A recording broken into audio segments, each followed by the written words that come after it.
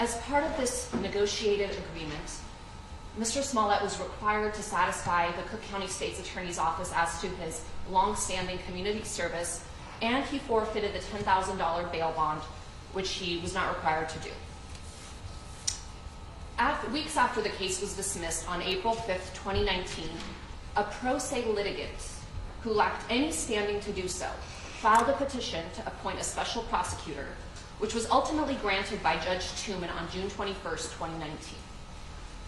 Now, we've challenged the authority of the special prosecutor in different forms. However, when the case came before Your Honor, we filed a motion to dismiss here. The reason that was relevant is because Your Honor needs jurisdiction over both the matter and the defendant in order to proceed against him. And with all due respect, Your Honor lacks jurisdiction and lacked throughout the entirety of these proceedings. And this is because Judge Tooman exceeded his authority when he appointed a special prosecutor, and that's for various reasons.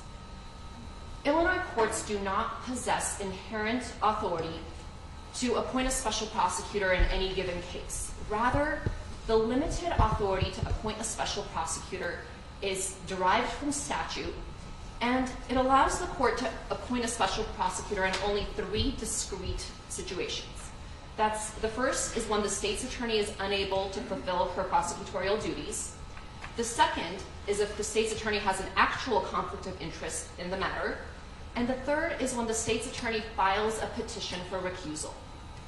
Now, Judge Tooman found that the first of these 2 were not applicable in this case, and he granted the appointment of a special prosecutor on the third scenario. However, there was no petition for recusal filed in this case, and that's an undisputed fact. In fact, when Sheila O'Brien filed her petition for appointment of a special prosecutor, State's Attorney Kim Fox came forward and she expressly and unambiguously stated that she did not intend to formally or legally recuse herself. But the court nonetheless concluded that what she intended was basically an unconditional legal recusal. Now, subsection A-15 of the statute authorizing the appointment of a special prosecutor doesn't contain a provision which says the court can infer or interpret from the state's attorney's actions whether the state's attorney intended to recuse herself. Rather, the provision is explicit that the subsection only applies when the state's attorney files an actual petition for recusal, which Kim Fox did not do in this case. Because the filing of a petition for recusal is an express statutory prerequisite to the appointment of a special prosecutor under subsection A-15, Judge Tooman exceeded his authority and violated the doctrine of separation of powers by usurping the role of the legislature and essentially redrafting the statute authorizing the appointment of a special prosecutor. Now, to compound matters, Sheila O'Brien also didn't have any standing to file the petition, and the court was not authorized to grant the appointment based on her petition. Now, the language in the special prosecutor statute is very clear as to who is allowed to petition the court for the appointment of a special prosecutor. The language is unambiguous and provides that only the court, the state's attorney, or a quote-unquote interested party may petition the court for the appointment of a special prosecutor. Now, what's an interested party? Well, according to Black's Law Dictionary, an interested party is, quote, the persons who take part in the performance of any act or who are directly interested in any affair, contract, or conveyance, or who are actively concerned in the prosecution and defense of any legal proceeding. Sheila O'Brien doesn't meet any of the requirements of that definition. Sheila O'Brien is a retired former judge who asserted her standing as a concerned citizen, somebody who was not satisfied with the way a duly elected official of Cook County decided to resolve a criminal matter, a low-level, non-violent criminal offense, which they do every single day. But because of the high-profile nature of this case, she was not satisfied, and she decided to file a petition. So it's undisputed that she was not an interested party, but putting aside that fact, only the first 2 subsections, the 2 that Judge Tooman said are inapplicable, even allow an interested party to file such a petition. Those are the two sections that say the court either on its own motion or on the motion of an interested party. Subsection A-15, which is the one that Judge Tooman relied on in granting the appointment of a special prosecutor, doesn't say that you could appoint a special prosecutor based on the court's own motion or on the petition of an interested party. That subsection only permits the appointment of a special prosecutor upon the state's attorney's filing of a petition for recusal. It is undisputed that no such petition was filed in this case, and that State's Attorney Kim Foxx never intended to legally recuse herself. Therefore, it was completely exceeding Tooman's authority for him to grant the appointment of a special prosecutor at all. Now, he also misapprehended the law when he ruled that the informal recusal by Kim Foxx rendered the entirety of the proceedings from Mr. Smollett's initial arrest all the way through the dismissal of the charges against him null and void. And none of the cases cited by Judge Tooman in his order actually support the court's conclusion that the proceedings against Mr. Smollett are null and void, that the prior ones were null and void. Rather, those cases, and particularly People v. Woodall, and that's 333 Ill Act 3rd 1146, that's a 2002 case, makes clear that even if there had been a defect in the authority to prosecute Mr. Smollett, the only person who could properly challenge the validity of the proceedings would be Mr. Smollett, and he clearly did not do so. Now, separate and apart from the fact that the appointment of a special prosecutor was beyond Judge Tooman's authority, is the fact that Judge Tooman was not authorized to appoint a private attorney, which was Dan Webb and his law firm, Winston & Strawn, as the special prosecutors in this case.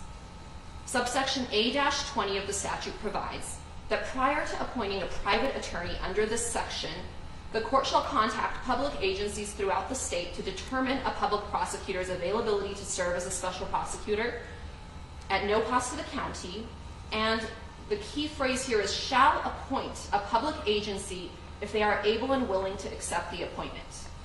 The language in this subsection is mandatory and not permissive. Now, the defense is yet to see any proof that any public agencies whatsoever, including the ones specifically listed in the statute, were properly contacted about the potential appointment. Judge Tooman did represent that he contacted over 100 local public officials or agencies, and that he heard back from only around 30. But by Judge Tooman's own admission, at least 2 and possibly a 3rd public agency was willing to take on the appointment. However, without any explanation, Judge Tooman unilaterally decided that none of these 3 public agencies were quote-unquote able to do so, despite their representations to the contrary. The statute is very clear that the court shall appoint a public agency if they are able and willing to accept the appointment. It's only if after all public agencies have been exhausted and all are unable and unwilling to accept the appointment that the court can then appoint a private attorney, such as Dan Webb and his firm. There is no exception in the statute for private attorneys who might be willing to do the case pro bono or who are willing to do the case simply for costs, not charging for attorney's times, but for their costs, which for a firm like Winston & Strawn is probably still an astronomical amount. And I don't know what the total of the cost is. I know they were supposed to be filing reports with Judge Tooman, I believe every 3 months, to show the taxpayers what their prosecution of Mr. Smollett is costing in tax, and I would be curious to see that figure. I'm not sure what that is, but I would guess it's a substantial amount. But regardless, that is not contained within the statute. And here, because multiple agencies apparently indicated their willingness and ability to accept the appointment, Judge Tooman exceeded his authority and again violated the separation of powers doctrine by usurping the role of the legislator and appointing a private attorney as the special prosecutors in this case. The next issue I'd like to address is that the instant prosecution against Mr. Smollett violated a contractual right to immunity that he was promised by the Cook County State's Attorney's Office. In the original criminal proceedings, there was an immunity-type non-prosecution agreement that was entered into between Mr. Smollett and the State's Attorney's Office as an agent of the people of the state of Illinois. Not only was this agreement agreed on between the parties, but it was actually executed and enforced by the courts.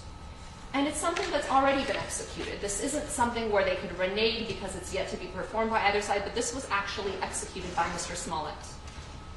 And the state's promise to Mr. Smollett was that after he satisfied them as to his community service, after he forfeited his $10,000 in bail bond, that the state would not further prosecute him in connection with the January 29, 2019 attack on him. And here we are again in another case instituted, it might be by different attorneys, but it's on behalf of the state of Illinois. And there's a statute that controls, and that's section 5/114-1 of the Code of Criminal Procedure, and it allows the court to dismiss an indictment, and a court is required to dismiss an indictment where the defendant has received immunity from prosecution for the offense charged. And indeed, Illinois courts have consistently dismissed indictments that violate this section. And the courts here analyze informal immunity agreements under the same basic principles of contract law. So Mr. Smollett here performed his side, and he was entitled to the benefit of the bargain he made with the state's attorney's office on behalf of the state of Illinois, and that was violated.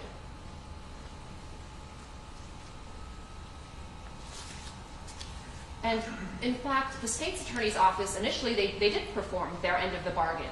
They stood up in court in front of Judge Watkins, asked for the dismissal, and did what they had promised to do. And so at that point, the agreement was fully performed by both sides. The court enforced it, and there was absolutely no basis, and it was a violation of Mr. Smollett's rights to then re-prosecute him by the same principle, which is the state of Illinois.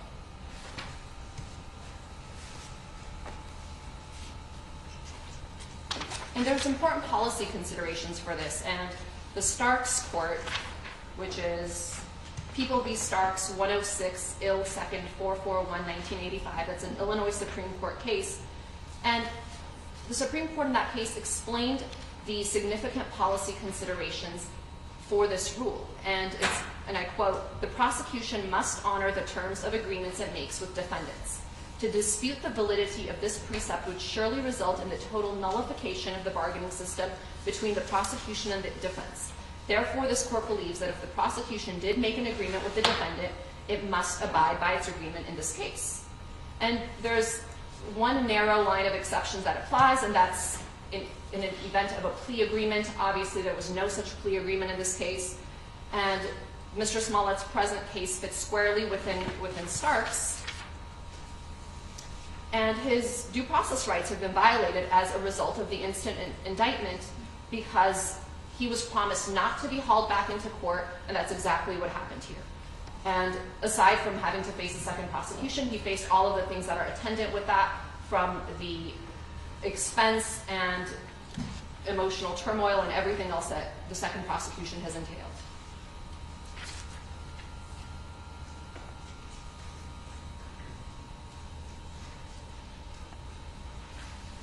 In short, Mr. Smollett relied on the representations by the Cook County State's Attorney's Office, and at the end of the day, a deal is a deal, and the state of Illinois is not exempt from that ancient principle. And so we would ask that the case should have been dismissed on that basis. Now, the next issue I'd like to address is the double jeopardy. And we had briefed this before. The court's very familiar with our position on this, but just in brief to highlight a few of our points. The double jeopardy clause does not just prohibit double prosecutions, it also prohibits double punishment. And to punish somebody twice for the same thing is a violation of the Fifth Amendment. And here, Mr. Smollett was clearly punished in the prior criminal proceedings by the imposition of a criminal penalty. Now, certain people may disagree with the severity of that punishment. They may not think that was a just result, but it doesn't take away from the fact that he was criminally punished.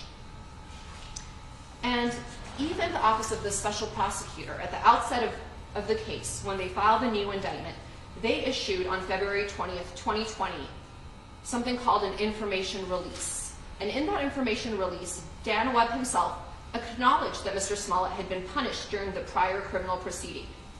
And I quote him when I say that Mr. Webb stated that the only punishment for Mr. Smollett was to perform 15 hours of community service and requiring Mr. Smollett to forfeit his $10,000 bond as restitution to the city of Chicago.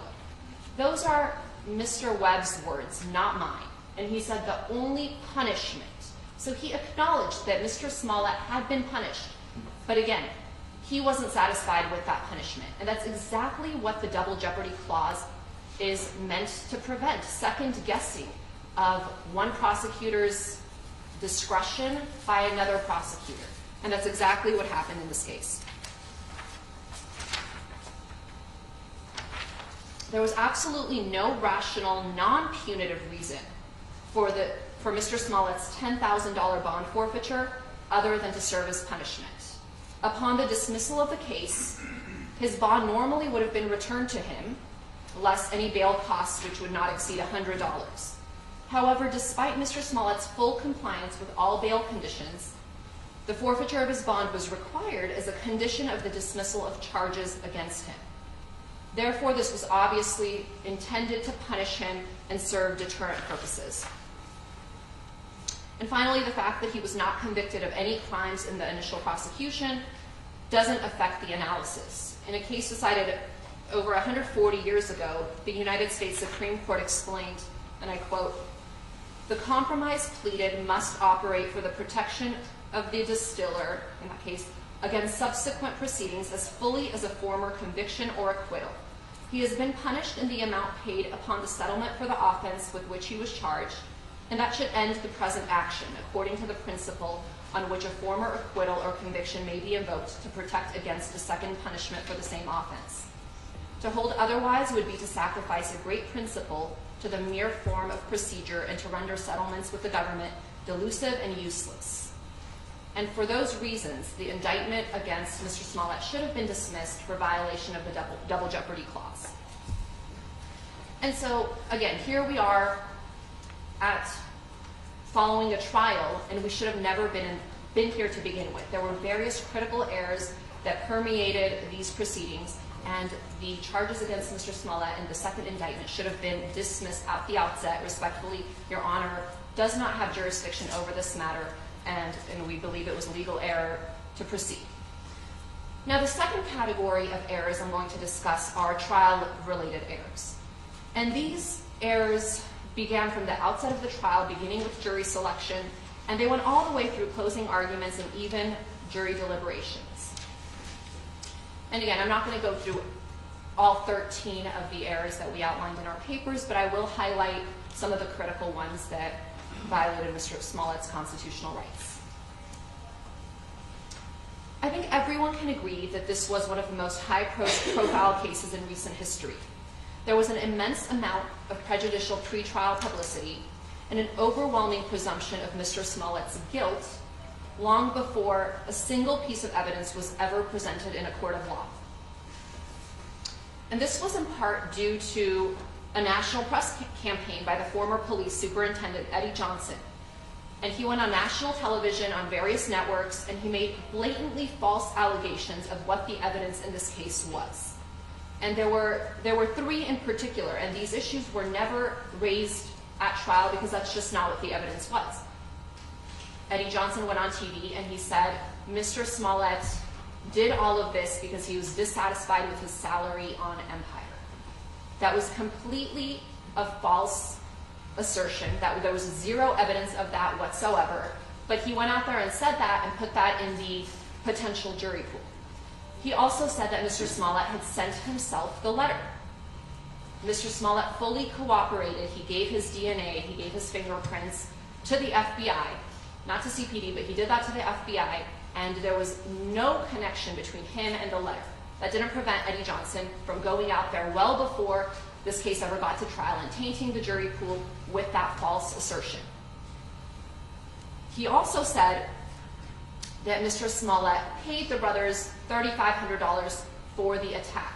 And it was the brothers' own attorneys who went on TV right after that and said, no, this was actually as corroborated with a lot of text messages between Jussie and Abimbola Asundario, he had hired Abimbola as his trainer, and that's what the $3,500 check was in fact for. Now, based on this overwhelming presumption of guilt in this case, it was critical that jury selection be fair so that Mr. Smollett would receive a fair trial, if that was even possible. But there were fundamental errors in that process. First, the court violated Mr. Smollett's Sixth Amendment rights by preventing the defense from actively participating in the voir dire process. The defense sought to directly question the veneer, but the court denied that request. And although the court asked the parties and took questions from both sides as to certain questions that should be asked of the potential jurors, Your Honor didn't ask all of the questions that the defense requested. By refusing to allow the defense to meaningfully participate in the voir dire process, the court prejudiced the defendant's ability to discover those members of the potential panel with biases and or potential prejudices against Mr. Smollett, violating his Sixth Amendment rights. Although the court repeatedly stated that you didn't want to treat this case any different than other cases, this was an abuse of discretion in this case because of the prejudicial pretrial publicity, which could not be ignored. Landon, do you think I was required to ask every question submitted by your team to the veneer, every single one? We think we should have been allowed to participate in this process because of the unique circumstances of this case where there was such an overwhelming presumption of guilt. We think it's a very different process when the court asks questions and when we as attorneys get to ask the right follow-up, in real time without having to wait for. There were certain questions the court asked, and this was my next point with Rosemary Mazzola, where the court cut off the answers. I think I asked most of the questions the defense requested of me. There were some I did not. For example, you wanted me to ask the veneer, what kind of animal would you like to be? If you had to be an animal. Or Superman or Batman, what do you prefer?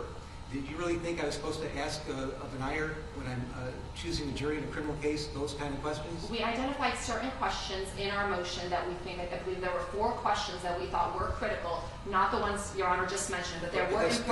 That was part of the pool of questions I received from you. Right, but there were important questions that were not asked, and the more significant factor is we should have been allowed to question the veneer in this case. Again, I'm not saying in every case. I respect that Your Honor doesn't do that in a lot of other cases. However, this case is obviously unique. Mr. Smollett, unfortunately for him, has not been treated like anyone else charged with Class 4 felonies. He's been disadvantaged at every turn, and his jury selection. I pick a jury in this case the same way I pick a jury in a murder case.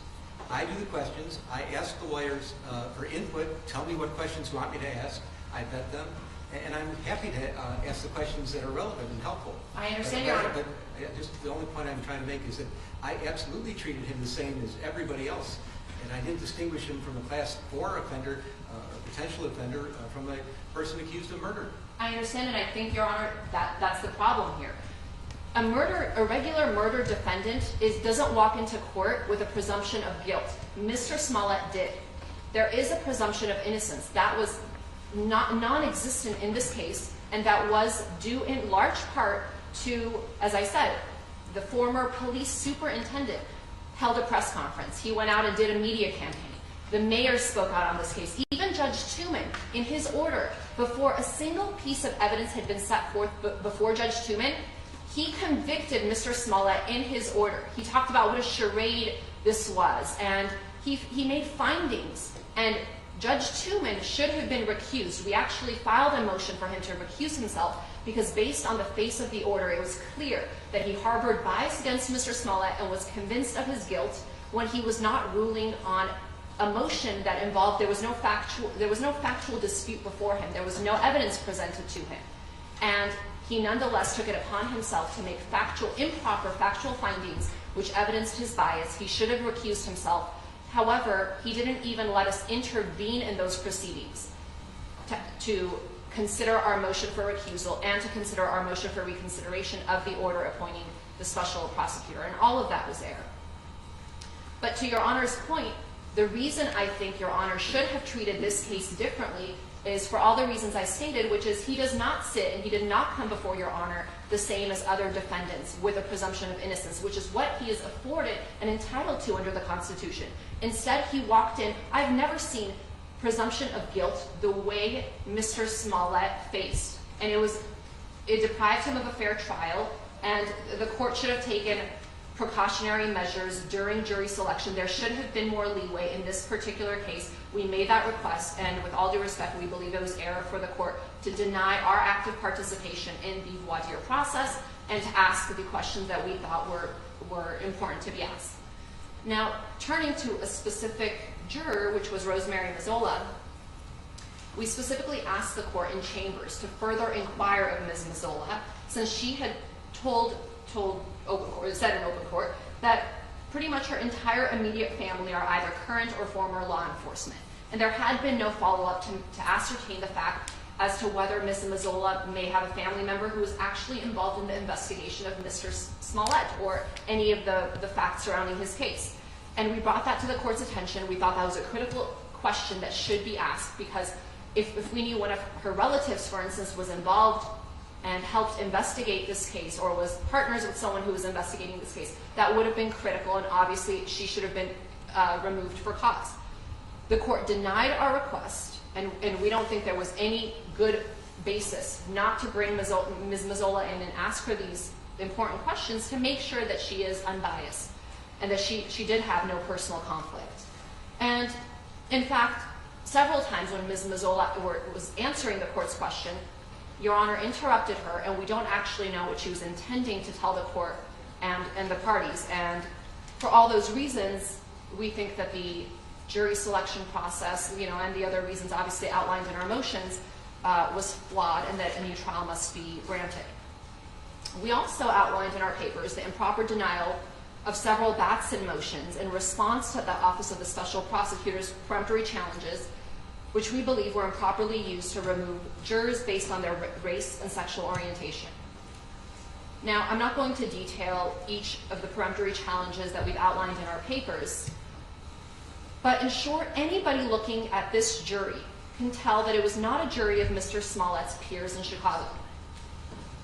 And we think that these significant issues during jury selection deprive Mr. Smollett of his constitutional right to a fair trial, and the remedy is to grant him a new trial. I'm next going to address the issue of prosecutorial misconduct.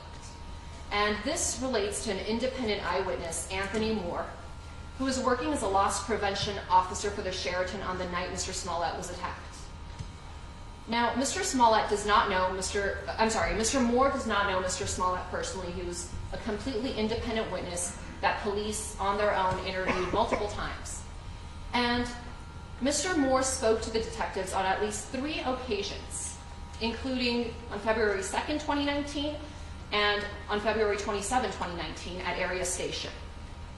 On each of these occasions, Mr. Moore unequivocally told police that around 2 a.m. as he was doing his rounds at the Sheraton, he saw 2 men running towards him from the area where the attack occurred. He said he flashed his flashlight on the first man's face, and he saw a white male wearing a ski mask. Mr. Moore could not see the second man's face.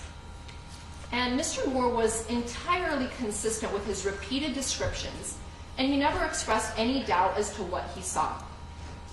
In fact, when asked to view a photo lineup at the station with only black men included, Mr. Moore told officers that the man couldn't be in the lineup because the man he saw was white. This description of a white male wearing a ski mask was exactly what Mr. Smollett had seen and described to officers. Mr. Moore was a key defense witness, as his testimony provided at the very least reasonable doubt that Mr. Smollett was truthful in his account of what he saw that night. Now, a year later, on January 29th, 2020, prosecutors from the Office of the Special Prosecutor met with Mr. Moore for a lengthy period of time, and they chose not to video record this interview. At trial, Mr. Moore testified that at this meeting, they showed him the CPD's evidence against Mr. Smollett, including surveillance footage and pictures of the Asundario brothers, who they said were Mr. Smollett's attackers. Mr. Moore testified at trial that he felt, quote unquote, pressured and threatened to say he saw something he didn't see. And exhausted after hours of telling prosecutors something they did not want to hear, he eventually signed a statement saying he could have been mistaken when he saw a white man because maybe when he flashed the flashlight on his face, it was the reflection from the light that made him think that the individual was white. There was absolutely no reason for the Office of the Special Prosecutor to try to taint an independent eyewitness's clear memory of an event by showing him their version of the evidence and trying to scare him that he would be committing perjury if he testified consistent with his own independent memory of what he saw. This form of intimidation constitutes egregious prosecutorial misconduct and violates Mr. Smollett's fundamental right to present witnesses in his defense. By having Mr. Moore change his statement in writing, not only did the Office of the Special Prosecutor try to disqualify Mr. Moore as an exculpatory defense witness, they actually tried to obtain false incriminating evidence against Mr. Smollett. Although Mr. Moore on the stand tried to explain the reasons he gave the written statement stating he could have been mistaken about the skin color of the man he saw, the prosecutorial misconduct inevitably discredited Mr. Moore. And this flagrant misconduct constitutes reversible error. Now, the OSP's argument on this issue is really, it's the adage, the best defense is a good offense. They claim in their papers that the defense engaged in gamesmanship and, quote, manufactured prosecutorial misconduct. More outrageously, they claim that Mr. Moore committed perjury when he told the truth. This is belied by the undisputed record, which is that Mr. Moore gave police consistent accounts of what he saw, which is a white man wearing a ski mask, on multiple occasions close in time to the incident. Now, although the Office of the Special Prosecutor presumes that the defense was aware of this prosecutorial misconduct prior to trial, that's simply a false assumption on their part. While Mr. Moore had been identified as a potential defense witness from the start based on his exculpatory statements to police, we only interviewed Mr. Moore for the first time on Friday, December 3rd, just days before he gave his testimony that Monday. And there was no statement to provide to them pursuant to Rule 413D. We had him on our witness list as a potential witness. As Your Honor knows, the defense never knows until well into the trial whether you're even putting on a defense case. We knew he had always consistently said he saw a white male, so that's why he was on our witness list. And the decision was made mid-trial that we did want to, in fact, pursue calling him as a defense witness, and we spoke to him briefly. We interviewed him to see why he changed his statement, because it had been very clear that he consistently said one thing, and then a year later, after meeting with the special prosecutors, changed his story a little bit. He was careful in how he did it. He didn't say, I'm wrong, but he said, I may have been mistaken, because, again, he wanted to be truthful. And the special prosecutors now say, oh, this was perjury, and the defense suborned perjury.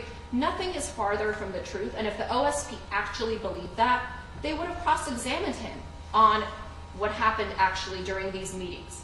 Not only would they have cross-examined him, they could have put up a witness to impeach him who was present during that meeting to say, actually, that's not what happened. They didn't do either of those things. And of course, they could have charged him with perjury, but they won't do that because he was not lying and he was telling the truth.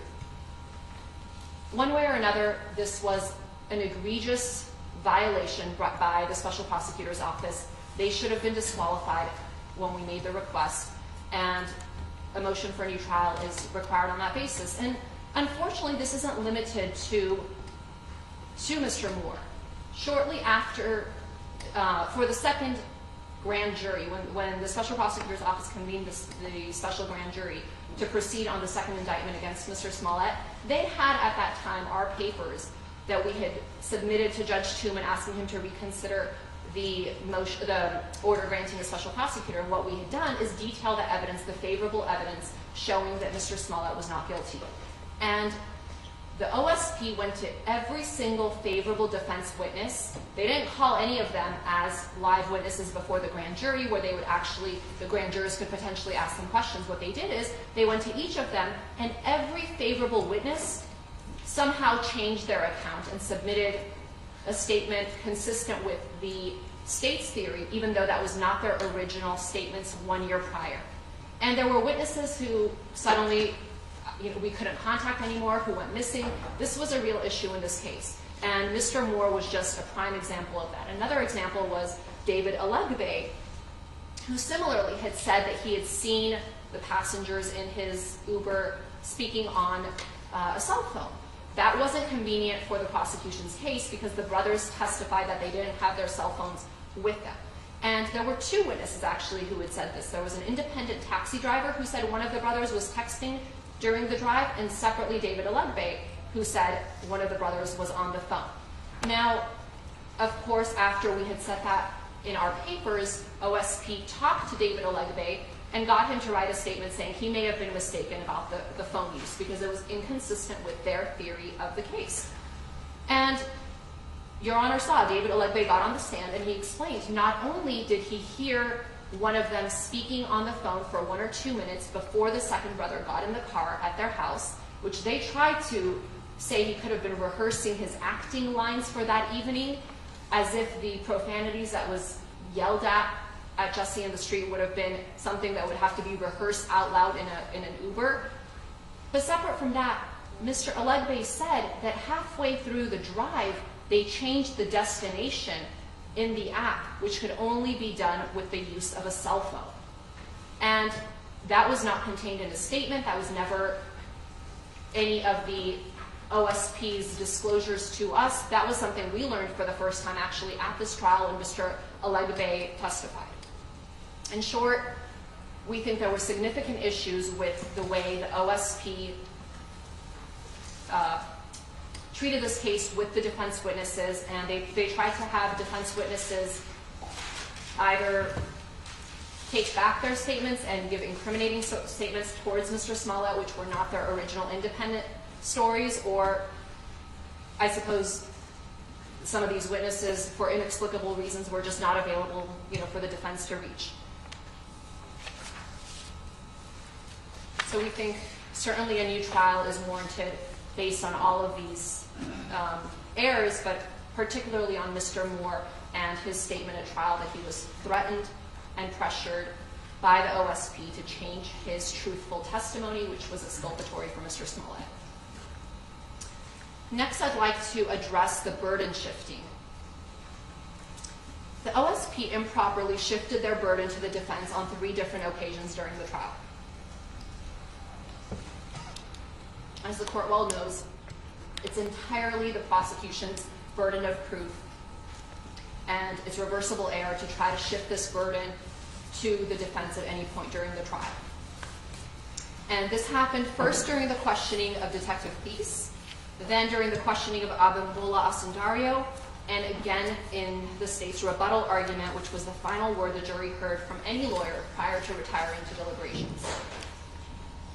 The seminal case on a prosecutor's improper comments on a defendant's post-arrest silence is Doyle v. Ohio, and that's 426 U.S. 610, 1976 case, which holds that it is a deprivation of due process to allow an arrested person's silence after that person has been Mirandized and advised of his Fifth Amendment right to remain silent, to then use that silence against them at trial to create an inference of guilt. And that's exactly what the OSP did here on 3 separate occasions. Now, in its opposition papers, the OSP tries to argue that their questions to Detective Thies and to Abimbola Asundario relate to a text message sent on February 14, 2019, and do not involve Mr. Smollett's post-arrest silence. However, the improper questions were not limited to the text message or even to the time period prior to Mr. Smollett's arrest. For example, in questioning Detective Thies, Mr. Mendenhall broadly asked, quote, did he, meaning Mr. Smollett, ever make a statement that they, referring to the Asundario brothers, did nothing wrong and never would? Answer, no. Question, to this day, Has he ever come clean about this hate crime that you are aware of? Answer, no. This questioning indisputably violates Doyle, as it necessarily includes Mr. Smollett's post-arrest silence. Furthermore, Illinois law actually goes a step further by holding that it's impermissible to impeach a defendant with his or her post-arrest silence, regardless of whether the silence occurred before or after the defendant was given Miranda warnings. In its opposition papers, the OSP argues that the defense did not object to this line of questioning. However, the OSP's improper burden shifting constitutes plain error affecting Mr. Smollett's substantial rights, for which a lack of an objection is not fatal. Similarly, during the direct examination of Abimbola Sandario, Dan Webb asked him whether Mr. Smollett ever made a statement to the public where he admitted that the hate crime was a hoax. The defense did object to this question, and the court sustained the objection. Similar to Mr. Mendenhall's questions, which were not limited to the text message or even to the time period prior to Mr. Smollett's arrest, Mr. Webb's question is equally problematic. Now, the OSP argues in its opposition papers that the word statements to the public somehow makes Doyle inapplicable. This argument is frankly ridiculous, as any public statements by Mr. Smollett would have been used against him if he testified at trial, the same as if he had made those statements to police. Here, this entire case hinged on the credibility of Mr. Smollett and of the Sandario brothers. By improperly commenting on Mr. Smollett's failure to tell the police or the public that the Sandario brothers did nothing wrong, or to quote-unquote come clean, the OSP violated Mr. Smollett's due process rights and his Fifth Amendment right to remain silent by improperly trying to shift the burden of proof to him. The OSP engaged in further burden shifting during its rebuttal argument, which was particularly prejudicial because it was the last time the jurors heard from any lawyer in this case. During rebuttal, Mr. Mendenhall stated, quote, "Mr. Uche gave you no evidence of any video that was missing." The court overruled the defense objection, which was error.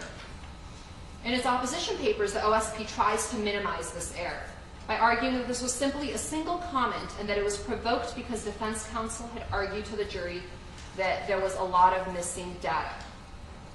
But that's the prerogative of the defense to argue. Again, it's the state's burden. They put on a lot of surveillance video and they suggested to the jury that they had a complete account from the beginning of the night to the end of the night, and the jury had to be told that these were pieced together, but there was a lot of missing footage. It was proper for the defense to do that. However, it was not proper for the prosecution to put that burden on the defense and ask for the defense to produce the missing surveillance footage, which is simply, again, not our burden to do. And as the court well knows, a single comment is sufficient to constitute reversible error warranting a new trial. And we had cited in our papers the case of People v.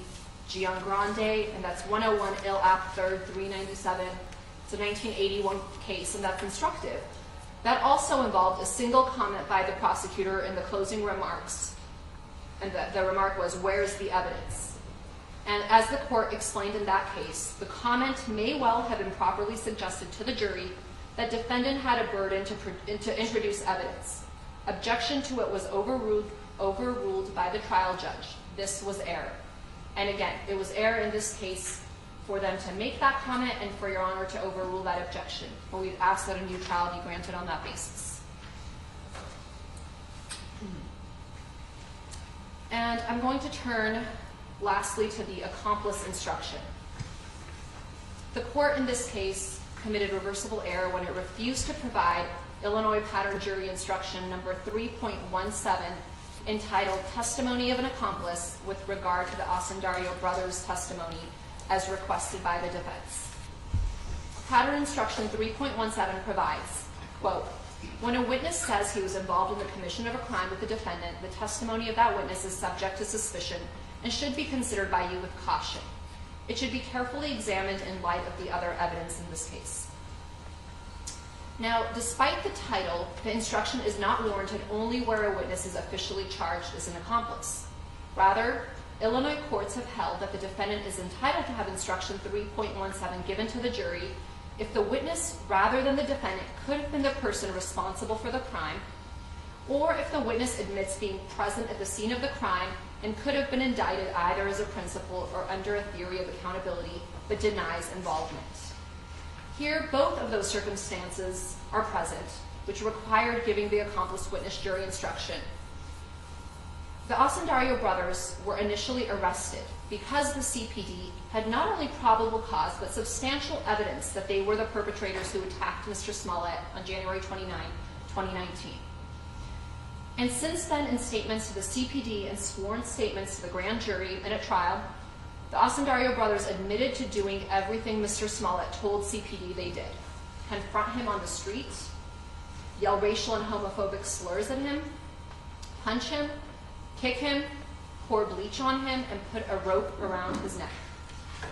If it was not for their own self-serving statements and testimony that they did all of the above acts at Mr. Smollett's behest, they would have been charged with a hate crime, or at least a battery against Mr. Smollett. Because the Osundario brothers could have been the persons responsible for the attack on Mr. Smollett, pattern instruction 3.17 should have been given to the jury. Furthermore, assuming for the sake of argument that the Osundario brothers were in fact acting at the direction of Mr. Smollett as they alleged at trial, the only reason they were not charged as either co-conspirators or accomplices for their admitted participation in the attack on Mr. Smollett is because of their self-serving statements that they didn't know that Mr. Smollett would report the attack to the police. They asked the jury to believe that the elaborate staged attack was solely for the media's benefit, taking the absurd position that somehow a heinous crime against a high-profile celebrity, which was supposed to be caught on camera, would not result in a police investigation. Because the Osundario brothers admitted being present at the scene of the attack and could have been charged either as principals or under a theory of accountability, pattern instruction 3.17 should have been given to the jury. Now, the Charged with what? Well, Your Honor, they could have been charged with filing a false conspiracy to file a false police report. They could have There was evidence that they were part of filing a false police report? Your Honor, there's so much law out there that you could file. There was certainly probable cause to charge them with being an accomplice to Mr. Smollett. Had they not participated, there would be no, you can't file a so-called false police report if there had been no attack. So clearly they were accomplices, clearly they were co-conspirators. Now, they weren't charged because they took the convenient position.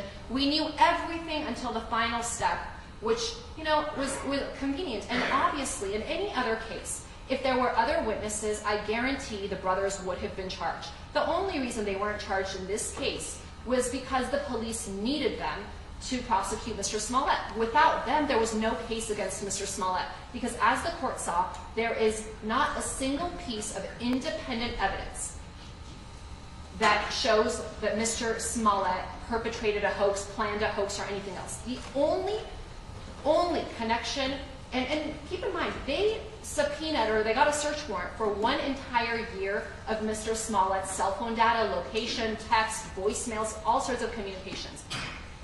They couldn't find one thing that supported the fact that Mr. Smollett planned this. All they had was the brothers saying, after they got caught, after they were in custody for 47 hours, after they had been consulting with an attorney who was speaking to both of them, after that attorney showed them his Good Morning America video while they were in custody and they heard every single thing Mr. Smollett was saying, they conveniently turned around and said, oh yeah, you're right, we did do this, but it's because Mr. Smollett asked us to.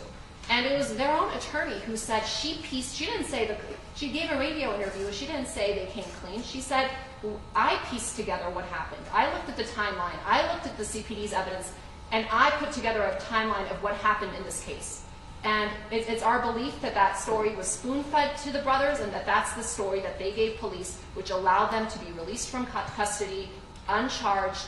They became the star witnesses, and they've tried to capitalize on this whole regrettable incident. So we had cited the court to People v. Carrion, and that's 162 Ill Act 3rd, 990, 1987. And that's one of the cases we cited in which the trial court's refusal to give such an instruction constituted prejudicial error requiring a new trial. Now, in their papers, the OSP doesn't address or attempt to distinguish this case because there really is no distinguishing factor, and that case is instructive. In that case, the court held that the trial court erred by refusing to give a cautionary accomplice witness instruction with regard to Amaya's testimony for the following reasons. And I quote, Amaya disclosed that he was with the defendant before, during, and after the shootings. Notwithstanding his profession of innocence based on his alleged fear of the defendant, we believe probable cause existed to indict Amaya for the offenses, particularly when one considers that when he was initially taken into custody for questioning, he possessed money linking him to the crime. And in that case, the appellate court held that it couldn't find that the failure to give the requested instruction constituted harmless error, especially in light of the fact that Amaya's testimony was the only direct evidence implicating Carrion. And it's the same reason why giving this instruction was critical in this case, where the evidence against Mr. Smollett was far from overwhelming. I know the police department put on a long narrative, a lot of surveillance footage, but all that evidence was consistent with Mr. Smollett's testimony of his actions. He never denied seeing the brothers on the occasions where they went to great lengths to show, oh, on the 25th he drove to the brothers' apartment. He admitted that. On the 27th he, met with the brothers. These are not things that were disputed. So that's not overwhelming evidence of his guilt. There were different interpretations of what that evidence actually meant.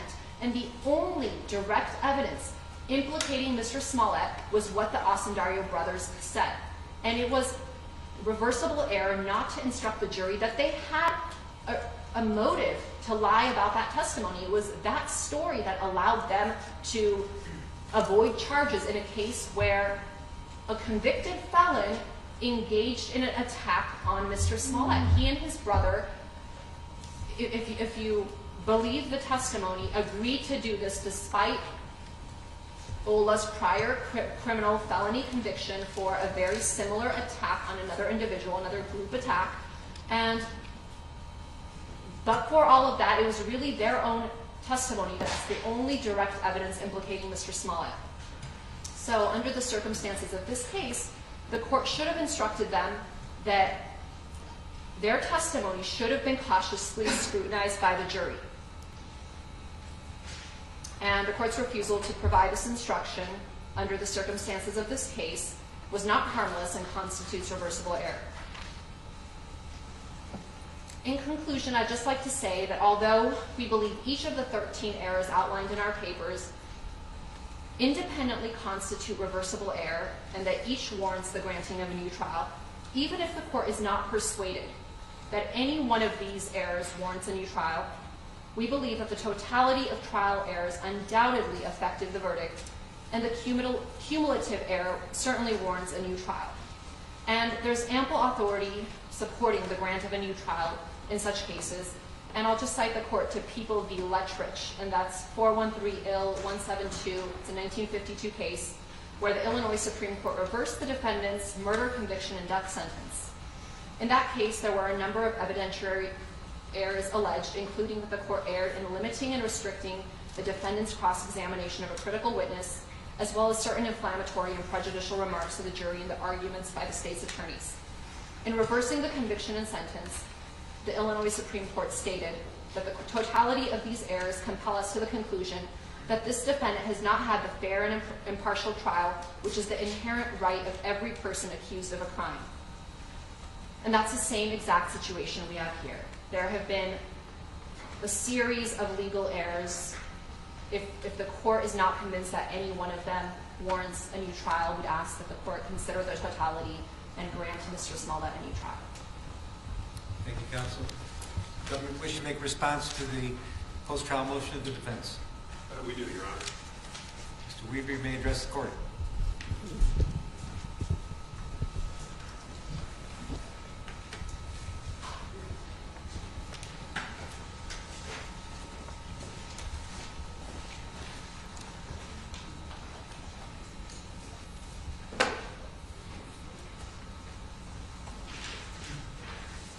May it please the court. Counsel. Your Honor, due to the sheer volume of the arguments for about an hour, here, and you've already mentioned the 83 pages that they've submitted. My partner and fellow Deputy Special Prosecutor Sam and all have bifurcated the opposition. I'll give an overview, and based on Ms. Gladian's presentation, I'll highlight 4 alleged errors. I believe Mr. Mendenhall will have a couple.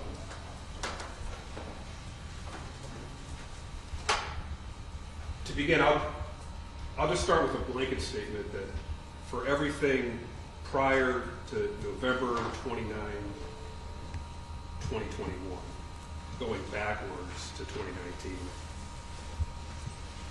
for the alleged errors that they've incorporated by reference in their papers and the preamble to Ms. Gladian's presentation, we universally disagree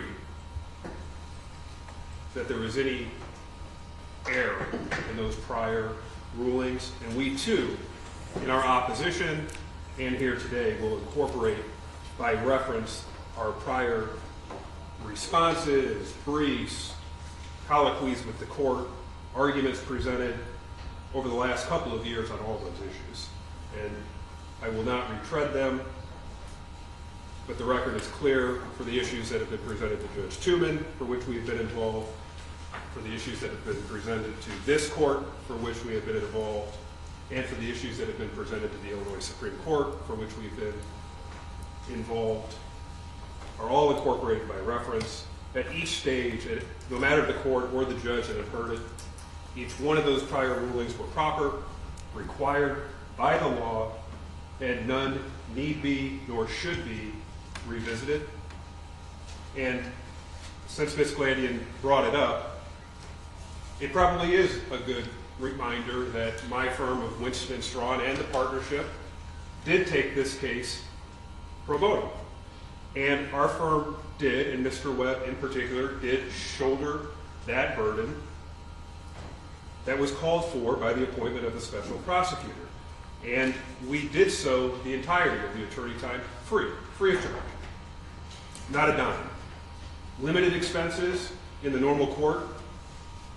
Judge Tooman's order did allow, and these are things such as court reporter fees, transcript fees, copying fees, those same fees that would exist for the Cook County State's Attorney's Office are expenses for which have been submitted to the county for reimbursement. They are minor compared to the amount of free service that our firm of Winston & Strawn has given to this county and to the citizens and to the judicial system. Mr. Webb's appointment in particular as a special prosecutor would stem from Judge Tooman's 2019 June order in order to restore the public's confidence into the integrity of the criminal justice system, was answered by our firm, was answered by Mr. Webb, and you might just recall the 2 directives that required. The first directive to determine whether Mr. Smollett should be further prosecuted. That's what we're here for today. But it shouldn't be forgotten, and I don't believe is, but it's worth remembering that the second directive, whether any person or office involved in the initial Mr. Smollett case engaged in any wrongdoing, our office also did that. And you heard Ms. Gladian talk about certain of those things in our argument, but the OSP did complete a thorough investigation, did have a grand jury seated, did prepare a detailed and comprehensive report as it relates into the Cook County State's Attorney's Office, as it relates to the investigation in the Chicago Police Department, and did so for a total cost of attorney times for $0.00.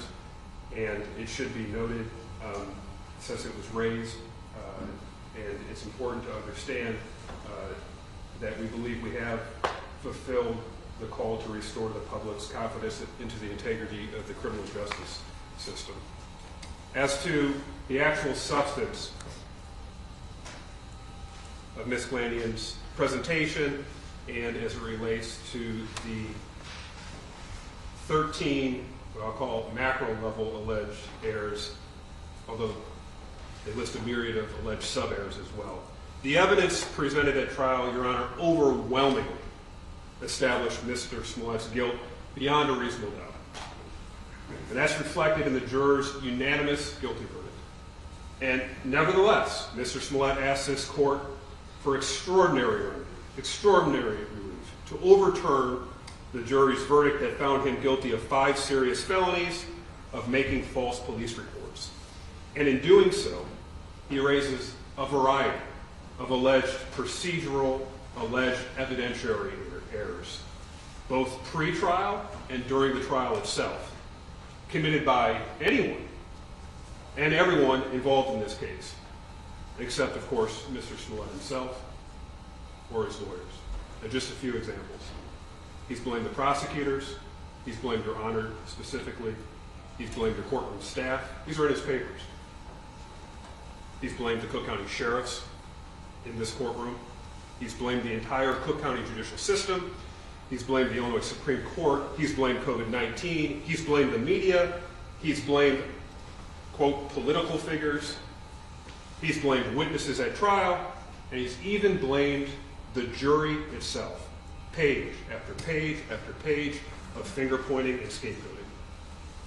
But once that bluster and hyperbole, Your Honor, is excised from that motion and the examination of the real underlying record is undertaken, it clearly reveals that each of the alleged errors is 1, meritless, 2, it is riddled with distortions of the actual record, and 3, frequent misapplication of controlling Illinois law. But most importantly, none of those alleged supposed errors remotely would rise to the level of 1, requiring overturning the juror's unanimous verdict, nor 2, the issuance of a new trial. As it relates to the alleged errors where Mr. Smollett seeks a judgment notwithstanding the verdict, here's what you didn't hear. You did not hear what the law actually says and what you'll have to weigh today. So I'm going to give it to you. Illinois law mandates that a judgment of acquittal is only appropriate when, quote, a trial court concludes, after viewing all the evidence in the light most favorable to the state, that no reasonable juror could find that the state had not met its burden of proving the defendant guilty beyond a reasonable doubt. And, quote, a motion for judgment notwithstanding the verdict should be granted in instances only where the state's evidence, when viewed in the light most favorable to the state, is insufficient to support a finding or verdict of guilty. Here, Mr. Smollett has not met and cannot meet the incredibly high standard for overturning the jury's verdict, and when viewed in the light most favorable to the state, that's the OSP in this instance, the evidence presented during the almost 2-week trial overwhelmingly,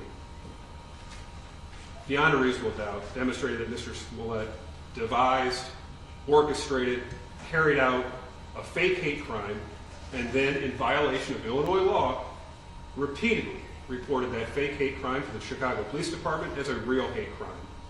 And the plethora of evidence, just heard Ms. Glanian say, not a lot of evidence, or certainly not a lot of independent evidence. Here's a summary.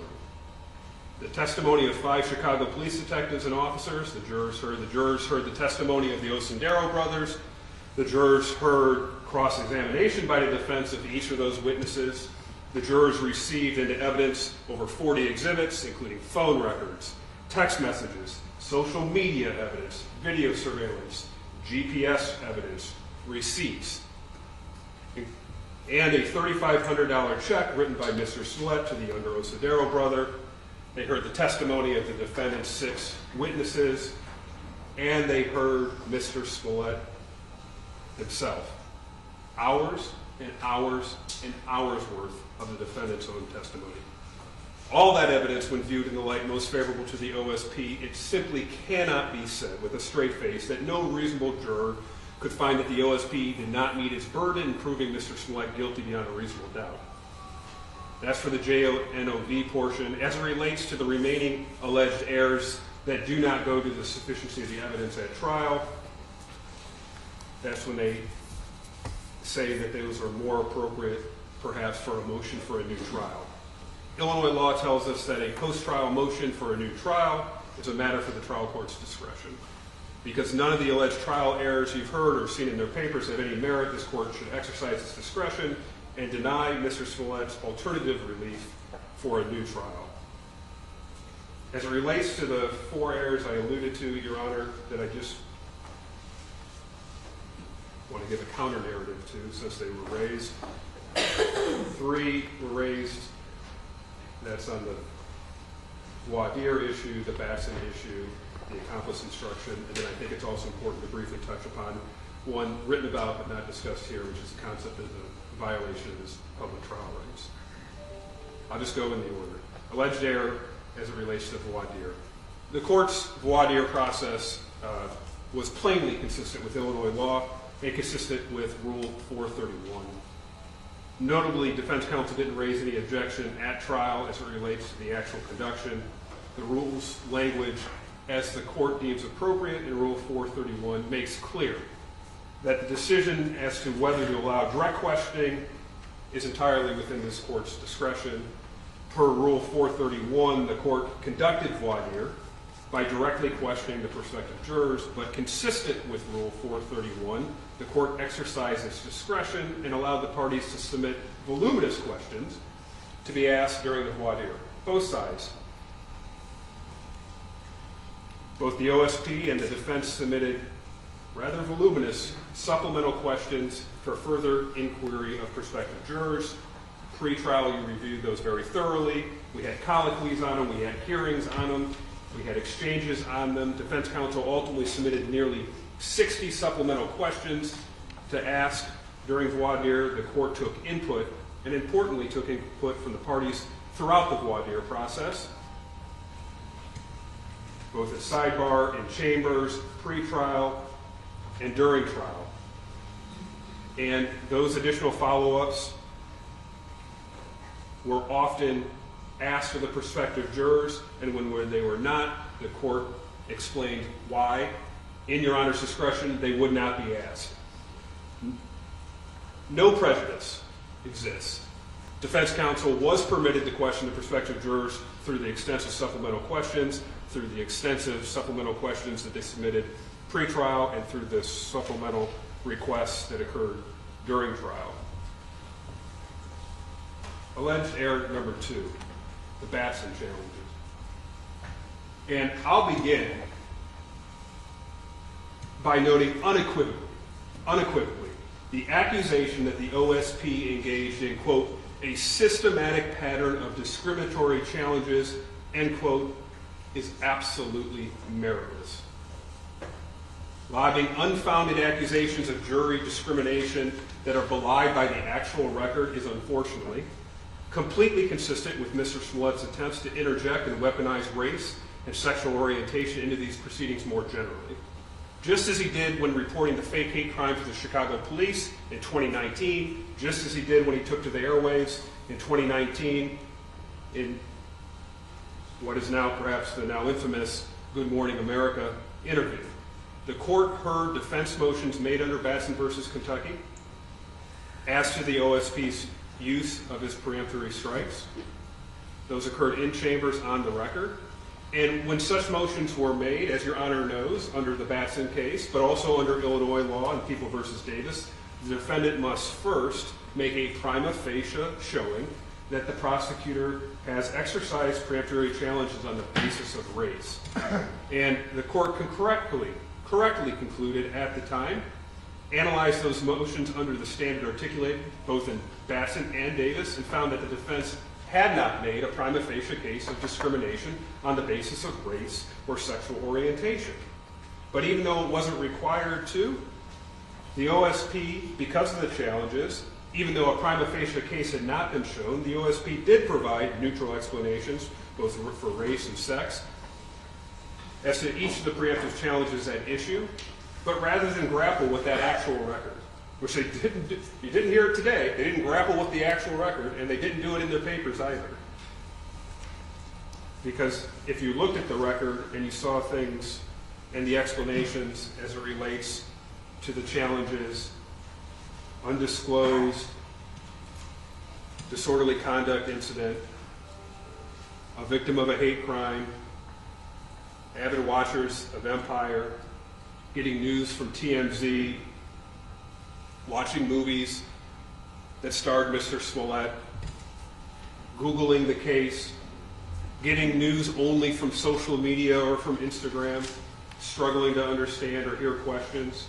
If they actually grappled with the actual record, it wouldn't fit the narrative that they wanted out in the media.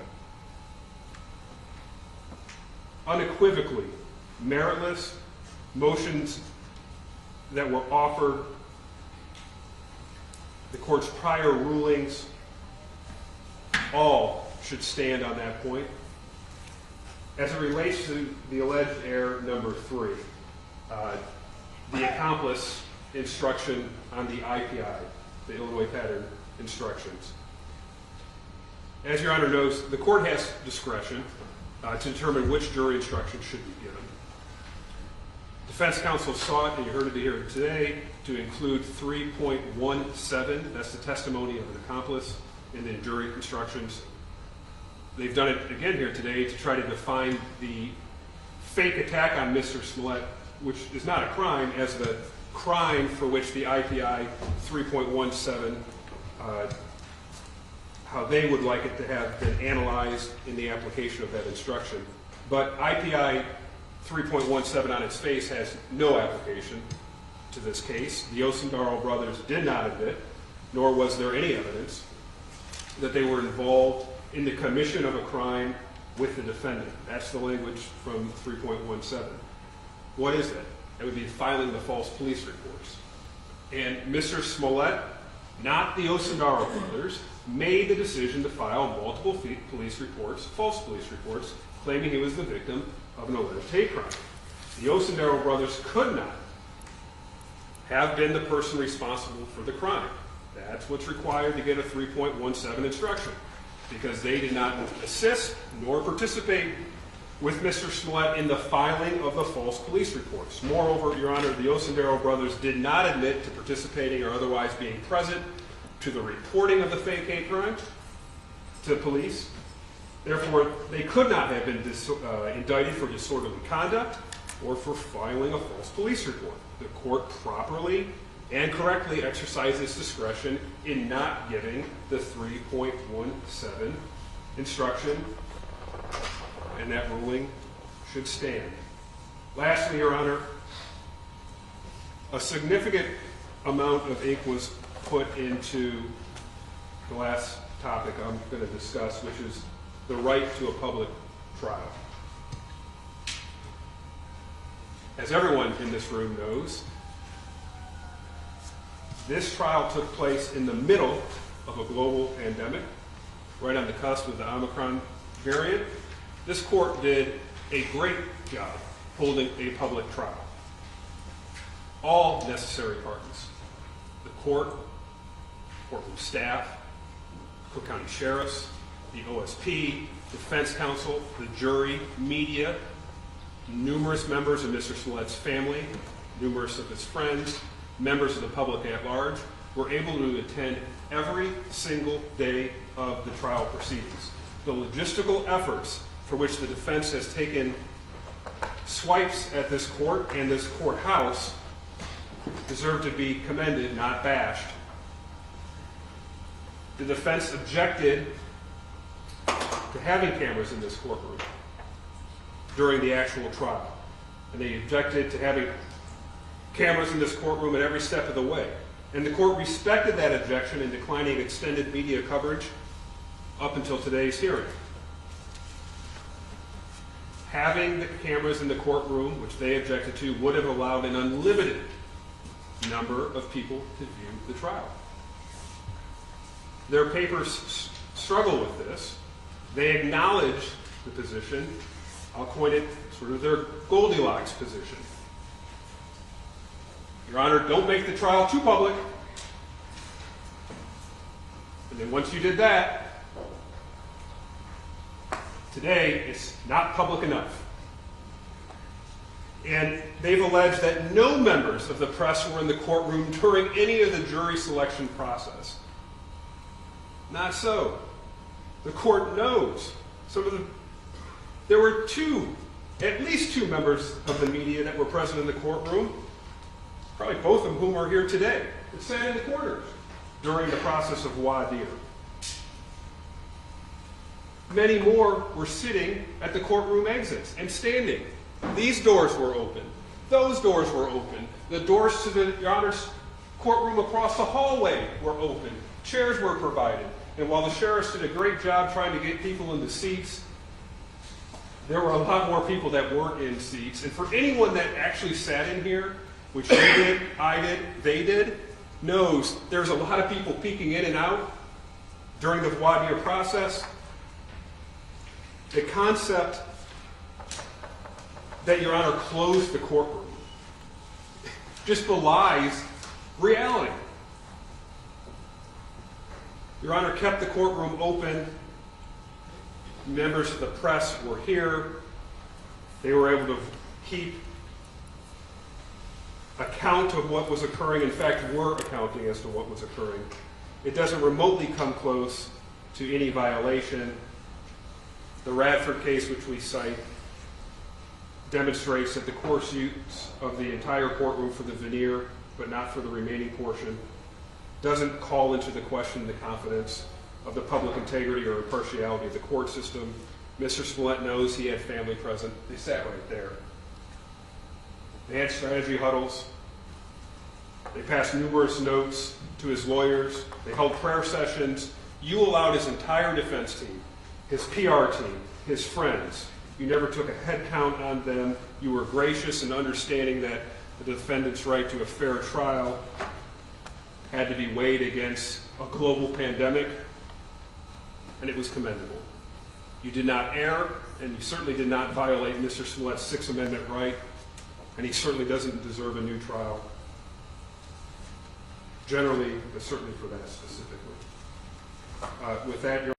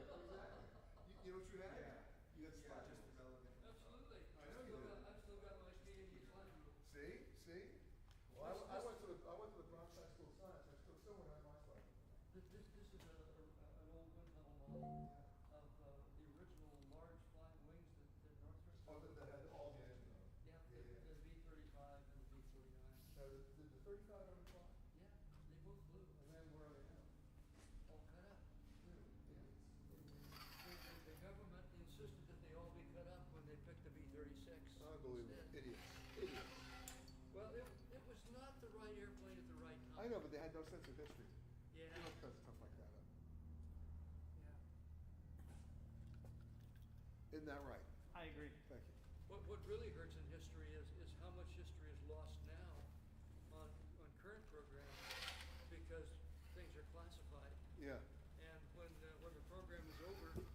So is that, yeah. all the stuff gets destroyed. I hear you.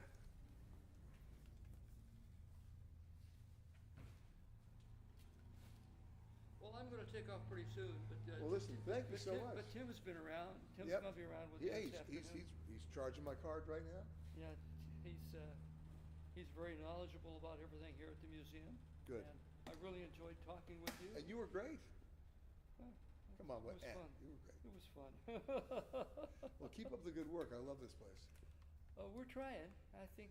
And if you come back tomorrow and that metal wind tunnel model is missing, you know who took it. Okay.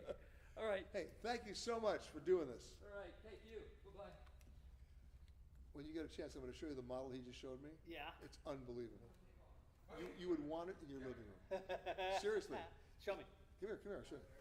Peter, ask for a customer code on the card. A customer code? Oh, that's a security number. It's Yeah. right on the front of the card. It should say 4897. Take a look. It's in the right-hand corner. Yeah, I'm going to show it to you. Ready? Yes. This is serious. I mean, it's really serious. Does that? Is that good? See what I'm saying? This is probably 50, 60 pounds. I mean, look how, this you want, I'm an aviation nut. This is the one we want. And this was done in the 30s. As a wind tunnel test. Does it look like the B1, the B2? Yes. They were, yeah, but they were heavy. Most of them never used. It was a, doesn't say.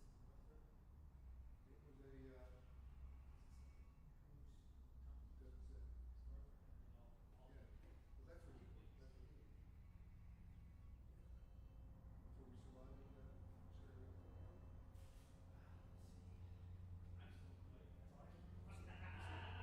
I gotta tell you, they're doing whatever they can to raise the company.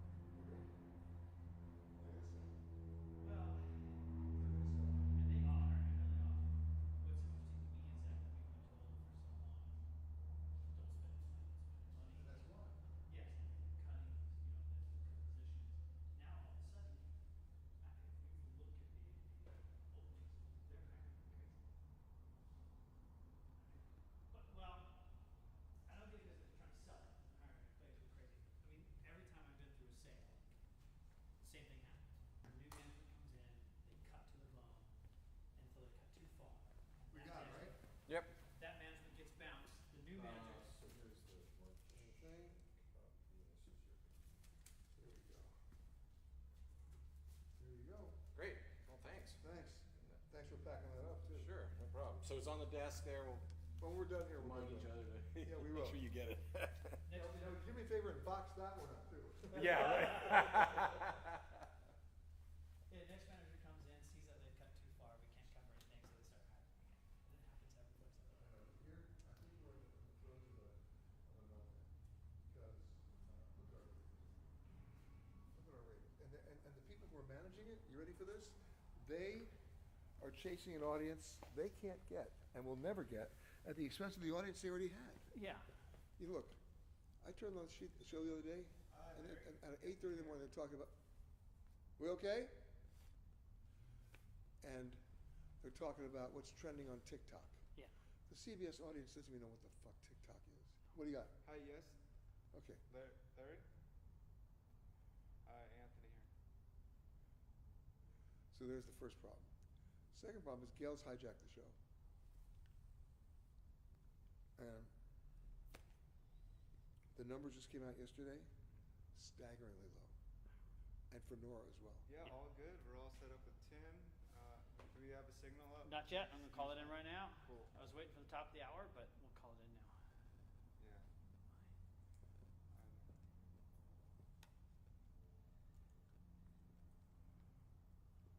Oh, you see a signal?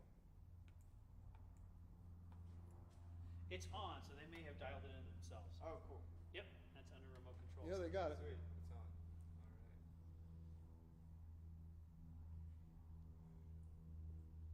All right. Tell Larry, from Saudi Arabia to Torrance, we don't miss a beat. Peter says, from Saudi Arabia to Torrance, we don't miss a beat. All the high spots. Yes,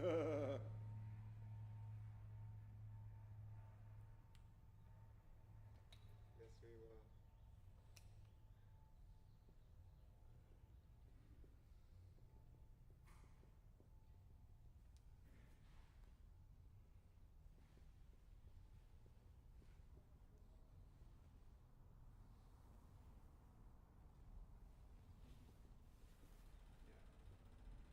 Yeah, I think I'll check there. Okay, yeah, we can hang up and dial back in about 5, 7 minutes, 10 minutes. What do you want?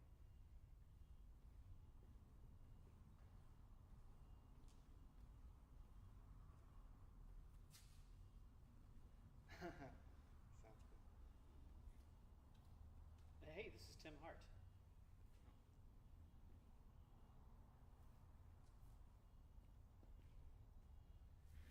Hey, you're paying me. What can I do?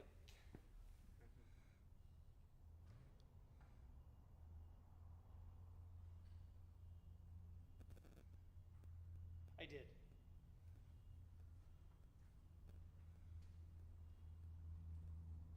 Anthony? All right. And nothing's been added. We're still about nine hits, ending with KHOU. Look at her changes now. I called her. Does she understand what she did? She was How much later? very apologetic. And Oh, 34 after. Okay. All right. She understands we don't work that way? Yeah, I said it's company I didn't call into the live news It's not center, but I company, see it's they've taken journalism. control of my live view. Are you seeing It's my your camera fault. shot It's okay? journalism, and it's and so that's why I said on the staff call, not. You can talk. Yes, and in more fact, depth here, now about you can how- actually see me. Here, let me put this on so you can hear me. 1, 2, 3, 4, 5. I should probably do this and hit mute. 1, 2, 3, 4, 5, 6. Okay, excellent. We're in business then.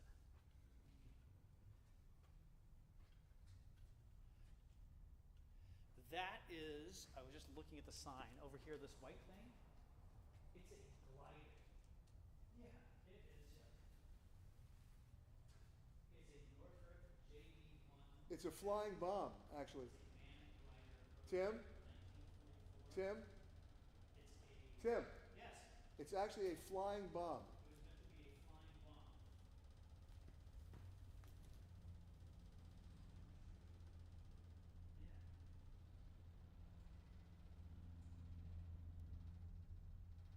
Yeah. You know what? I almost walked in here and said, "Hey, raise your hand if you didn't know there was a museum here, or even an airport here." Not the museum, the airport. I was thinking when I first got this, I thought I was going to Hawthorne. This used to be at Hawthorne Airport. Ah, We that moved makes down sense. here in 2007. Oh, okay. Because I thought I had been here before. I had Western Flight. I think I've been here before. And then I started to go to Hawthorne, and no, it's not there. Yeah. It's funny because I was pulling up here and I'm like, I didn't see this. I just passed my drone test, so I was reading sectional charts, and I don't remember seeing this on the sectional chart. I should have studied more.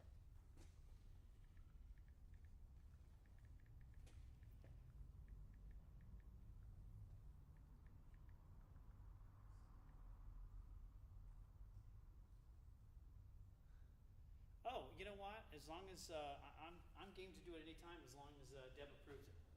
That's the one. That's the one fly in the ointment is that I'm the only shooter for NewsPath in LA.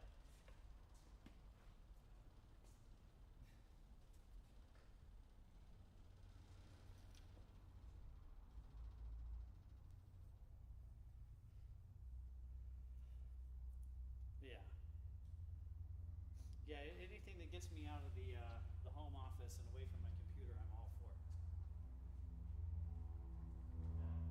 fact, I just finished cutting a piece right before I left the house to come over here, so it's been a busy day already. Yeah. Peter, I'll be back at the desk if you guys need anything. Let me Not a call problem. around. Let me know. All right, remember, if that model goes missing, you'll know.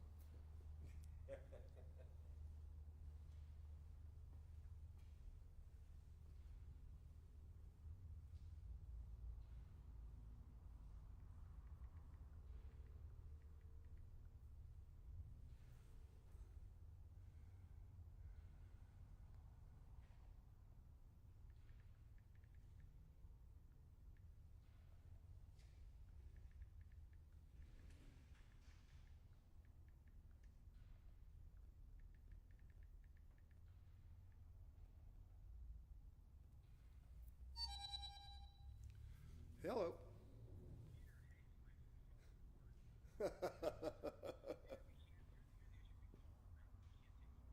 I got you.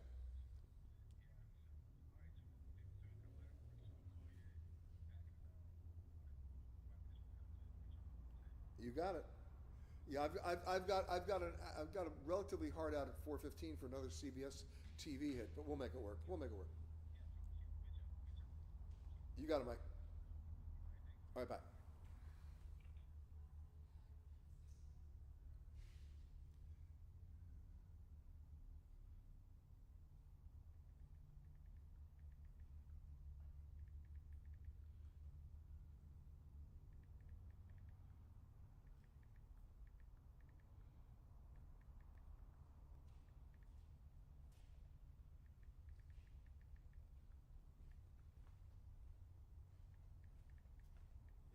Just so you know, it's like a 45-minute drive to the boat after we're wrapped here, so we're cutting it close, but we should be right.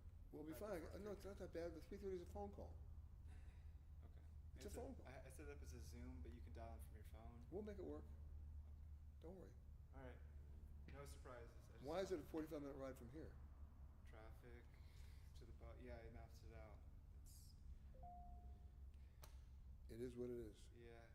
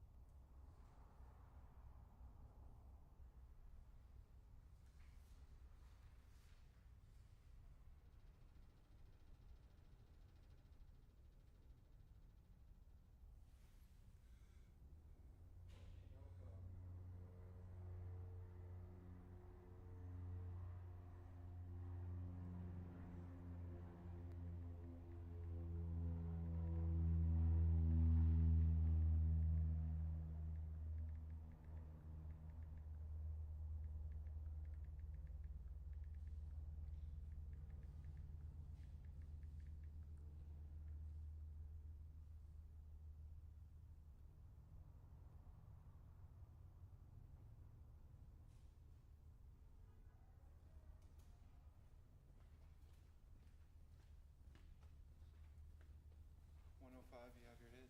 No, 110. Sorry, 110.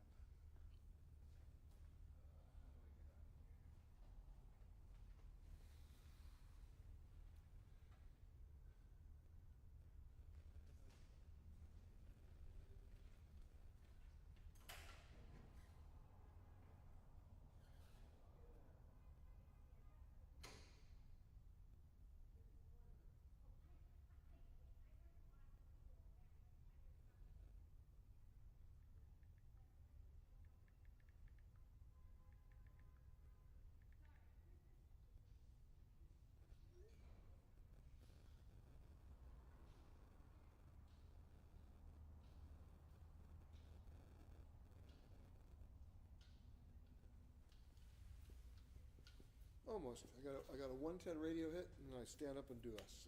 So we might as well mic me in about 4 Whenever minutes. you're ready. Yeah, let's do it. Hi, guys. Hi. I got your fish and chips, dude. And you got veggie, and where's Tim? Right here. Oh, you're Tim. Oh, hi, Tim. Tim, Hi. this one's for you. You got, Oh, you wow, got okay. turkey. Okay, They thank didn't you. have- You know what? You should put it away. They only had put it- You didn't okay, I was gonna go out Oh, and, yeah. stand by the beach. Oh, you're Tim. Oh, Tim, this yeah. Tim. Oh, that Tim. You want that Tim? You Yeah, have there's that two Tim. Tims here. And you have, okay. So we got you. There you go. Let's see. And when we get you plugged in. Yeah, I'll put the for IP, yeah, Betcha. you got it. And then Thank you very much. and fish and chips. Oh, I have to go get the other bag. There is one other bag. Oh, that's Peter's fish and chips. We'll put it at the desk for you, Peter, if you like. Yes, that'd be fine. Okay. I won't get to it right away, but Yeah, I will. that's okay. Yeah. And then you guys, I'm gonna leave yours here, but I have to go back and get the chips. 'cause- Thank you so much. You're welcome. Did you want to snap some pictures? Okay. Or I'll just put this here. I'll put yours here as well, Peter. Thank you.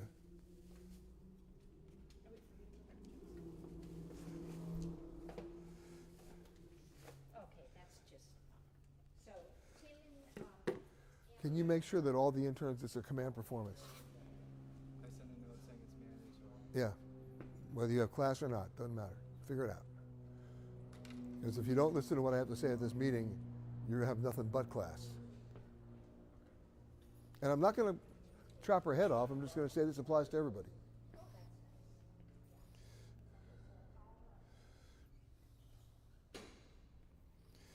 Mr. White Balance.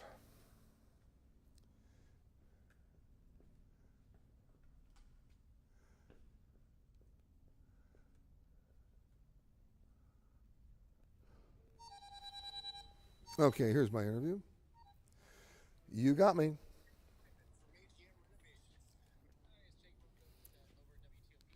I'm good. We have a connection. I'm happy to hear it.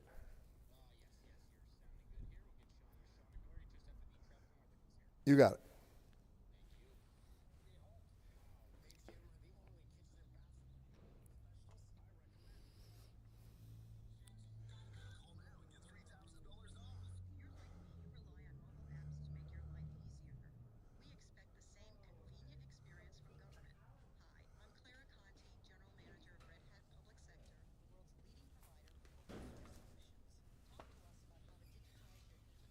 Yeah, you gotta just be careful.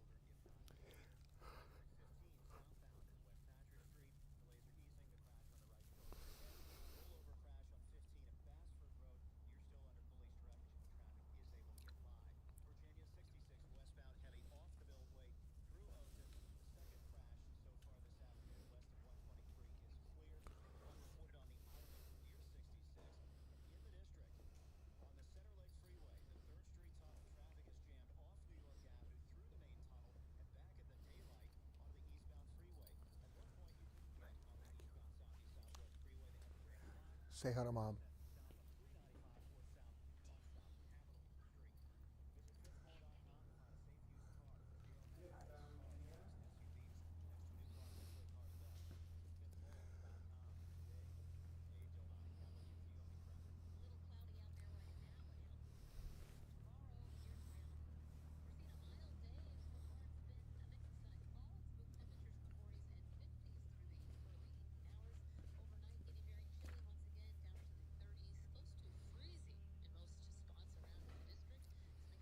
Yep, it's done.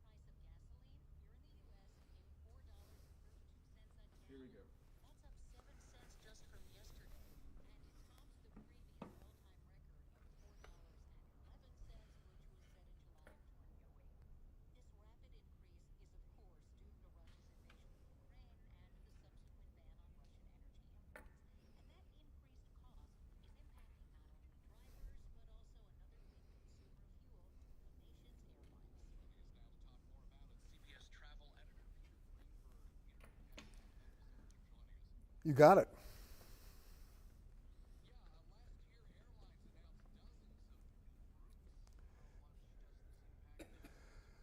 Well, you know, at the time.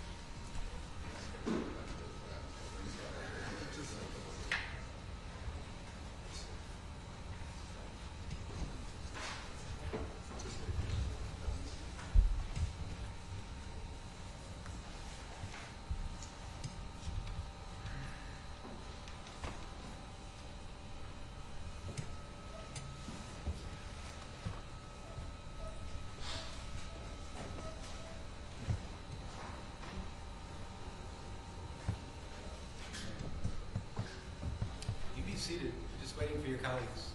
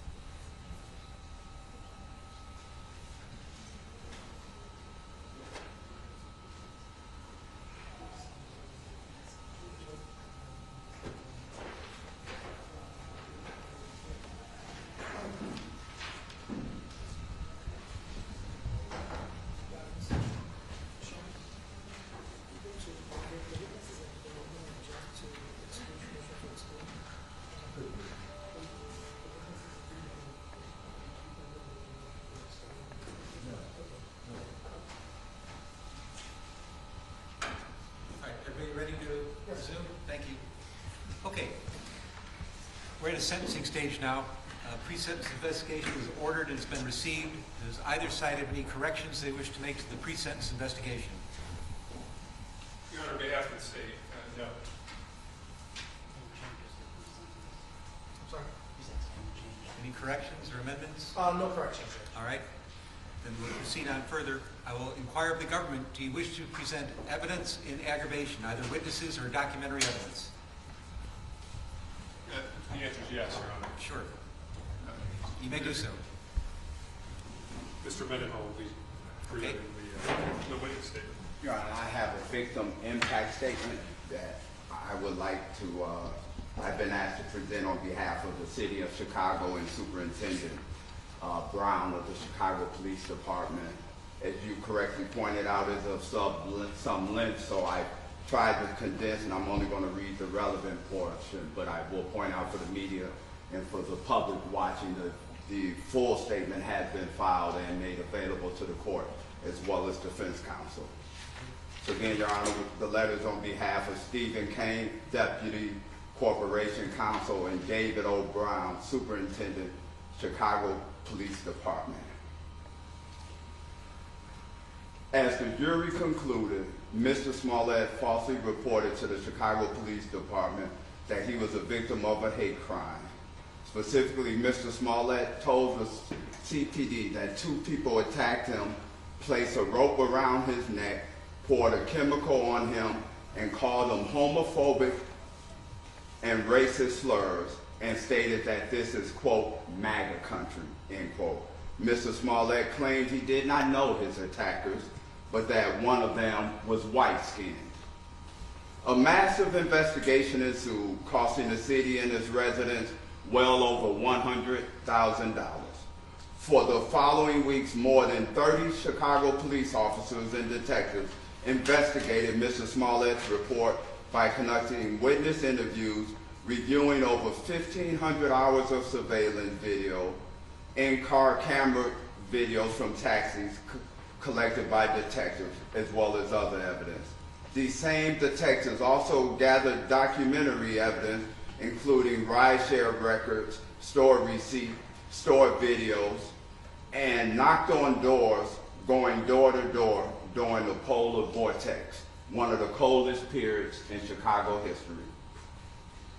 During this period, the detectives and police officers worked around the clock, amassing over 1,000 hours of overtime in an effort to solve what in the beginning was thought to be a horrible hate crime. The overwhelming stress and fatigue that was put on the Chicago officers who were involved in the case was immense. While the city can address the financial costs of Mr. Smollett's false report and the investigation that ensued, a cost that can never be measured is the harm caused by reducing the likelihood of actual victims of hate crimes willing to report these crimes. In CPD's experience, hate crime victims are frequently hesitant to come forward and cooperate in police investigations out of fear that they will not be believed or they will be targeted for additional crimes. Members of these communities often feel marginalized even before suffering the indignity of the hate crime. When crimes are not reported, the perpetrator is not punished and remains free to commit other crimes, endangering public safety. This is particularly problematic in the context of hate crime because these crimes harm not only the individual victim, but also others who share the victim's trait, creating fear in the broader community. Falsely reporting hate crime have a tremendous chilling effect on the real victims. Indeed, Mr. Smollett himself acknowledged that, quote, "You do a disservice when you lie about things like this," end quote. The financial cost of investigating Mr. Smollett's false hate crime report was significant. CPD spent 1,426 hours in regular shift time investigating his false reports at a cost of $67,734 in employee time. CPD also spent 1,837 overtime hours investigating Mr. Smollett's false report, costing the city $130,106. A spreadsheet calculating these expenditures is attached as Exhibit A. Your Honor, we respectfully submit that restitution for the city is warranted here. Illinois law authorizes restitution to compensate the victim of a crime for out-of-pocket expenses, damages, losses, or injuries found to have been proximately caused by the conduct of the defendant. Government victims may recover restitution for expenses that go beyond the normal cost of investigating crime. That is exactly what happened here. The city is a victim of Mr. Smollett's crime because of his false report caused CPD to expend scarce resources that could have been devoted to solving actual crimes, increasing public safety. The city is not seeking restitution for the regular salaries of the officers involved, but CPD's overtime expenses that go beyond the normal cost of investigating crimes and are thus recoverable. A restitution award as part of Mr. Smollett's criminal sentence would enable the city to avoid these costs and delays. For these reasons, we respectfully request that you seek restitution for the city in the amount of $130,106 as part of Mr. Smollett's sentence. Sincerely, Stephen J. Kane, Deputy Corporation Counsel, City of Chicago. David O. Brown, Superintendent, Chicago Police Department. Your Honor, a copy of the full letter has been made a part of the record. Thank you. Thank you. Does that conclude your evidence and aggravation? Yes, Your Honor. Okay. Does the defense have evidence, witnesses, or documents that they wish to present in mitigation? Yes, Your Honor. Sure. You may proceed, Ms. Dowling. Thank you. Judge, we would call witness Rich Daniels. Rich Daniels, sir, please step up right here.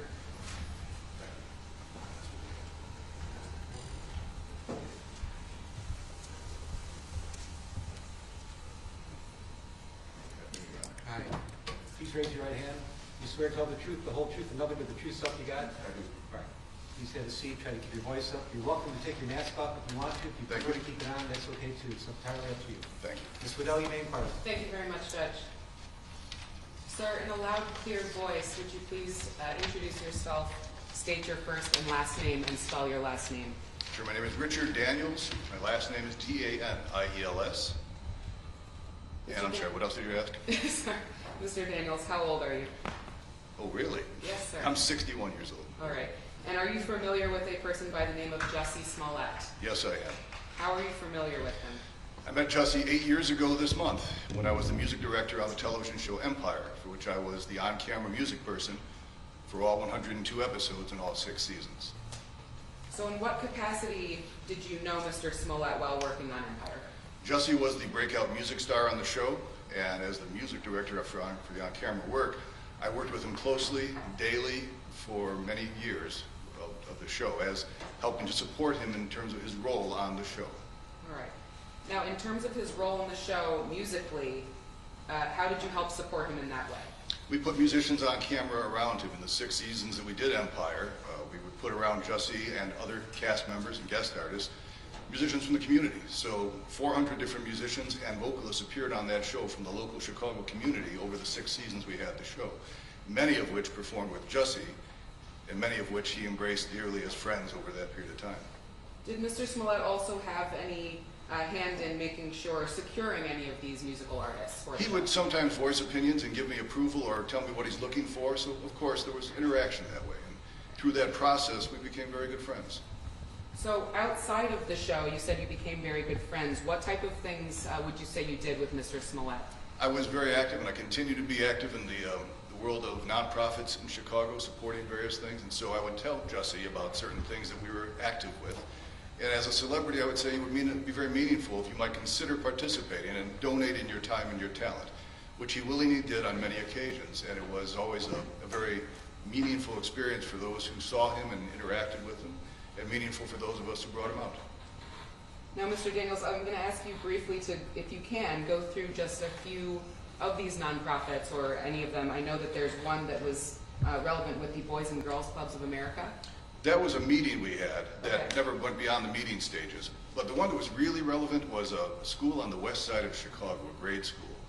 And it has 505 African-American children. I believe it's the largest population of African-American children in a grade school system in America. That's what they talk about.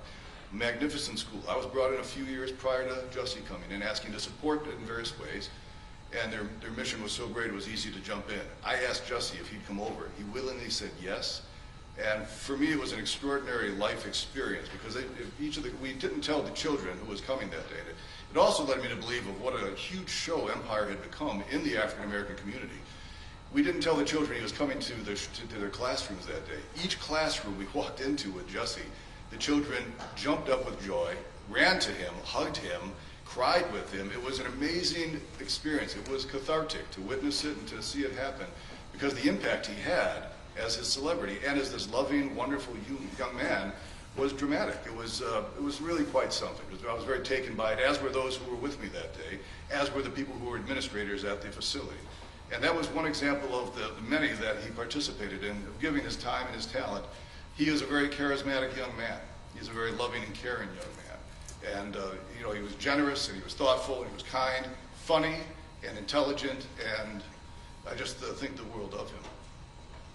Now, aside from his time, talents, energies, charisma, all of these beautiful things that you just stated about Mr. Smollett that he willingly and abundantly gives, would you say that he gives anything else of himself or from himself to communities or anybody else around him? I know of charitable contributions he's made in large sums of money, and I know of large projects he supported financially in addition to his time and talent. So he covered all the bases of time, treasure, and talent in terms of his giving and his willing to participate in the community. And it was always with a loving heart. It was always with a willingness to do good and to give back to what he had been given. He knew he was a lucky young man. You know, this show Empire, this was catching lightning in a bottle for all of us who were able to be on it. There were 593 scripted television shows made in America last year. 593. I think back to when I was a kid and there were like 12. And there were 593, so content is everything. So the competition is fierce. Empire was one of 3% of all television shows to get beyond 5 seasons. Doesn't happen. You know, we think of shows that have long lives to them, that's fine.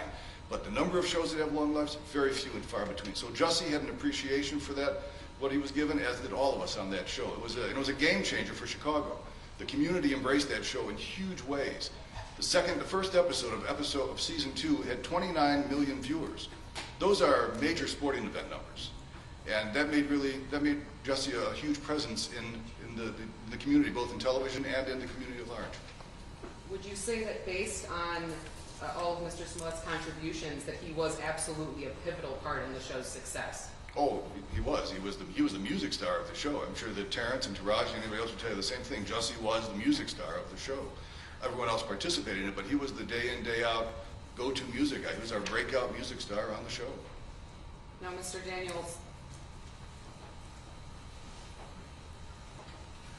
would you be willing and able to support Mr. Smollett if he were given a chance at a term of probation in this matter?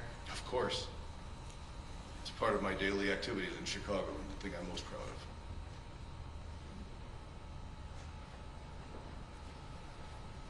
You don't believe that there would be any issues that Mr. Smollett would ever exhibit on a period of probation? None that I would have ever seen or ever thought of.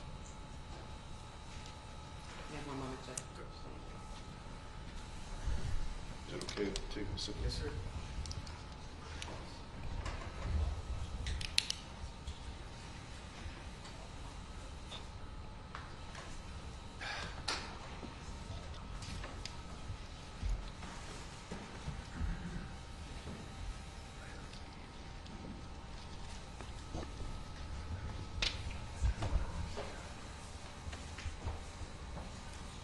Just going back briefly, Mr. Daniels, of all of the incredible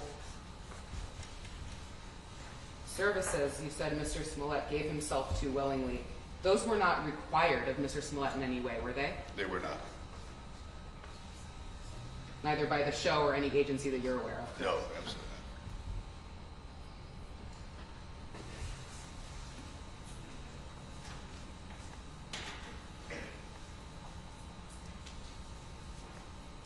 So you believe that in addition to any of the, again, services that Mr. Smollett gives willingly of himself, that if he were given a term of either probation or some kind of community service, would you be willing or able to either supervise that or make sure that he would be compliant and continue to give himself to community service and service of others?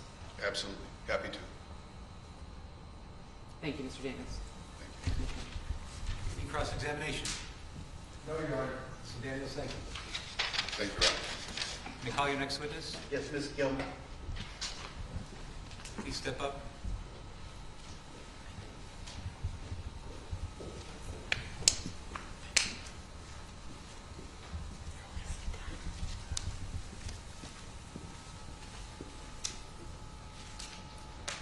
Please raise your right hand. Do you swear to tell the truth, the whole truth, and nothing but the truth, so help you God? Thank you. Please be seated. Try to keep your voice up. You're welcome to take your mask off if you like. If you want to keep it on, it's entirely up to you. Both masks. Mr. Allen, you may depart. Thank you. May I please state your name? Sharon Gelman. And spell your first and last name for me. SharonGelman. I know my mother would kill me for this question, but I'm going to have to ask how old are you? 62. Okay. And what do you do for work? Well, now I'm a writer, editor, and a nonprofit consultant, but for many years I ran a nonprofit called Artists for a New South Africa. Okay. Without telling me your address or anything, what state do you live in? I now reside in Maryland in the Washington, D.C. area. And did you fly in for this specific purpose? I did. And why specifically did you fly in for this purpose? Jussie's like family to me. I've known him for well over half of his life and a good chunk of my own. And I came because I was hoping that I could help people see the Jussie that I know. So do you remember around the time you first met Jussie? I met him in 1999. That's very specific, okay. And so why does that stick out, 1999 when you met him? It was we were producing an event. It was the 10th anniversary of my organization's existence, and it was the 5th anniversary of South Africa's new democracy. And we were doing a specific portion of the event. Desmond Tutu was our keynote speaker, and ambassadors, and Sidney Poitier. We were doing a specific portion which was about the role of young people in the struggle against apartheid. And I asked the artists who were founders and our board members who would be like a wonderful young artist, someone with great talent and great heart to include, and they all suggested Jussie Smollett, and it was in that context that I met Jussie, who at that time was doing, was her representing her, working on her behalf. So back in '99, Jussie would have been a younger man. He was 16. Right. Even back then, what were your impressions of Jussie? Well, he was when I called and spoke to him. We wrote a letter asking Journey to participate, and I got a very professional phone call back from someone named Jussie, and I was very impressed with him. And he said, I do public relations for Journey. And then he came into the office to meet me, and in walked this like utterly beautiful young man. And I was like, oh my God, you're a baby. But that was when I learned he was Journey's brother. Did you even get the feeling back then in '99 that Jussie understood the significance of the event that he was attending in South Alabama? Oh, yeah. Well, first of all, the whole Smollett family is very charitably and politically engaged. And Jussie and Journey were very excited to be involved. I mean, I think Jussie, because being raised up and exposed to the arts and entertainment community from a very, very young age as little children, they understood the power that that fame confers, and they also understood the responsibility. So they loved the idea of using Journey's very baby, embryonic star power to do something good in the world. Sure. So after '99, did you continue to have a relationship with Jussie? Yes. Journey and Jussie and Jake and Jazz and Janet, the whole J family, would often come in and volunteer. They would stuff envelopes. I mean, they were like a all-service vehicle that, it's like, do you need us on stage? Do you need us sweeping the floor? They would just do all kinds of things. And then, gosh, I think it was around 2006. It might have been late 2005. We needed another staff person. We were a tiny organization, and I hired Jussie then, and he came and worked for me full-time for 4 years in the office. What was Jussie's role after he was hired? Well, he started off as my administrative assistant, and he will forgive me, I hope, by saying that Jussie has many talents. Paperwork is not really one of them. But he was so good with the staff and with our volunteers and with our interns. I mean, we were a tiny organization, and we did big things, and we depended on the largesse, not only of our celebrity members, but also of students and grassroots community folks who came in. And Jussie just was really stellar at making everyone involved, from the highest and mightiest and most world-renowned to, the kids we were working with in the inner city, making them feel special and welcome. And we worked really hard, and he was one of those people who had the rare gift of making hard work fun. So he really played a very, very pivotal role, and I promoted him pretty quickly. He became the coordinator and manager of our charity auctions, and then we produced an audiobook in honor of we announced it on Mr. Mandela's 90th birthday, and we released it on its 91st birthday with a major publisher and 26 celebrities from all over the world, renowned people of all backgrounds. And Jussie, was very involved in coordinating that. And as I said, he was willing to do anything. He was willing to, go pick people up. He was a good photographer, so he would document the sessions. Anything that needed doing, Jussie was willing to do it. I got a little starstruck when I heard Nelson Mandela and Desmond Tutu. So what exactly did your organization do? Well, we were founded in 1989. Alfred Woodard and brought together a bunch of people. It was during the height. We didn't realize then that it was towards the end of apartheid, but it was the height of still continued conflict. And she had been with the Congressional Black Caucus, and they were talking about people needed to go back and work in their communities. So Alfred came back and organized her community, and I got involved. I think I showed up at the third meeting. I heard about it, and I never left.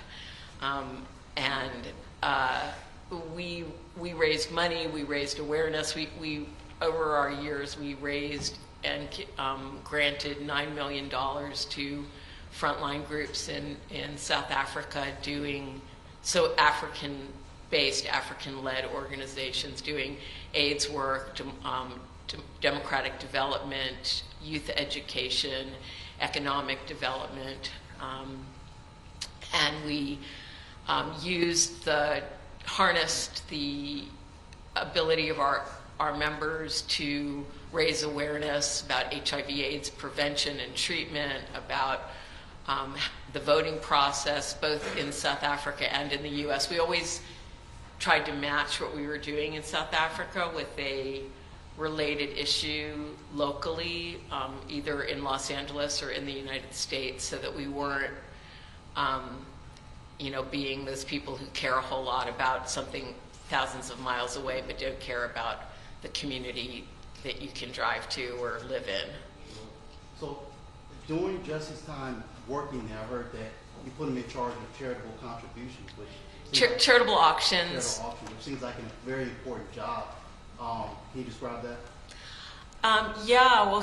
He did. I mean, that was one of the things he did. But for that, what he would do is he would contact our donors and celebrity members and others of resources and ask for things that we could either auction off live or online, so live at a big event or online. And so it would be everything from, I think our two highest money-making things, or our three, were Jillian Anderson, who was a board member, gave us passes to the wrap party for the final season of X-Files.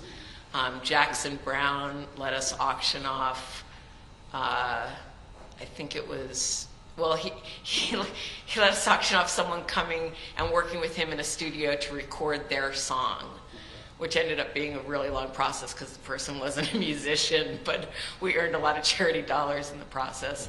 And then I think our other highest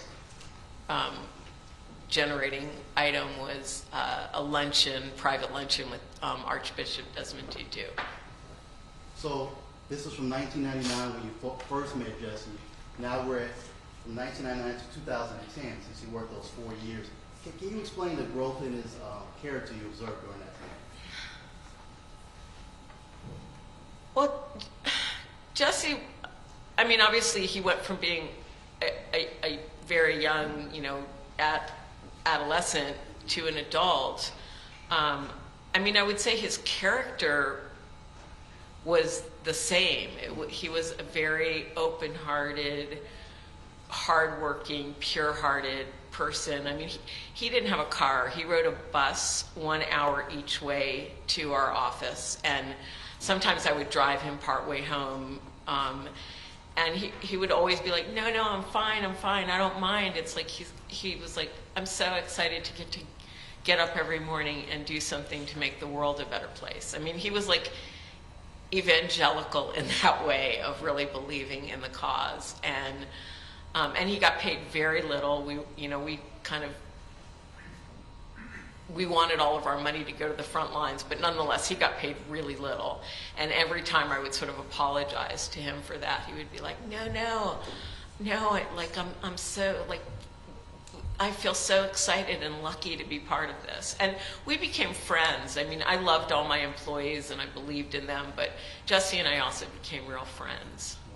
So after 2010, you kept in contact with Jussie? Oh, absolutely, regularly. In what way, mostly?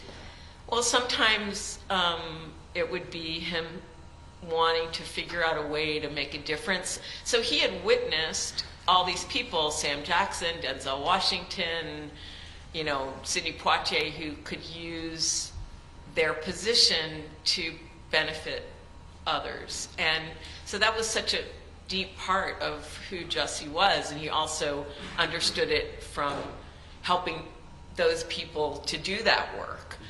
So sometimes he would call. I remember him calling me right when the story broke about the water in Flint, Michigan, and he was literally sobbing on the phone, just going like, I can't believe what's going on, and I really want to make a difference, and here's what I'm sort of thinking of, and would you help me figure out if it's the right way to go? And I want to give money, but I also want to go and bring supplies, but I also just want to show up for people, and I want to, you know, he was always trying to figure out how to do what he could do best. And a lot of what he did in those ways, I mean, he understood the power of standing up for people, and that the TV cameras would follow, and that maybe others would follow his example. But he also did a lot of what he did during that time anonymously and quietly, but he still did the due diligence of figuring out which group is good and how do you figure that out, and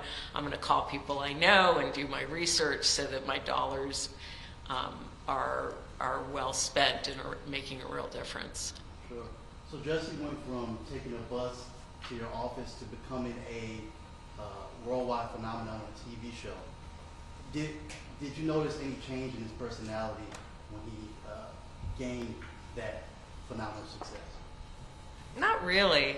I mean, he was still Jussie. He was funny and sweet, and he was so, like, you know, effervescent about this magical thing that had happened to him. And I think for all of us who worked with him at ANSA, Artists for New South Africa, whether board members or, I mean, we were all so thrilled for him. It was like, you know, we all knew he was talented. We had him perform at a couple of our events once he started performing musically, and we were all fans. And but you know, we were, I mean, he wore it well. He wore his fame responsibly, and he understood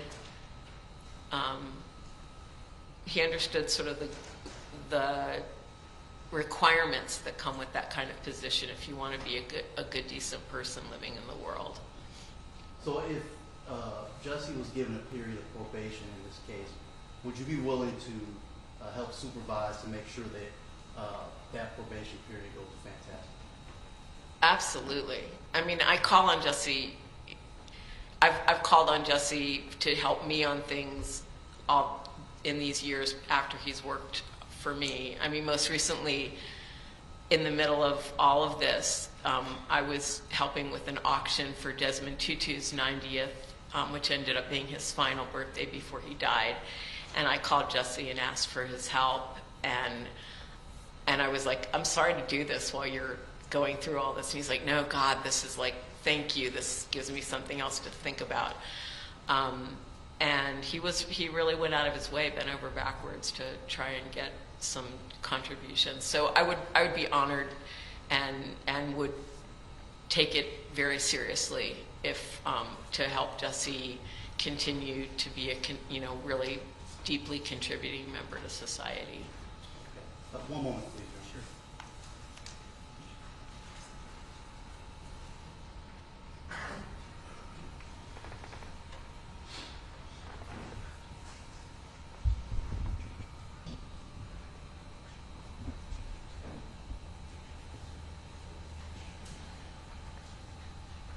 Okay, no further questions.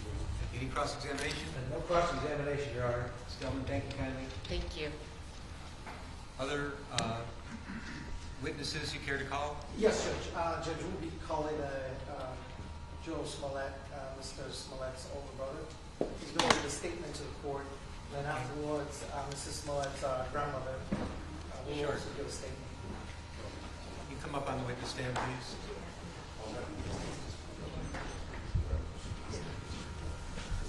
Can you go right here? If he prefers. Yeah. He's just going to read a statement in there. Yes. Yeah. All right, I'm not going to put him under oath. I don't think it's required, but please, Mr. Smollett. Good afternoon, Your Honor. Your Honor, before I just want to say a few things. I don't know if it was done sarcastically, but mentioned my family earlier, Mr. Weaver, about us passing notes and prayer sessions. Try to understand that a brother right here is on trial. And while this might just be a level 4 felony to a lot of people, under the circumstances, this has felt like the reincarnation of Al Capone's trial, okay? To be honest. And it's not your fault. I'm not trying to say it's your fault, I'm not saying, but the way that this has been, you know, so that's probably the reason you see us sharing notes and doing prayer sessions. My mom's 69 years old. She was born in 1952 in Texas, right? She knows the thing about racism. She doesn't really need a lecture about the extent of racism. Neither does an openly gay African-American man, all right? I strongly believe, you know what I'm going to say, you know I strongly believe in my brother's innocence. But I'm not going to rehash or try to relitigate the issues in the case today. Your Honor, I come before you humbly to request leniency when you sentence my brother. Please remember that we are currently living in a time in which we are enduring a vicious pandemic, extreme economic uncertainty, a major conflict in Eastern Europe, and global paradigm shifts taking place everywhere. As human beings, we are collectively worn down. But Jussie Smollett is not at the source of the socio-economic and political problems on earth. On quite the contrary, he is a man who has been a beacon of hope, charity, and philanthropy to his nation and to his community.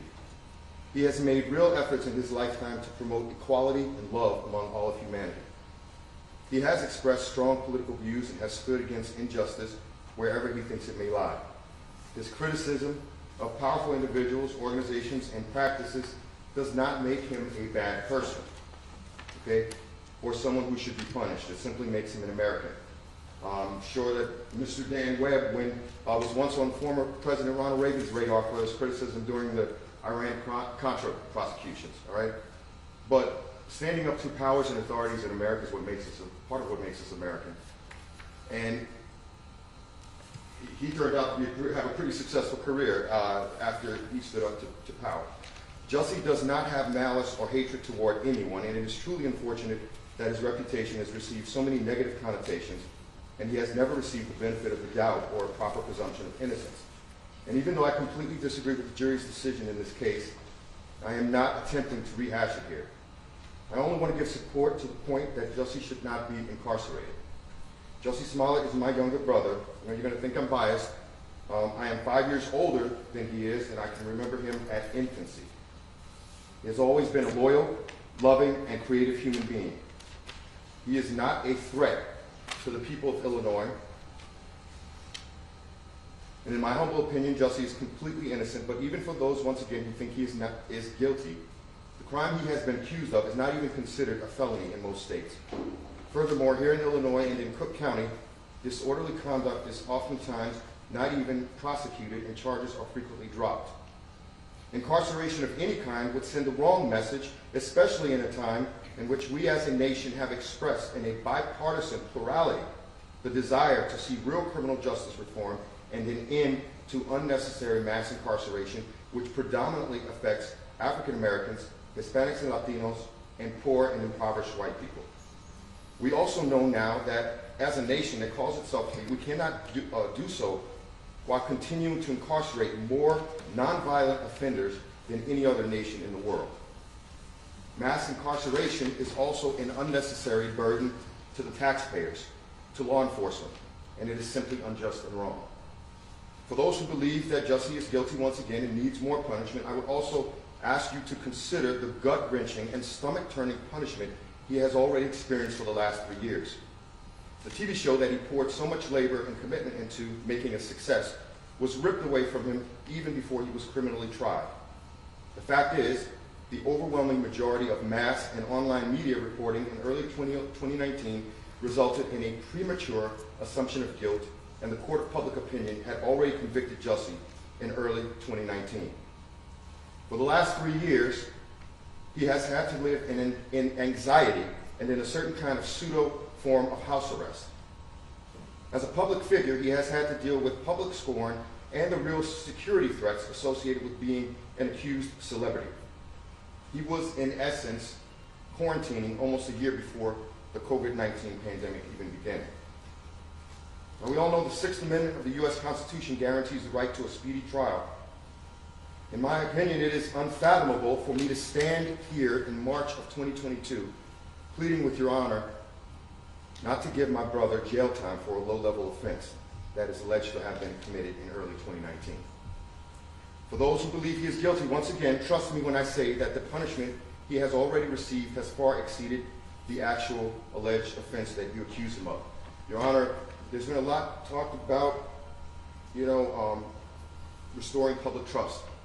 In my opinion, you don't restore public trust by demonstrating to the public that a level 4 felony, which once again is not even what he's accused of, not even a felony charge in most states in America, by giving him a stiff sentence which includes jail time.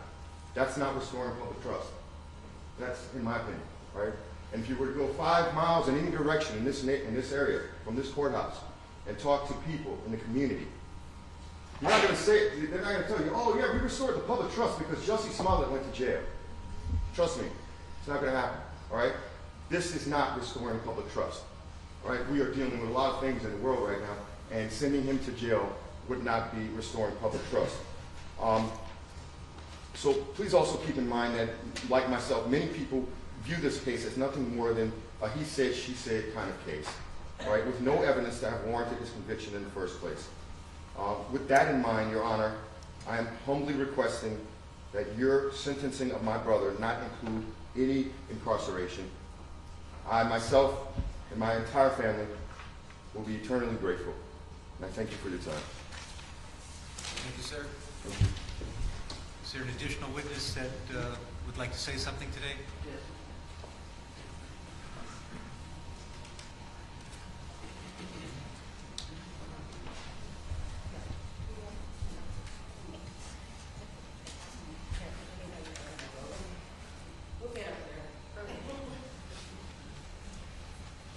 Mr. Allen, how about a chair? Would that be helpful? I'm gonna. I need a mic. She's the boss, Judge. She's gonna tell me where to go. I want to be heard. Okay. Fair enough.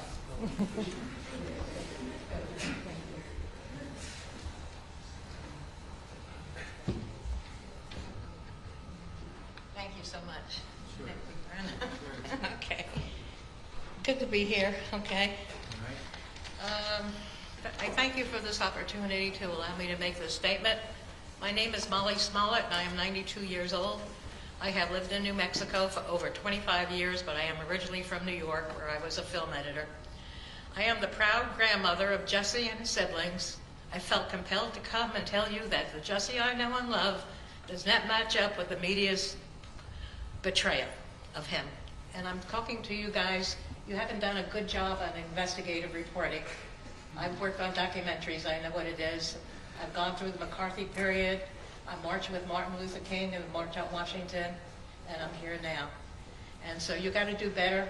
I challenge you to do more investigative reporting. Jussie himself, as you have heard from the testimonials, is a very gentle, kind, and generous young man, and his empathy is infinite, which translates in giving of himself. Jussie has always been active in the pressing issues facing our communities, such as HIV, AIDS, voting rights, and other urgent social problems in America. One Christmas, he went to Flint, Michigan to entertain children who were living with lead poisoning from their drinking water. What the media may not know is that Jussie is what I call a justice warrior. He has been active against injustice all his life, as his mother has, who is an incredible rock for her children. And as my son, their father, who sadly passed away from cancer 7 years ago, only in his 50s. And I know in my heart that my son, Jussie's father, would have wanted me to come here to tell you who the real Jussie is. I also have fought against injustice forever, and I feel it's in our DNA. I attribute this to being Jewish and the persecution of my ancestors. The Hebrew words tikkun olam means to repair the world, and that's what I do, and that's what Jussie does. I will end by saying that Jussie is loved and respected by all who know him. And I ask you, the judge, not to send him to prison. If you do, send me along with him, okay? And I thank you for letting me talk. Thank you so much. Thank you all. It's nice to be in Chicago. Thank you kindly. Thank you. Sure you can help her get back with the family. Yeah, thank you so much. They have suffered so much. Okay. Thank you. Okay. Okay. Thank you.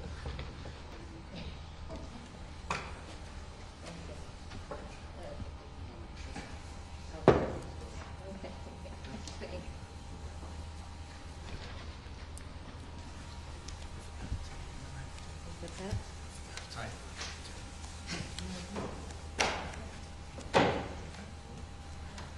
Mr. Ucci, any other live witnesses you care to present today? Judge, not at this time. I believe, I'm just checking, Mr. Allen. Okay. No, Judge, just a statement to be. Okay. All right, I've heard evidence in aggravation, evidence in mitigation. I'll now entertain arguments in aggravation and mitigation, starting with the Office of Special Prosecutor. I'm sorry, Your Honor. I'm sorry, excuse You me. want us to, Yes, okay. Okay, I know what you're talking about.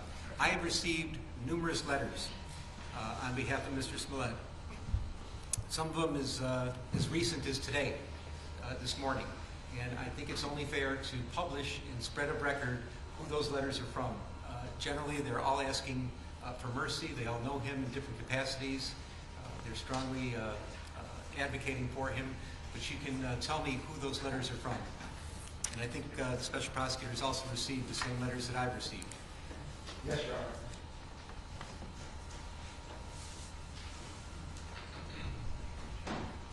And if you want to paraphrase a little bit from the letters, Mr. Allen, you're welcome to. Sure. Your Honor, the first letter here is from the organization Black Lives Matter. Dear Judge Lynn, Black Lives Matter stands in strong support of an alternative to incarceration sentence for Jussie Smollett. We applaud your long-held practice of imposing alternative to incarceration sentences for virtually all Class 4 felonies, such as Mr. Smollett's, and encourage you to continue this practice in this case. We know that second chance probation, regular probation, and deferred prosecution are all options. As we contemplate what creates a truly safe world, we know that Mr. Smollett's case involves no drugs, no theft, no sex, no property damage, and no physical injury to anyone other than the defendant. Despite the attention paid to it by the media, at its heart, this case involves a low-level, non-violent offense. We urge the court to keep this truth in mind when sentencing Mr. Smollett. We know that the cost that will be expended to met out a sentence involving jail time will be much better used providing much-needed community service. We first came to know Mr. Smollett long before Black Lives Matter's growth into the largest racial and social justice movement in global history. Mr. Smollett has an extensive history in civil rights advocacy and philanthropy. Mr. Smollett personally donated more than $500,000 to black organizations and gave $125,000 in proceeds from his music tour to organizations working for black, LGBTQ+, and women's rights, including Black AIDS Institute, which provides high-quality, direct HIV services to black people, Flint Kids Fund, which funds programs aimed to address and mitigate the impact of lead poisoning and trauma suffered by many children in Flint, Michigan, the Trayvon Martin Foundation, whose main purpose is to provide emotional and financial support to families who have lost their child to gun violence, and Know Your Rights Camp, whose mission is to advance the liberation and well-being of black and brown communities through education, self-empowerment, mass mobilization, and the creation of new systems to elevate the next generation of change leaders. In 2018, after learning that Bennett College, an all-women's HBCU, was on the brink of losing its accreditation, Mr. Smollett and his brother helped the institution raise the funds needed to retain accreditation. In fact, although the college needed only $5 million, Mr. Smollett and his brother led a campaign that raised $8 million. Beyond his financial contributions, Mr. Smollett has been a fixture in civil rights organizing. We have marched alongside Jussie in fights for health care, to draw attention and resources to the AIDS epidemic, for women's rights, to protect the sanctity of families, and in peace walls. Our relationship with Jussie goes back to the early years of Black Lives Matter, or at least 2016. And it has continued. Despite his struggles with this case, most recently we sat with Mr. Smollett during the anniversary of Trayvon Martin in February 2022, where he flew to Miami to serve as a loving face in the crowd of support families whose loved ones were stolen by police and or vigilante violence. In short, Mr. Smollett has demonstrated a long-standing commitment to helping others. Incarcerating Mr. Smollett would be solely punitive in nature. Mr. Smollett does not pose a threat to anyone. Thus, we respectfully request that this court impose a sentence that is an alternative to incarceration, and that's sincerely Melina Abdullah, PhD, the director of Black Lives Matter Grassroots. Also have a letter here from Latanya and Samuel L. Jackson. It's very short, so.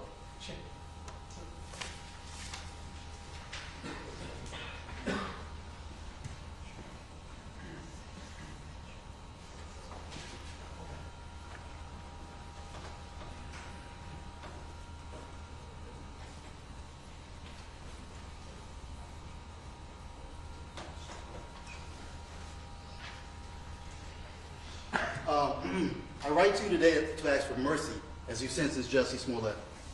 I understand the difficult nature of your job as you seek to make decisions which take into account the crime and the punishment.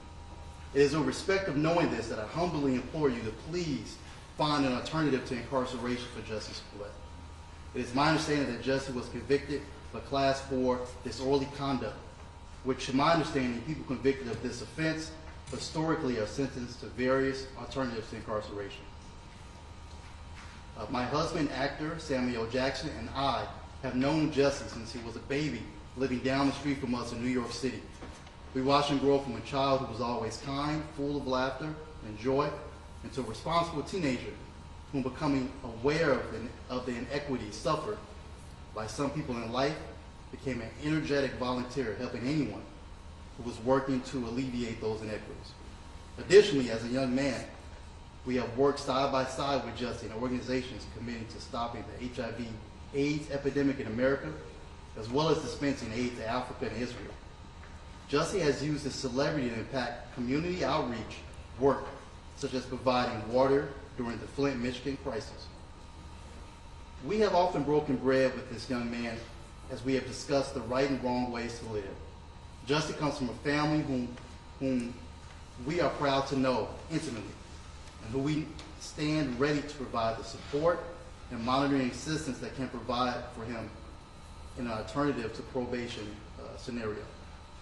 Jussie has no prior criminal record and has never been violent. It is incredulous to Sam and to me that this entire criminal situation even exists. Jussie has already suffered a great deal of punishment, as this situation has destroyed his existing career and has impugned his reputation. Please, Judge Lamb, in God's name, please save this young man and allow him to be of service. Jussie Smollett is worth the risk and the investment. Respectfully, Latanya Jackson and Samuel L. Jackson. And we have more here. Mr. Lewis. Hey, Judge. Judge, if you'll indulge me for a moment, I'd like to read a letter from the Rainbow Push Coalition that was submitted in support of our client. Dear Judge Lynn, I write as someone who has known Jussie Smollett for over 20 years. I know him to have a strong family background. He is a loving and caring person, and I am familiar with his commitment to community service. It is important to him to use his gifts to support the needs of others. Jussie was raised in a strong and very close-knit family. I urge you to consider several moral issues as you weigh sentencing options. Jussie has no prior felony convictions. He has a history of community service and charitable giving of his time, talent, and treasury. He has sustained a significant loss of income prior to being convicted of any crime. Based on the very public nature of the charges and the trial, Jussie has lost countless career opportunities. I have served as a citizen devoted to having a positive impact on the lives of young men and women in the city of Chicago since 1968. In pursuit of that mission, I have visited the Cook County Jail and several Illinois prisons every year since Operation Breadbasket launched. I have seen firsthand the disastrous impact jail has on far too many young people of color, especially young African American men, who often see a complete loss of hope in their situations. Since this case involves the alleged actions of a very visible public figure, it presents a unique opportunity to send a message to millions of young black and brown men that the system cares for them.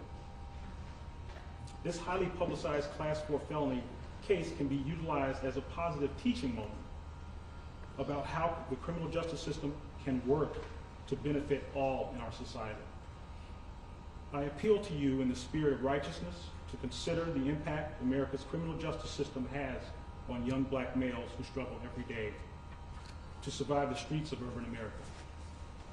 We have an obligation as a society to favor restorative justice rather than retributive justice.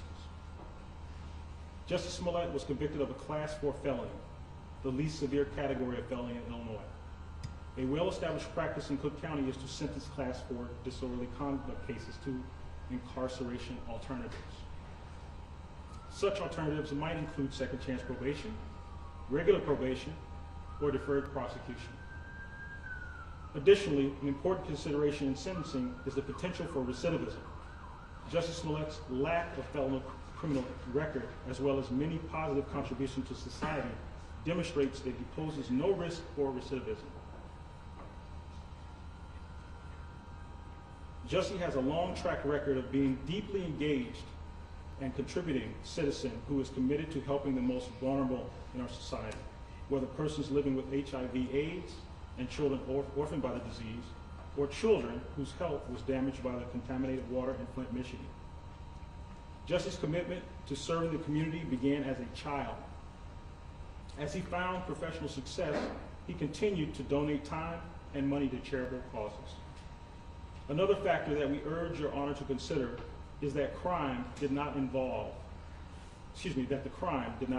violence to others. None of the actions charged indicate that Jussie ever posed a threat to public safety. Further, Jussie has already suffered. He has been vilified in the court of public opinion. His professional reputation has been severely damaged. He has suffered lost career opportunities, a loss of income, and there are a number of people who rely on Jussie for financial assistance.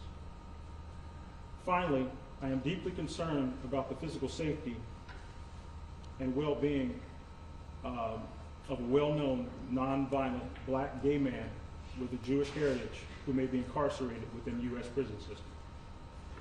For all the foregoing reasons, I believe the only fair and just outcome is to sentence Jussie Smollett to a non-incarceration alternative.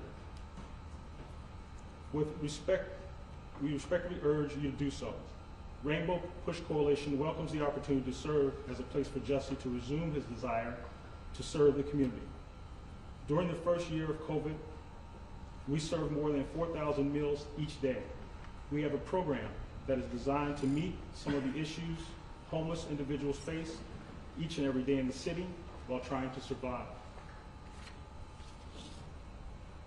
We believe that those who are impacted by the criminal justice system deserve an opportunity to be restored to a meaningful life and lives throughout community engagement and public service. We have worked diligently to transform the lives of young people in our Push Excel programs. I believe that Jussie has much to give to America, and this case is a stumbling block that should not become a setback to his future. We do not want Jussie to become another prison statistic, as he has way too much to offer. I stand ready, along with the board of directors and the several thousand members of the Rainbow Push Coalition, to support Jussie Smollett in his journey to wholeness.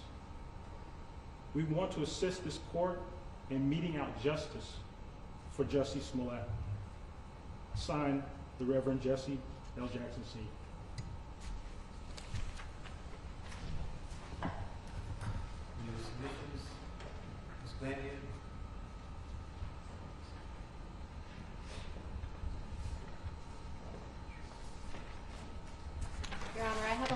from Lauren Caseberg on behalf of the Illinois Innocence Project.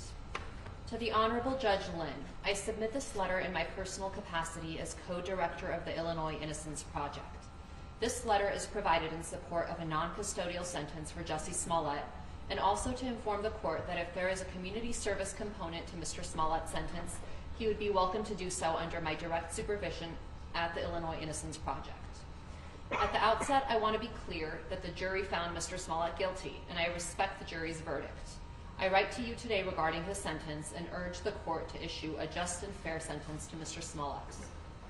In high-profile cases, there is often a tone surrounding a case that seems to call for the harshest possible punishment because of the attention the case has garnered. I would urge Your Honor to silence out those loud voices and see Mr. Smollett for who he is, as a person before you, a human being. The old adage applies here: justice is the law tempered by mercy.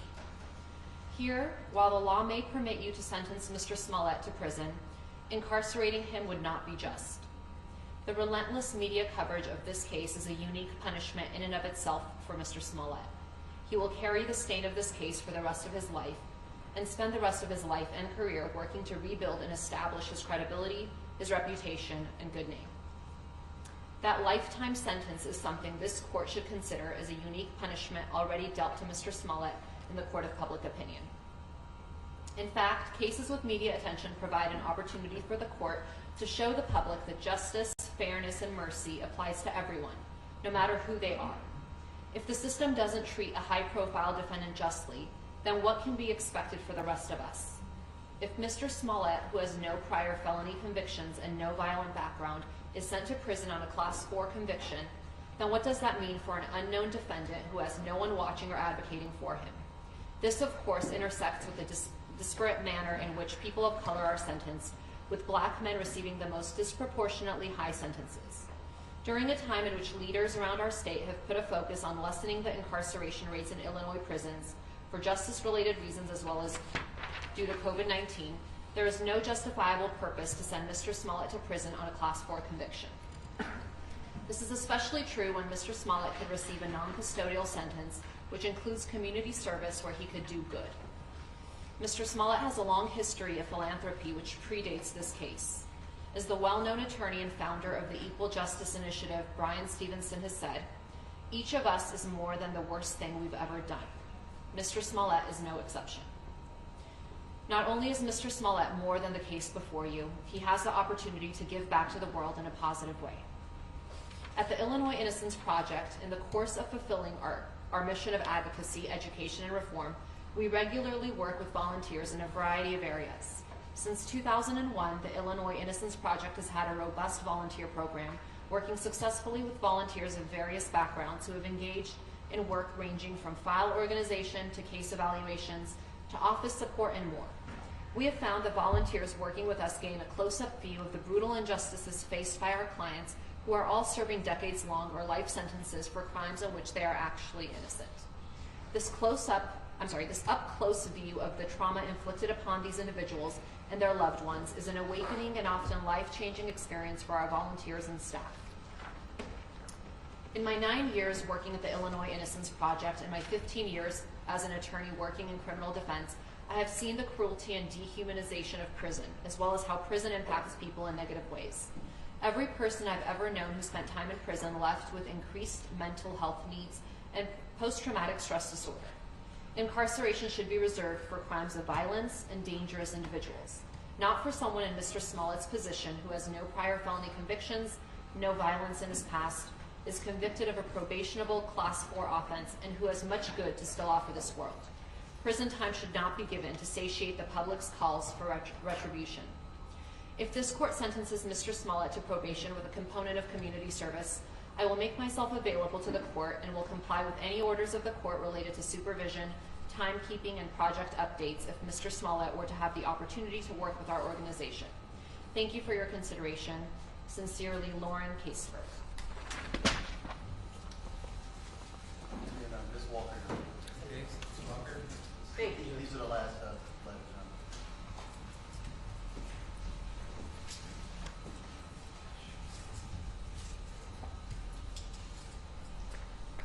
So with the court's indulgence, I have 2 letters. The first is from Oscar-nominated winner of 4 Primetime Emmys and 2 Grammys and political activist, Alfre Woodard. Dear Judge Lynn, I hope you and your loved ones are well and are finding a way forward in this time. I am writing to you today as someone who is more than a friend to Jussie Smollett. I am in my 60th decade, and when he was a young teen, as we worked, and we met when he was a young teen, as we worked together to bring shelter, health, and education to South Africa's AIDS orphans. Jussie referred to me as Mama Alfred. It is out of that bond that I make this appeal to you. Jussie was convicted of a Class 4 felony. I know it to be the least severe category of felonies in Illinois.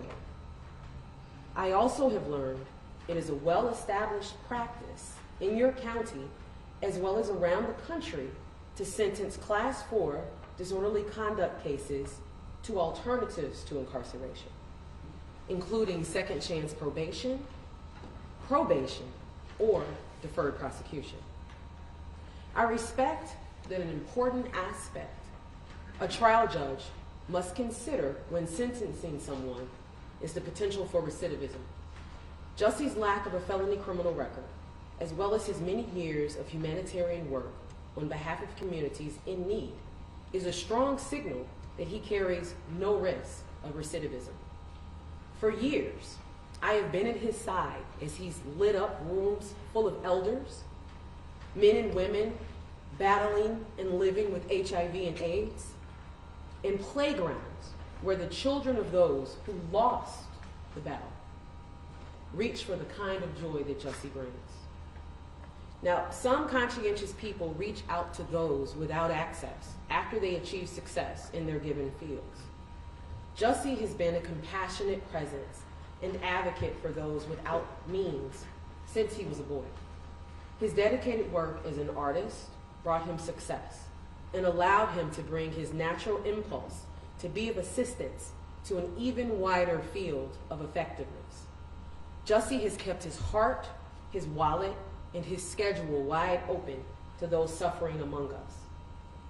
Judge Lynn, I know you and I are meeting, quote unquote, in a situation that would cause some, quote unquote, mamas to lower their eyes. But I must tell you, I am proud of this man, who I have known to be an exceptionally kind human being.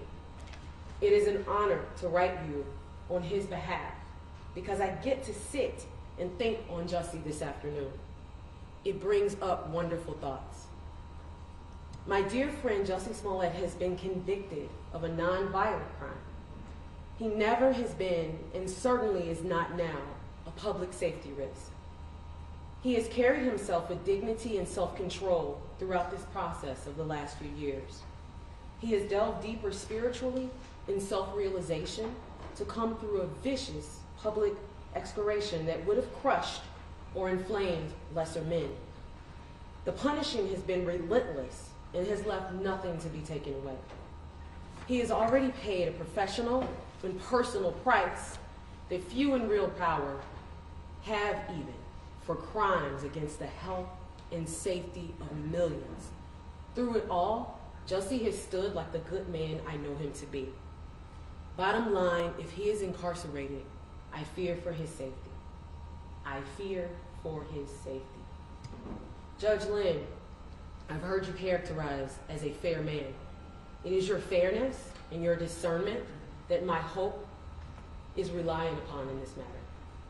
You hold the keys to the freedom and the future of a great giver, Jussie Smollett, to keep his commitment of bringing joy and hope to people whose every days depend on that healing. I beg your leniency. Sincerely, Alfred Woodard. So the last letter is from Derek Johnson, who is the president and chief executive officer of the NAACP. Dear Judge Lynn, I write today in my capacity as president and CEO of the NAACP. Formed in 1909, the NAACP is the oldest and largest civil rights organization in the United States. In this nation, Black people are incarcerated at more than 5 times the rate of whites and frequently receive disparate sentencing. In Illinois, black defendants convicted of a felony were more likely than white defendants to be sentenced to prison at a 57% and 39% rate, respectively. A mainstay of our organization continues to be advocacy for fair treatment of persons of color by the criminal justice system. This brings us to the subject of the upcoming sentencing of Jussie Smollett. It would be an understatement to say that an inordinate amount of attention has been given to Mr. Smollett's case. This case involves no drugs, no theft, no sex, no property damage, and no physical injury to anyone other than the defendant. Despite the attention paid to it by the media, at its heart, this case involves a low-level, nonviolent offense. We urge the court to keep this truth in mind when sentencing Mr. Smollett. By way of background, Mr. Smollett has an extensive history in civil rights advocacy and philanthropy. Mr. Smollett personally donated more than $500,000 to black organizations and gave $125,000 in proceeds from his music tour to organizations including the organizations working for black, LGBTQ+, and women's rights, including the Black AIDS Institute, which provides high-quality, direct HIV services to black people, the Flint Kids Fund, which funds programs aimed to address and mitigate the impact of lead poisoning and the trauma suffered by children in Flint, Michigan, the Trayvon Martin Foundation, whose main purpose is to provide emotional and financial support to families who have lost a child to gun violence, the Know Your Rights Camp, whose mission is to advance the liberation and well-being of black and brown communities through education, self-empowerment, mass mobilization, and the creation of new systems that elevate the next generation of change leaders. In 2018, Mr. Smollett surprised a 6-year-old double amputee with a wheelchair accessible van after learning that the child's school district did not own such a vehicle. Mr. Smollett has been a recognized supporter of the Human Rights Campaign, a civil rights organization that strives to end discrimination against LGBTQ+ people and realize a world that achieves fundamental fairness and equality for all. Lest there be an argument that such donations and activities were made as a part of any PR damage control, such acts all preceded the 2019 events that resulted in charges being brought against Mr. Smollett.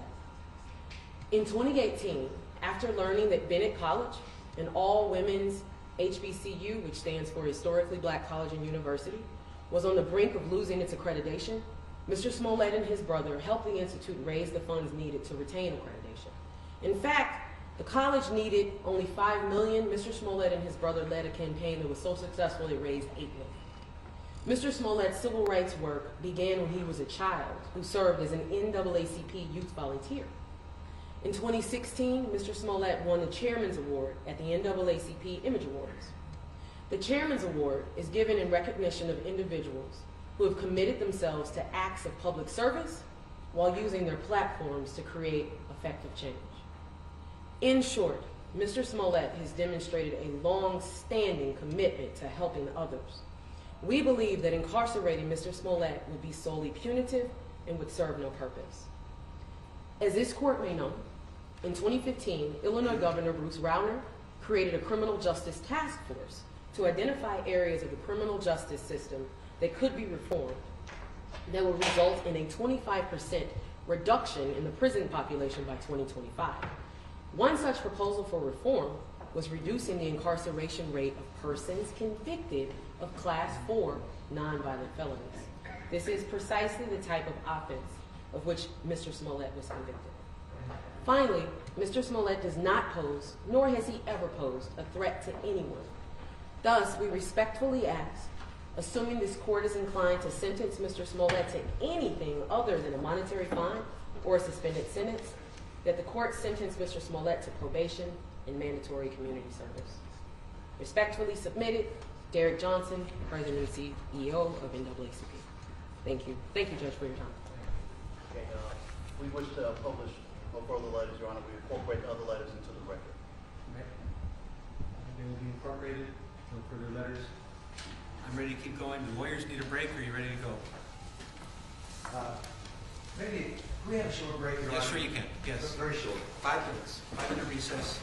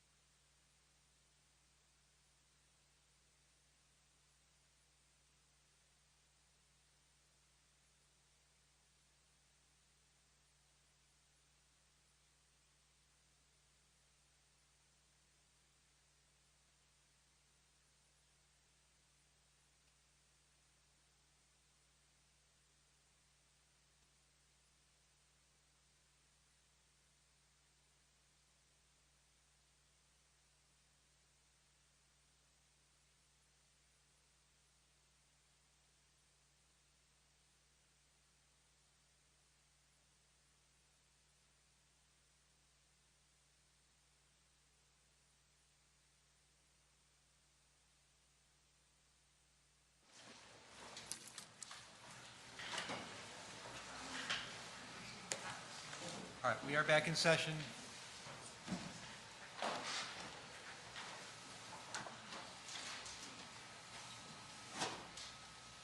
I'm guessing Ms. Duce wants to be here.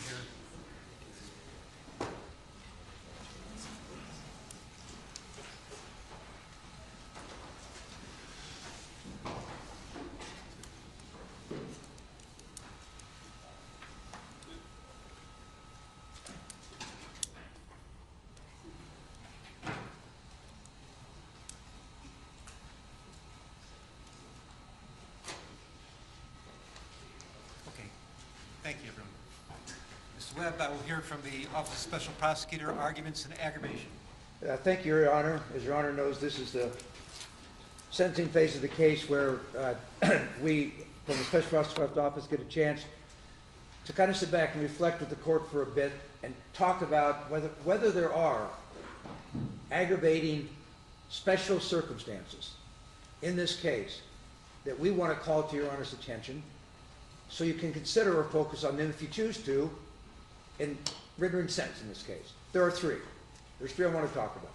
Number one, I do want to talk about the underlying serious criminal misconduct that Mr. Smollett engaged in and that he was convicted of by a jury after they heard all the evidence, and they, the jury, made the decision that he was guilty of 5 felony offenses. I want to talk about that. We've heard a lot about that in this sentencing hearing, a lot of talk about how it's kind of a low-level thing, not a big deal. I want to talk about it. Number two, another aggravating circumstance that I think is a big issue is that during this trial, Mr. Smollett made the choice, sitting here in front of a jury, listening to evidence, he decided to beat the case and go in front of a jury and take an oath to tell the truth and decide to lie to them, and lie to them for several hours. It was an effort to obstruct justice in this courtroom, to try to convince a jury to ignore evidence and accept his lies, and they didn't do it. They rejected it all, and after, 2 or 3 hours of deliberation, found him guilty of 5 counts. So I want to talk about that. The third is the issue of contrition.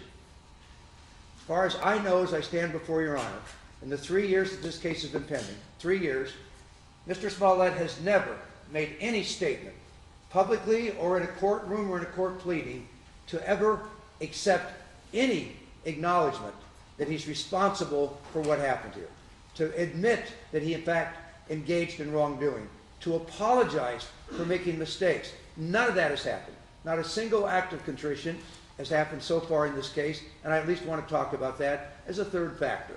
Let me go through them one at a time. On the first one, on the seriousness of misconduct, I know we've heard a lot about this and it's a low-level offense, but I want to talk about it in a minute, because what I believe, if you look at the evidence that was introduced during the trial, what you see is that Mr. Smollett actually engaged in a very well thought out plan, a calculated plan for him to fake a hate crime to benefit himself because he's black and gay. He made the choice. He didn't want to fake an automobile accident. He made a choice. He wanted to fake a hate crime to benefit himself because he's black and gay. And he then made a choice. He made the choice to falsely report it to the Chicago Police Department because he wanted public attention to it. The only reason, the brothers had nothing to do with that decision. That was Mr. Smollett's decision. He actually wanted public attention, called to the fact that he was reporting a hate crime. He wanted it to be made public, and that's why he reported it to the Chicago Police Department. He's the one that made that choice. Remember, he actually, when he planned out the fake attack, he wanted it to be put on a camera. There was a police camera overhead near his apartment building. He wanted that filmed.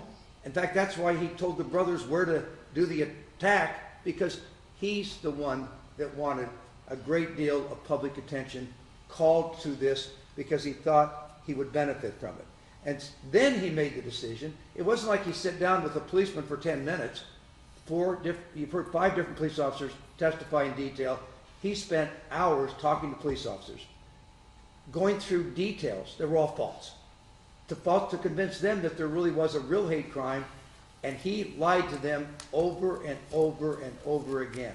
And the idea that lying to law enforcement, taking their attention away from other crimes and criminal activity in order to benefit himself is some type of low-level, insignificant activity, I respectfully reject that as not being consistent with the evidence. And, respectfully, to what I heard from others here today, there were consequences to others of what he did. And that's something the court is allowed to take into consideration. What Mr. Smollett did in this case is he denigrated, degraded true hate crimes, and he marginalized the people who are true victims of hate crimes. That is what he did. And he did that knowingly. He knew exactly what was going to happen. He didn't know he was going to get caught, but by what he did here, he's the one that made a choice that resulted in true hate crimes being denigrated, degraded, and true victims being marginalized.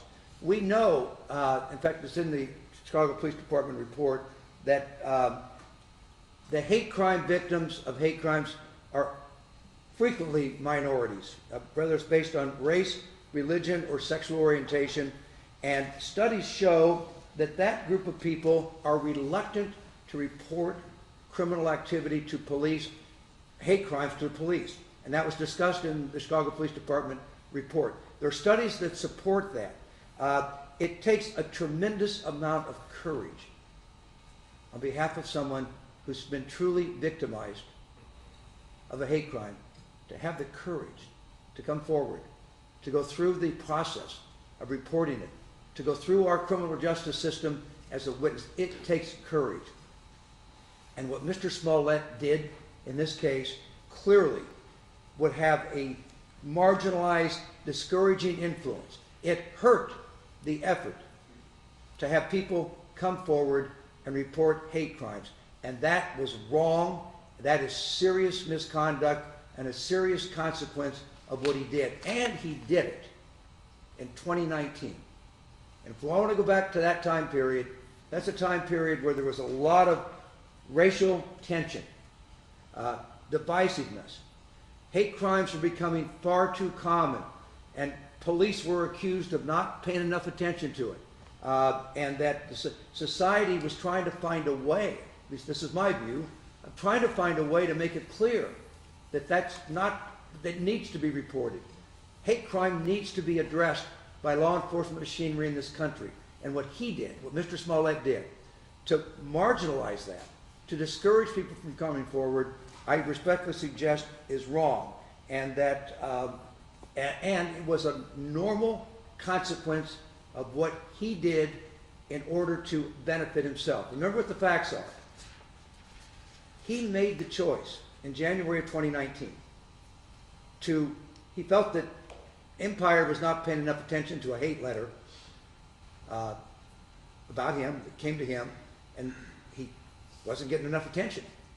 And he decided to fake a hate crime to benefit himself. He wanted to benefit himself. That's why he did it. And he hatched the plan, and Your Honor, he did it all. Nobody else did any of this. And I know you know the facts, but he did it all. He planned everything out at that time. He recruited the brothers. He went forward with this plan, and even to the point of trying to work out where they would actually do a dry run, so that the brothers would know exactly where to do the attack at. All of that. He told them what to buy, what derogatory, homophobic, racial slurs to utter, to try to pretend as if there's whites involved by yelling out mega country. He owned every bit of the plan, and he worked hard on it. He planned it out, and he executed on it, and he owns that for doing that. And so, yes, it is serious misconduct on his part, and it had broad ramifications. And the true victims are, of course, number one, the true hate crime victims that are not going to report these crimes. They are the true victims.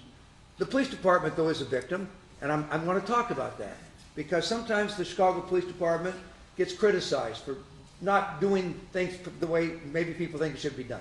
I'm not here to defend the Chicago Police Department, but I'm telling you, in this case, this Chicago Police Department shined. When this, and then we hear in this courtroom, the police department paid too much attention to it. They shouldn't have invested, they shouldn't have spent so many hours investigating this misconduct, and they argued last night in the filing with Your Honor, they argued, well, we shouldn't have to pay restitution for all that because the police department spent too much time on it. My Lord, I wonder what would have happened if the Chicago Police Department took this hate crime, which on its face, by the way, is a heinous, serious, awful hate crime. Awful. Ropes, lynchings, gasoline. It clearly called out for a thorough investigation, and that's what happened. And we put 5 police officers on the stand. They testified in great detail to the 4 different occasions when Mr. Smollett lied to them. They described in detail 3,000 police hours, Your Honor, were devoted to this case instead of being devoted maybe to solving homicides or other cases. And therefore, Your Honor, I believe that the effort of the Chicago Police Department here, and when you look at the evidence, the fact that this police department within, I think, 15 days figured out what happened here. I mean, if you remember, what they were able to do in this case, I think was truly amazing, because what they did is that they were able to locate some surveillance tapes of these 2 suspects being dropped off around 1:15 in the morning in the Streeterville area. They traced it all through that area of where the suspects went. They traced that cab back to where the Ossadero brothers got into it in the, I think around Wells and North, and they solved the crime. They figured out what happened here.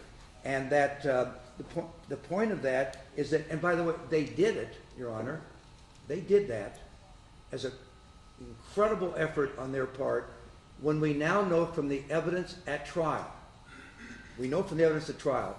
that Smollett, while he was reporting a hate crime, he actually was trying to obstruct the police.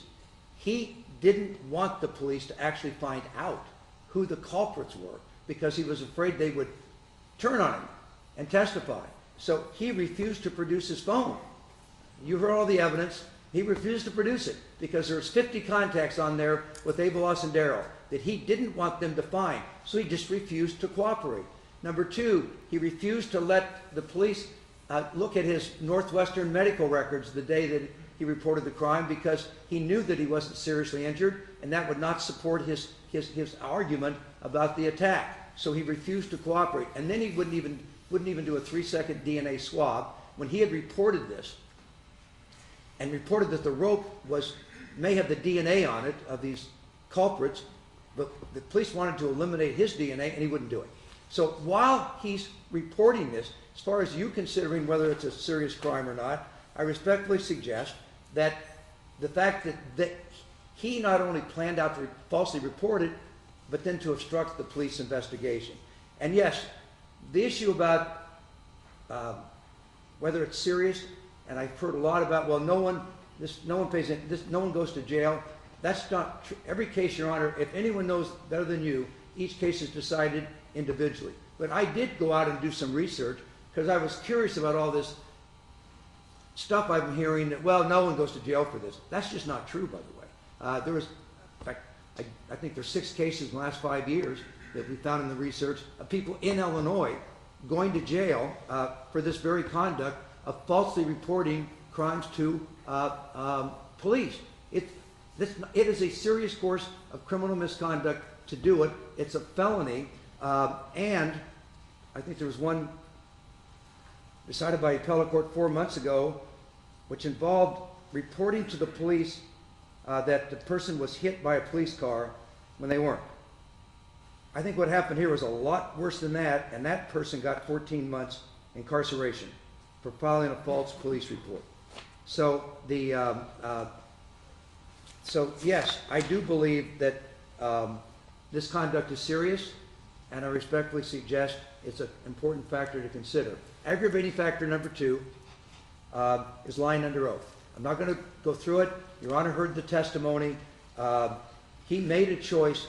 By the way, I'm a defense lawyer, Your Honor. Yes, we all get choices to be made, and defendants can make choices. But he made the choice. Mr. Smollett made the choice that he could deceive that jury and went on the stand and lied to them about so many different things. I'm not even going to, I was going to summarize some of them, but I don't even want to. I don't need to. You heard what happened during the course of the trial. Testimony that he went out and at 2 o'clock in the morning to buy eggs from Walgreens when the Walgreens was not even a 24-hour Walgreens. It was a ridiculous story. The fact that one of the attackers is white and he didn't even know who attacked him was ridiculous. The fact that the brothers had no foreknowledge and just happened to stumble over there into a Streeterville that they didn't live in and were happened to be there at 2 o'clock in the morning when he was out going through that in that stairwell. All of that were intentional lies. And by the way, people do not, going in front of a jury and deciding to lie under oath to see if you can beat the case and obstruct justice is a serious course of criminal misconduct that I think should be taken into consideration. I also will tell Your Honor that the issue of lack of contrition here, I do think is an important issue, and Your Honor can decide how much to give to that. But the reason I went and did some research on this, Your Honor, because I wanted to make sure I was handling this issue properly before Your Honor. And so I went and did some research. And the Illinois Supreme Court has made a big deal out of the fact that sentencing judges absolutely can consider that someone has shown no contrition whatsoever, particularly after they have been convicted of a crime. Now, it may be, it could be here when I'm done talking, Mr. Smollett will speak to the court and explain how he's accepting full responsibility for his criminal misconduct. He may do that. That's fine. Let's see if that happens. But at least at this point, that has not happened. And there's an Illinois Supreme Court opinion called People v. Ward, in which, I'm going to quote, the Supreme Court told sentencing judges, a continued protestation of innocence and a lack of remorse may convey a strong message to the trial judge that the defendant is an unmitigated liar and at continued war with society. That's the quote from the Illinois Supreme Court. So I do think it's at least a factor for Your Honor to consider during the course of your decision-making here. So let's go through the different issues of sentencing and just talk about them briefly.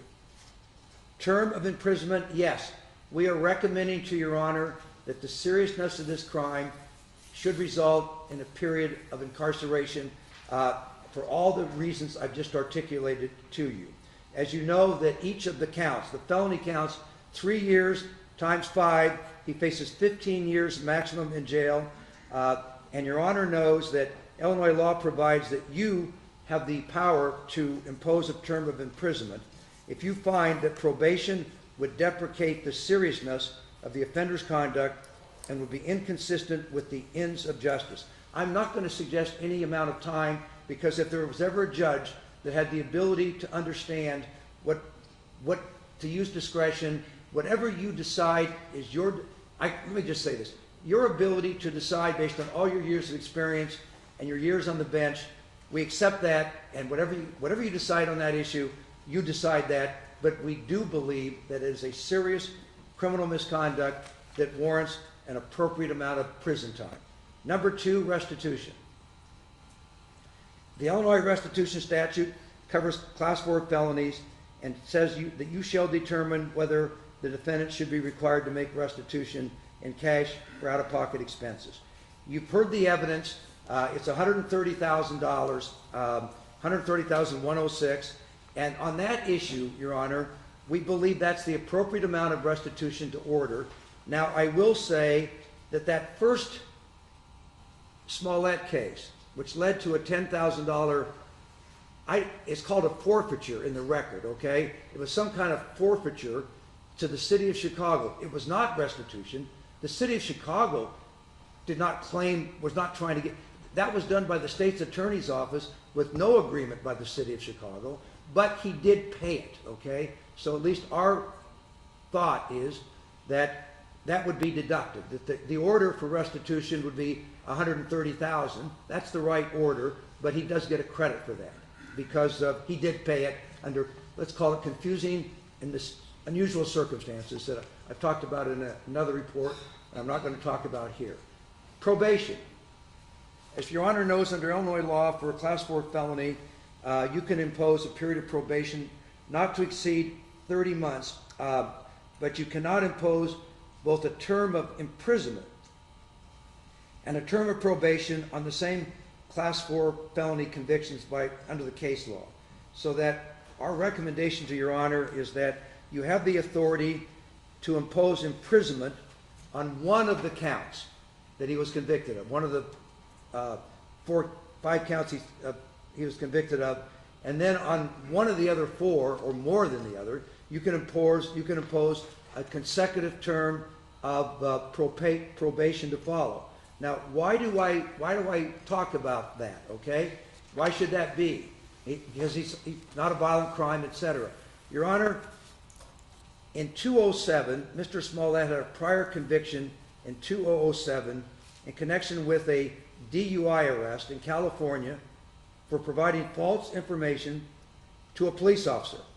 Mr. Smollett reflects that this case today is not the first time he had lied to law enforcement officials, and so I believe as a result, the Office of Special Prosecutor believes that an appropriate term of probation, whatever you decide in Your Honor's discretion, should follow an imprisonment term. Next, criminal fines. Again, this is in Your Honor's discretion. You can decide the maximum is $25,000 for 5 counts. That would be $125,000 for each, for the totality.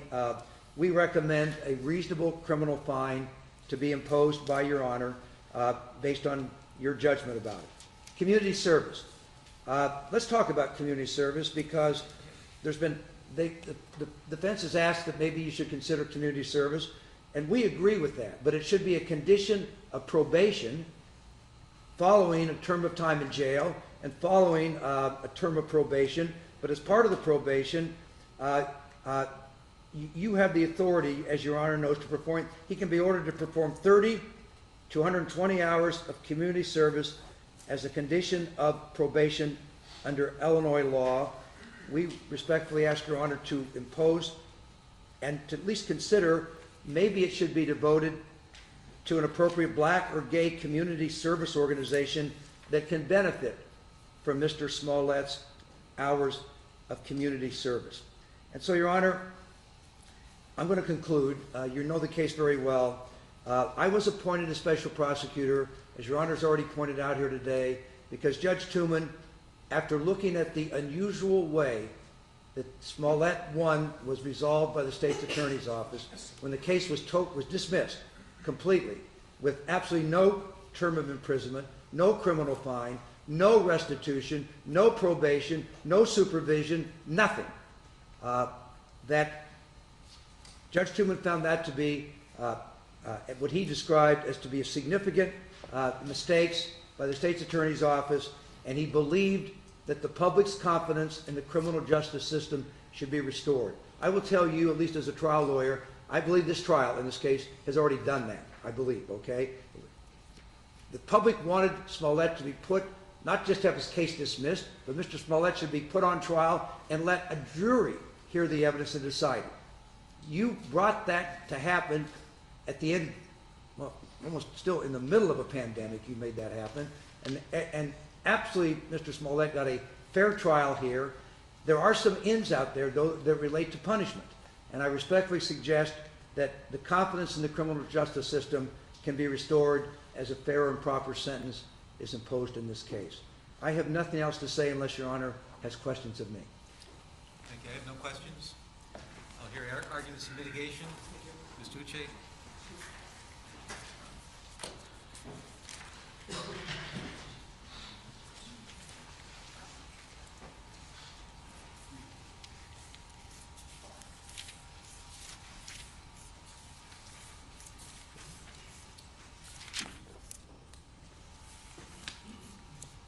Mr. Webb, Judge Lane, may it please the court. Judge, the defense is respectfully asking that you, as a starting point, consider the following. The extraordinary media publicity surrounding this case, the intense negative backlash against my client, Mr. Smollett, the significant negative impact that has had on his career, his livelihood, his family, who's been in court all the time, and perhaps more importantly, his reputation. All those things taken together in of themselves are not just extraordinary, are not just unique, but indeed eternal enough punishment. And some will argue more than enough punishment for a low-level Class 4 felony in this state, and I dare say in any state in the Union. I begin by quoting a judge. I am trying to treat this case more like other cases, not differently than other cases, but more like other cases. That was you, August 26, 2021. You made that statement to us while we were discussing jury selection and procedures. And so I begin by asking you to treat this case like any other low-level Class 4 felony. Somehow this case has turned into a sheep in wolf's clothing, a misdemeanor dressed up as a felony, essentially. And how do I know this? Mr. Webb spent the entirety of his argument talking about the time wasted by the Chicago police force, time wasted by the city of Chicago. He also spent time talking about the impact this could have on the LGBTQ community. But there are problems with that, of course, Judge. Because I searched the disorderly conduct statute, the entire team did, and I was searching to see if there was any aggravation or enhancement ladder that our legislature in Springfield put in place for Class 4 disorderly conduct. Did they meet during the discussion of the bill that they passed to say anytime anyone wastes more than $30,000 of resources, it becomes a Class 2? Anytime anyone wastes more than $500,000 of resources, it becomes a Class 1 or maybe a Class X. No, it's not there. I searched for it. But what we do have is an enhancement ladder that does exist in the disorderly conduct statute, and it's right here. If you call falsely 911 or the police to claim that there's a bomb threat, any terrorism-related issue, you get a Class 3, and that's the only enhancement ladder. And I trust that our legislature has the common sense to think about time wasting and money, but it's already infused in the Class 4. That's the whole point of a Class 4 disorderly conduct. Mr. Smollett is not being accused of screaming fire, fire, or bomb, bomb, bomb, which will cause a public safety concern. That's why the legislature put that in there. Because they were thinking of a situation where someone comes into a movie theater, screams bomb, and there's a stampede and people could possibly die. So there's a public safety concern infused in that enhancement ladder. They did not think about money or time wasted because it's already in the statute, it's already accommodated for in the Class 4 statute. And we know they think of these things when you look at the statute, the armed robbery statute. If you rob someone with a gun on top of the Class X enhancement, what happens? You get 20 years added to your sentence. You rob someone with a gun and you discharge that gun causing great bodily harm, what happens to you? 25 to life, enhancement on top of the Class X. Even down to your basic speeding laws. You're driving 26 miles per hour over, now Class B misdemeanor. You're going 35 miles per hour, it's now a Class A misdemeanor. The legislature thinks about this thing. Mr. Webb and OSP wants you to legislate law that doesn't exist in our statute, and that is not for the courts. The $130,000 they talk about, well, there are problems with it. We can't take it at face value. Judge, you have the victim impact statement in front of you. If you look at the first 2 pages, there are no dates on that. If you look at the second 2 pages, highlighted are entries with dates, and only 4 of those entries are before February 15, 2019. Why is that important? It's important because on February 15, 2019, the Oshundaya brothers, according to testimony, confessed allegedly to this incident. And that was the day detectives let them go and began the investigation on Mr. Smollett. So why do we now have charges, most of which are after 2/15?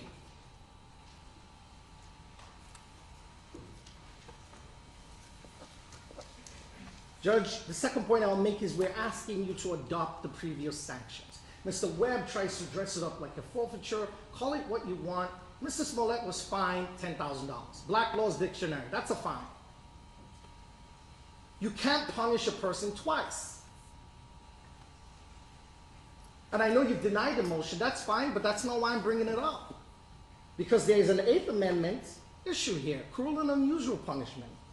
Punishment that is too severe for the offense. And how do we know this is too severe? Assume, or the jury found him guilty, okay. But Smollett won. To 2019, they made him pay what? $10,000 fine, which has never been returned to him.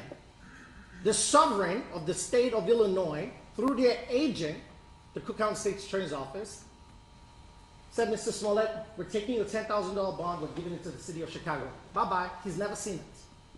That is a fine. Then they made him do community service, which he cannot undo unless we had a time machine. So those 2 things are punishments that has been meted out to him. Sanctionable steps. And now Mr. Webb has come here to ask you, on top of those 2 things which he cannot undo, nor can anyone. You can deduct it all you want from the fines or the restitution. It's still a fine that occurred. They're now asking you, on top of those 2 things, we want you to give him community service and jail time. He doesn't say how much jail time. And jail time. And by the way, while you're at it, for the restitution that has no dates on the first 2 pages and the other 2 pages, there are only 4 after 2/15, we want you to give him that too, $130,000. It's overkill. It's called beating a dead horse. And that is not justice. That's retribution. That's punitive. And that has no place in the judicial system.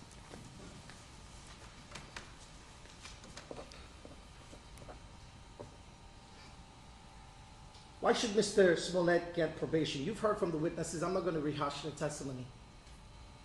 And you specifically heard during the trial from someone who was in here today, Pamela Sharp.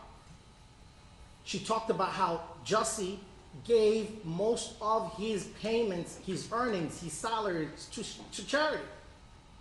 How many people do that? I haven't done it. But maybe I've learned something from Mr. Smollett. How many people at the age of 16 were taking a bus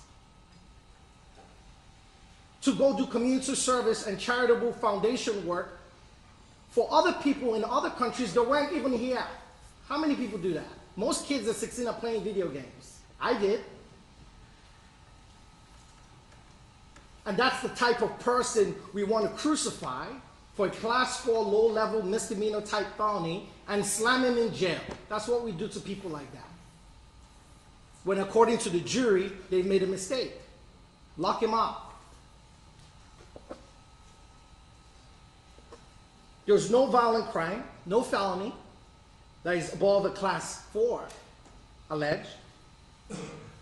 He has no felony conviction in his record. Mr. Webb brings up the DUI, but conveniently left out the fact that it was a misdemeanor. And he was drunk. When people are drunk, they say silly stuff. Let's not forget that. And he was 24 years old. He was a young man.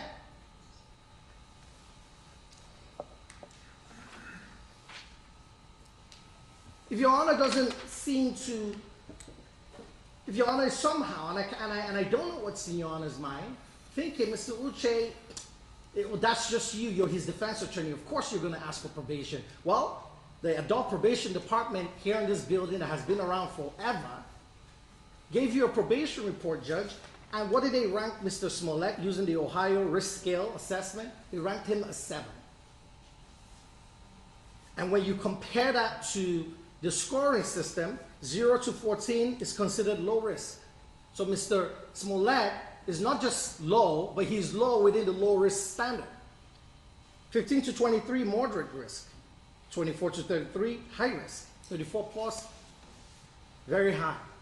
What do they recommend for a low risk individual?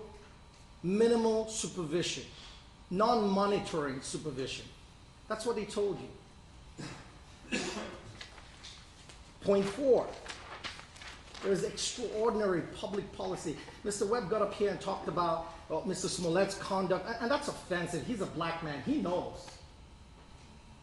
You can't educate him on racism issues.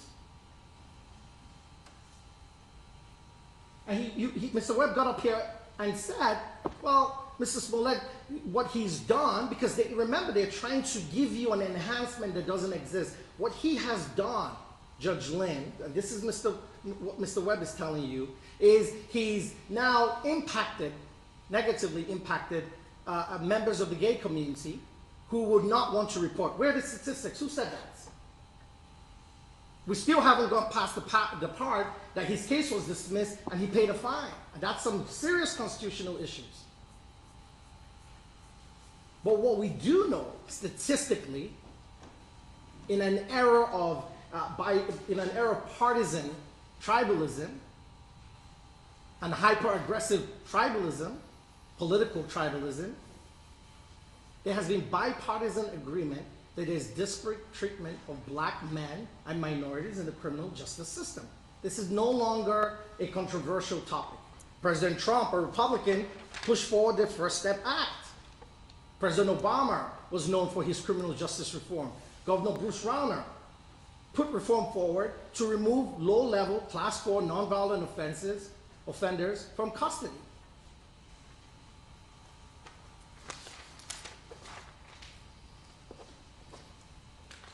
And Your Honor, we have to look at stare decisis, precedents in this court. Your Honor has had multiple Class 4s, and I listed them in what I turned over to you. Some including some level of violence, domestic violence case number 19 CR 0139401. With a prior, he got 2 years probation for Class 4, and I'm sure Your Honor has absolutely every reason to have given that.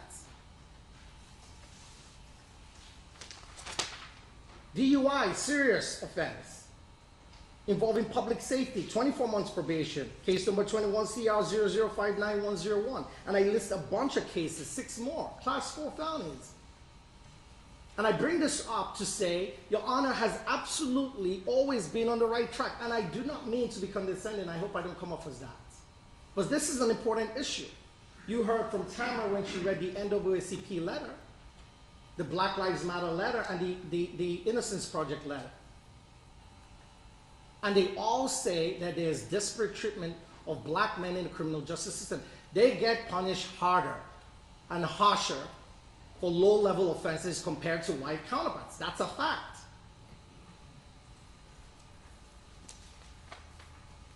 Mr. Webb was appointed special prosecutor almost a decade ago in a case involving involuntary manslaughter. That's why I was surprised he was asking for jail time, because that individual, what did they get? 30 months probation, including 60 days in their house, home confinement, for an involuntary manslaughter where someone died.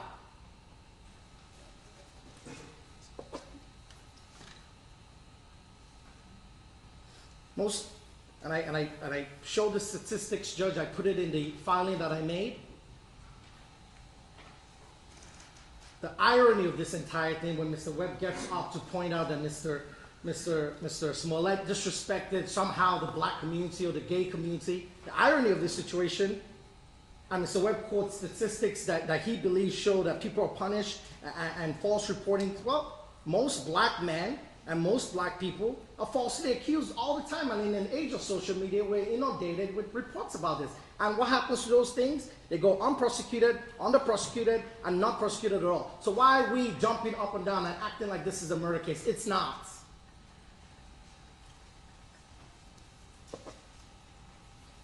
Even one of Mr. Smollett's jurors gets the big picture. This unknown juror spoke to the Chicago Sun-Times a day after the verdict. What did they say in quotes? "We didn't know what the penalty will be. Are we sending this guy to jail?" she said. The juror said she hopes Smollett gets probation. They were the ones that sat down through the evidence, and even her gets the picture, or he, whoever this juror is. They get it.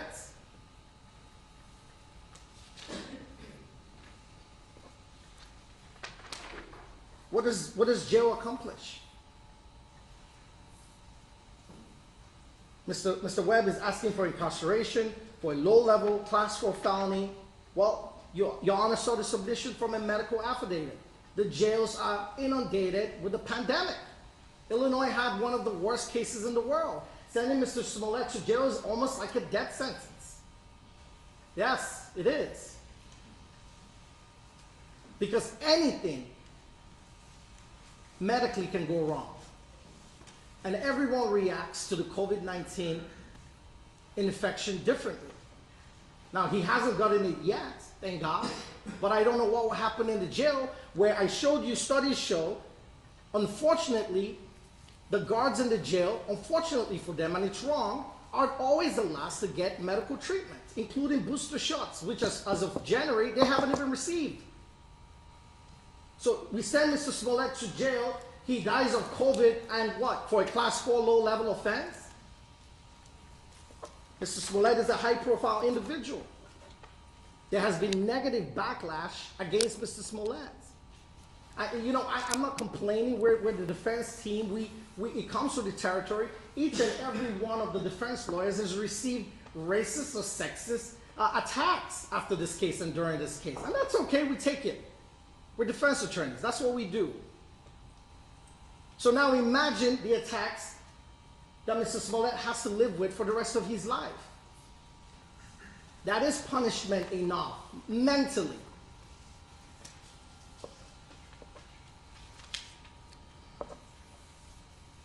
The last point I'll make is public policy. There's public policy against retribution. Politics has no place in a courtroom. The courtroom is a graveyard for politics. And they can get up here and say the pride of Chicago was offended. That's fine. And time and money was wasted. And I heard Mr. Webb state to this court something I couldn't really decipher during the trial, that Mr. Webb did it for himself. The problem with that is we've all heard testimony from multiple people who say that Mr. Smollett does things for the community. And moreover, let's not forget, everyone testified unimpeached on their side, or on our side too, in terms of this particular issue. Mr. Webb, in terms of deciding or trying to figure out what drove Mr. Smollett to do this, started off by saying he wanted more money, then it became attention, then it became because of the letter he received. They haven't even up until now stuck to one issue. So I push back on that theory that Mr. Webb states to this court that Mr. Smollett did this because he was somehow benefiting himself.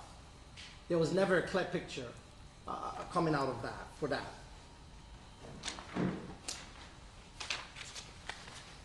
Judge, we ask you, at the end of the day, you are the one who decides the sentence of Mr. Smollett.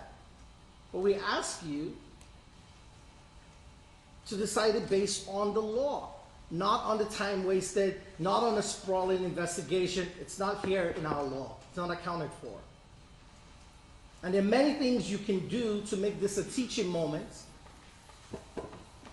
Here is someone that is a star. He's well known, people like him. After this case, or during this case, I doubt that anymore. But at the time, he has suffered. And we see it every day as a defense team. He has suffered, and it's enough.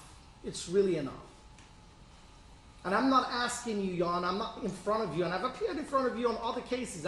I'm not here telling you, Judge Lynn, give him a break, let him just walk out and forget about this. I haven't asked for that. I haven't told you to dismiss this case right now in this argument. But I do implore you, and I ask you respectfully to focus on the law and to temper justice with mercy. We've all made mistakes, Judge, in this life, and I'm speaking from your point of view because there was a conviction in this case. But what I will leave you with, he that is without sin among you, let him cast the first stone. Everyone, a lot of people jumping around on social media, crucify him, how dare him. Everyone's made mistakes. And so, Judge, I'll be asking you to follow your precedents and follow, some of the recommendations. A lot of organizations offering to supervise Mr. Smollett. And that's really the way it should be. People are watching this case. Minorities, black people. I've gotten so many letters. A letter Mr. Allen and I got yesterday from a lady complaining, how is a police officer who shoots a young man 16 times getting out of jail for 3 years, and someone might be suggesting incarceration for Mr. Smollett? That's a letter we got. So people are watching because people think in the black community that there is a double standard, and there is. But Your Honor has been one of the few people in the United States in terms of dispensing justice that has stuck to the letter of the law and has treated class 4 felonies the way they ought to be treated. And so, Judge, with that, I submit my client to your hands, and I ask you for mercy at this time, and I ask you not to allow a political stoking to influence your decision, which I know you will never, and I ask you to focus on the law and the fact that there is no enhancement ladder for time wasting and resource wasted. And so, Judge, one more thing I would say, Mr. Webb talked about the restitution. Now, Your Honor has the power to give restitution, and we concede that point at this time.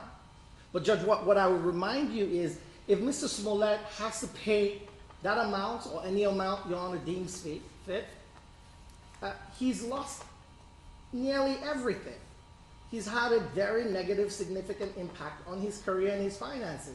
So I would just ask that if Your Honor is going to give him that restitution order, you give him some time to pay. And I was shocked Mr. Webb was asking for incarceration because for a second I wrote out my notes thinking he was going to ask for some sort of suspended jail time, which will in a way be a middle ground. I disagree with it. To say, Judge, maybe you give him a suspended jail time to allow him to pay. If he doesn't pay the fine within 6 months, he gets 6 months in jail. I thought that's what Mr. Webb was going to say, but of course I'm not the prosecution. So Judge, I would ask you respectfully to give Mr. Smollett probation, and in fact I would be asking for no fines based on the fact that he's been fined before. Thank you, Judge Lee. Thank you for listening to me. Mr. Smollett, you're about to be sentenced in this criminal case. Is there anything at all you'd like to say to anyone? Want a break? We'll take a break. 5-minute recess.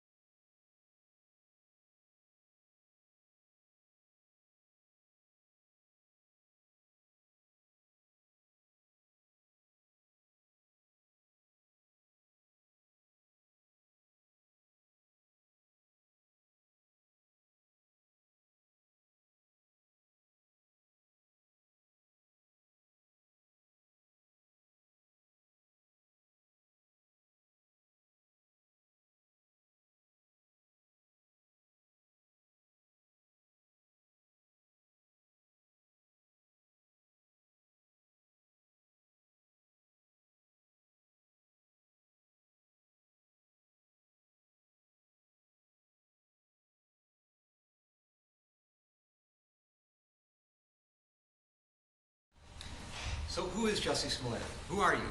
And how, out of all people in the world, did you get to be here, sitting in the courtroom in Chicago at a sentencing hearing, convicted of hoaxing racial and homophobic hate crimes? How in the world did this happen? Well, there are ironies in this case, and the ironies are many and they are profound. And I'm talking about the testimony I heard under oath from Mr. Smollett, corroborated in large part by the pre-sentence investigation. Mr. Smollett chose to take the witness stand, which of course is his right. He took an oath and he got on the witness stand, and the first thing he did was to introduce himself to the jury. He wanted the jury to know who he was, where he came from, what he was about. And I heard it on the witness stand, and I heard it corroborated today by the witnesses that came and testified on his behalf. There's no question, Mr. Smollett was born into a mixed-race family. His mom is an African-American woman. His dad was a white Jewish man. There were 6 siblings. And if you can say anything about this family, and we're talking about a very, very tight-knit family, a village that was always in sync with each other, that cared about each other, was completely, wholly supportive of each other, you know that this family knew about matters about social justice more than anything else. That's what the family stood for. It is part of the fabric of their existence. I know that Jussie Smollett grew up knowing to be sensitive to matters about racial discrimination, any kind of discrimination, any kind of social injustice. And as a matter of fact, I'm learning more about it as we're going on in the letters I've been receiving and the testimony I've heard today. He's been doing this all his life. He doesn't just talk the talk, he's walking the walk. He's out there, he's advocating. He's involved in the community. He cares deeply about social justice issues. And for you now to sit here, convicted of hoaxing hate crimes, racial hate crimes, and homophobic hate crimes, the hypocrisy is just astounding. I don't know where to begin. I'll remember one thing that will always stick in my mind, and I've been involved in so many trials over the years, but something happened in this trial that it was remarkable, and it talks about your sensitivity to issues of social justice. You're on the witness stand. You're being cross-examined.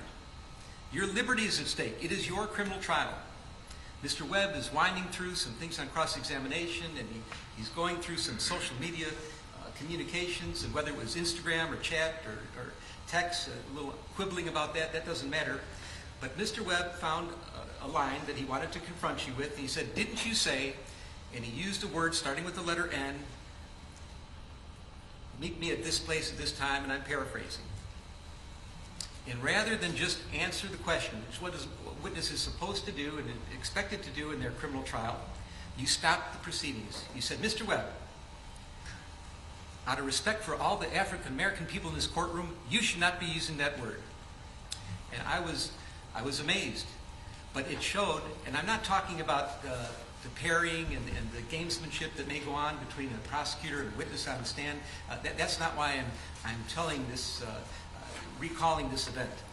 But what I'm talking about is how sensitive you were to any kind of slight, that anybody, if the wrong words come out of somebody else's mouth, you're going to get up and speak up and complain about it.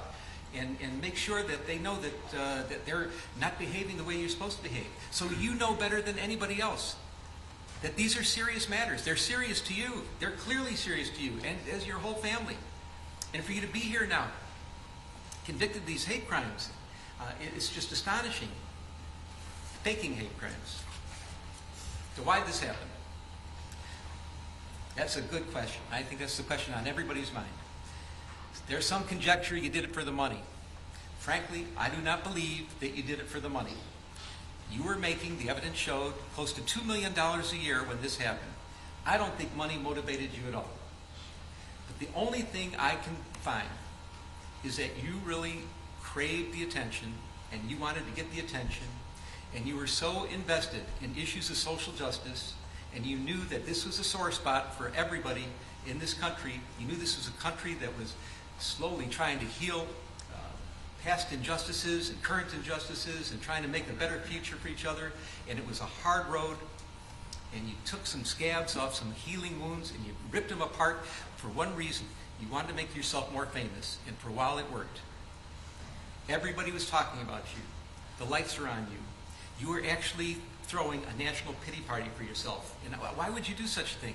Why would you, I understand, you crave the attention so much, but why would you betray something like social justice issues, which you care so much about? And the only thing I can conclude is that, and I acknowledge, there are wonderful sides to you. There are very giving and charitable and loving sides to you, but you have another side of you that is profoundly arrogant and selfish and narcissistic. That's the only thing that can be concluded. And that bad side of you came out during the course of all these events. Let me talk about hate crimes for a minute. I've been a criminal judge for many years, and I've heard many victims of crimes testify in front of me. And any victim of a crime, no matter what the crime is, they are demoralized by what happens to them. It doesn't matter if you're injured unjustifiably, if somebody hurts you and maybe cripples you or damages you in some fashion that's going to be long-standing injuries. If your property is stolen, your vehicles are stolen, people go into your homes, your possessions are stolen, people do all kinds of terrible things. It is a demoralizing experience, and sometimes it's the worst experience that anybody can ever go through in their entire life.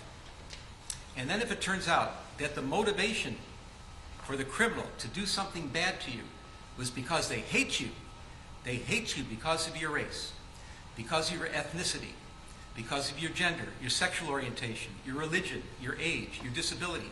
If that was the reason for it, it is exponentially worse. There is nothing worse than to be a victim of a hate crime. It is the worst thing that can happen, especially in our country with all our history and all that we're going through now to try to get around some of these issues. Hate crimes are the absolute worst.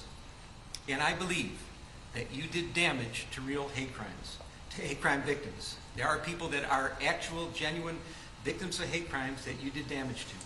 These are people that have a difficult time coming forward. They may be mistrustful.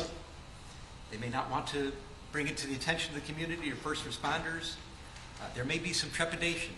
I don't know for sure how much damage there was. I don't know how this is going to impact other people, if they're going to be hesitant to come forward because they're going to think that they're going to be accused of acting like you and doing a stunt like you pulled here. I don't know if first responders are going to be more doubtful and skeptical of people that come forward, real victims of hate crime, because of what you did here. I'm hoping it's not that way. Now I'll show one of the ironies in this case, and I find this pretty profound. I got letters from people that advocate about victims of hate crime their entire lives. They devote their lives to this. I'm talking in particular Derek Johnson, president of the NAACP, Reverend Jussie Jackson. He's an icon here in Chicago. No introductions necessary. They devote their whole lives to addressing issues about social injustice and hate crimes. And they are here today asking me to show you mercy. And I take that seriously. I find it profound. I take it seriously. And I know that they're in a better position than myself to educate the public about that topic, about the damage you've done to real victims of hate crime. And I am confident that because of all the attention that you've garnered here on this case, that they are going to seize the opportunity and they will educate the public and they'll be talking about this and they'll try to mitigate some of the damage that you've caused to real victims of hate crimes, and they're better positioned to do it than I am, and I will defer. But I will acknowledge that you have done some real damage.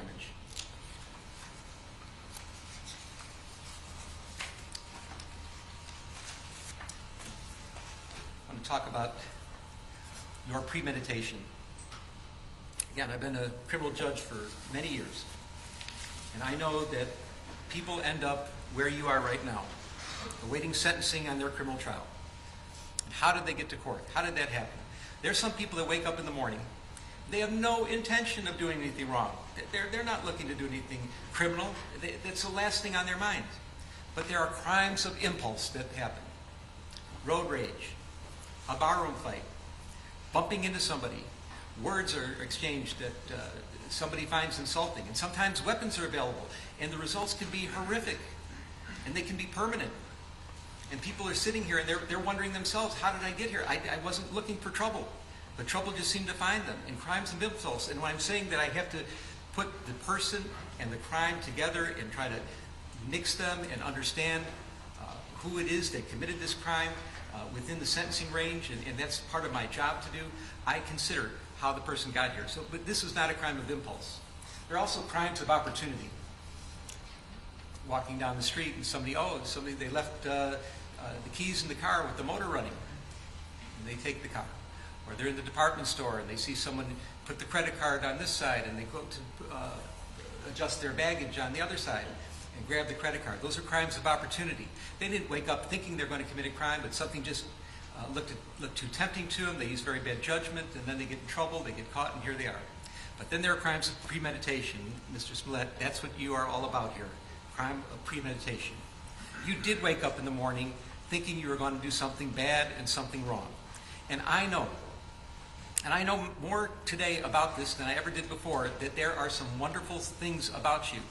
And I know how people, they cherish you, and they cherish your relationships, and they cherish the good works that you've done. And they love you sincerely and deeply. And they're not faking, they're not lying when they talk to me about their feelings about you and the good things that you've done. But you had that dark side. And this is what happened here. You premeditated this case to an extreme that's amazing. You wrote a script. The script involved words. You're going to encounter me on the street, yell out empire, N-word, F-word. You're going to hit me. You're going to beat me up. You're going to put bleach on me. You're going to put a noose around my neck. That's a script that you wrote. Now, it's not a good script, especially for Streeterville in Chicago. It's questionable, but it's a script that you wrote.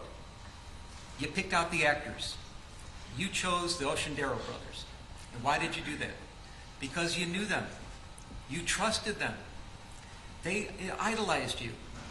You're an established actor in a serious television production of Empire. They were kind of hangers-on there. They're trying to get jobs as extras, maybe a little speaking part here and there, but you were mentoring them. You were helping them. They wanted your advice. They would do anything for you. They thought you were one of the greatest people in the world to know, and that you could help them in their careers. They're in great shape. They gave you a little advice about diet and exercise, but they idolized you, and they would have done anything for you. And you chose them because you knew that you could trust them, that they were loyal to you. You paid them in advance by check. Not necessarily a good idea, but it was your idea. It was part of the plan that you would pay them in advance. And the check was out there. The check was shown into evidence. That was part of your premeditation. You chose a date. You chose a time. You chose a location. You had props procured. You gave them a $100 bill and had them get the supplies. What are the supplies in this case? Get masks. Nobody should see you. We're going to say that you're white, but obviously the Oceandero brothers are not white. We're going to cover your faces in masks. We're going to have a red hat because that's going to indicate MAGA country. We're going to get a rope that we're going to use as a noose. We're going to procure some bleach. You're going to have the supplies. And then you had all that together, and then you did rehearsals. You picked them up and you did drive-bys. You drove around and around the block. You picked them up in Lakeview in their neighborhood, and some distance away you went to Streeterville where you were living, and you showed them. You're going here, you're going there, and you're going over the lines. You're going over the script with them so they would memorize the script. You're indicating which brother. You're the one that's going to hit me. You're the one that's going to put the noose around my neck and pour the bleach on me. This was planned. This was premeditated to the extreme. And I find that your extreme premeditation in this case is an aggravating factor today. Let's talk about the incident itself. It's all set up. The Oceandero brothers are on board.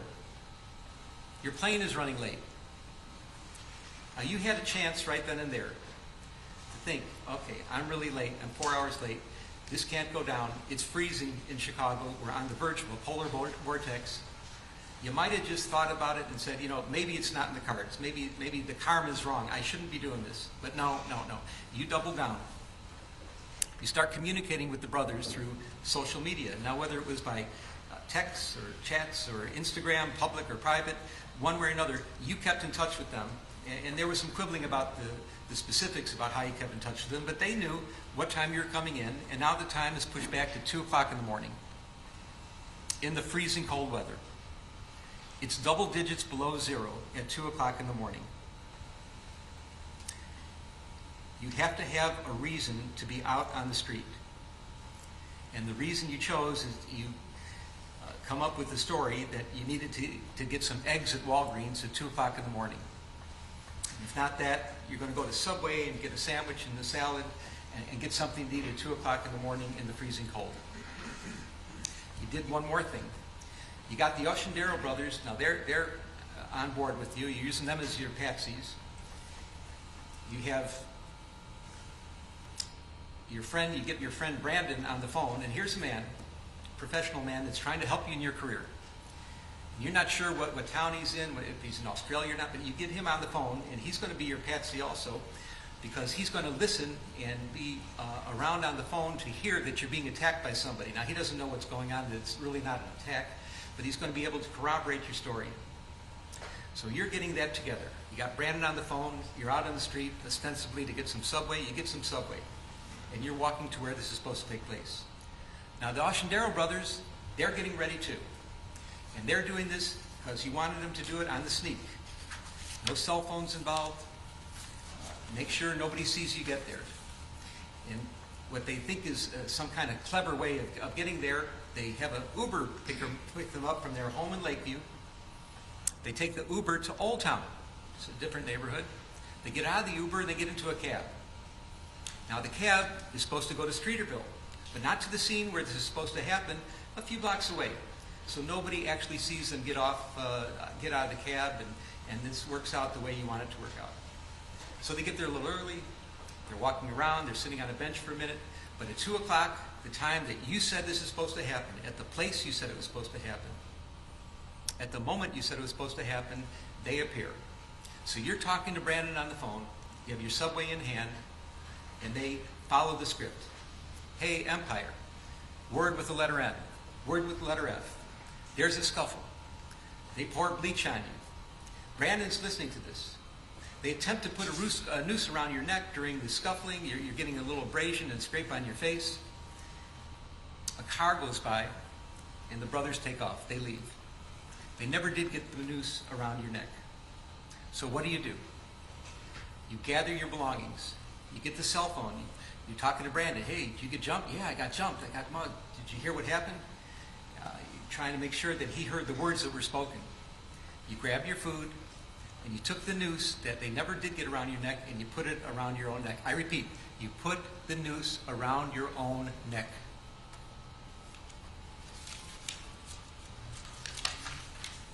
You go home. Video footage shows that when you walk into your residence, you have this noose dangling loosely around your neck. You go into your apartment. The police are called. The police arrive. The first officer on the scene is Chicago Police Officer Muhammad Beg, in full uniform. The first responder of the first responders. His body cam is on. He sees you. And now he sees that that noose is around your neck, but it's not the way that you walked into the house. Now the noose is up at your throat.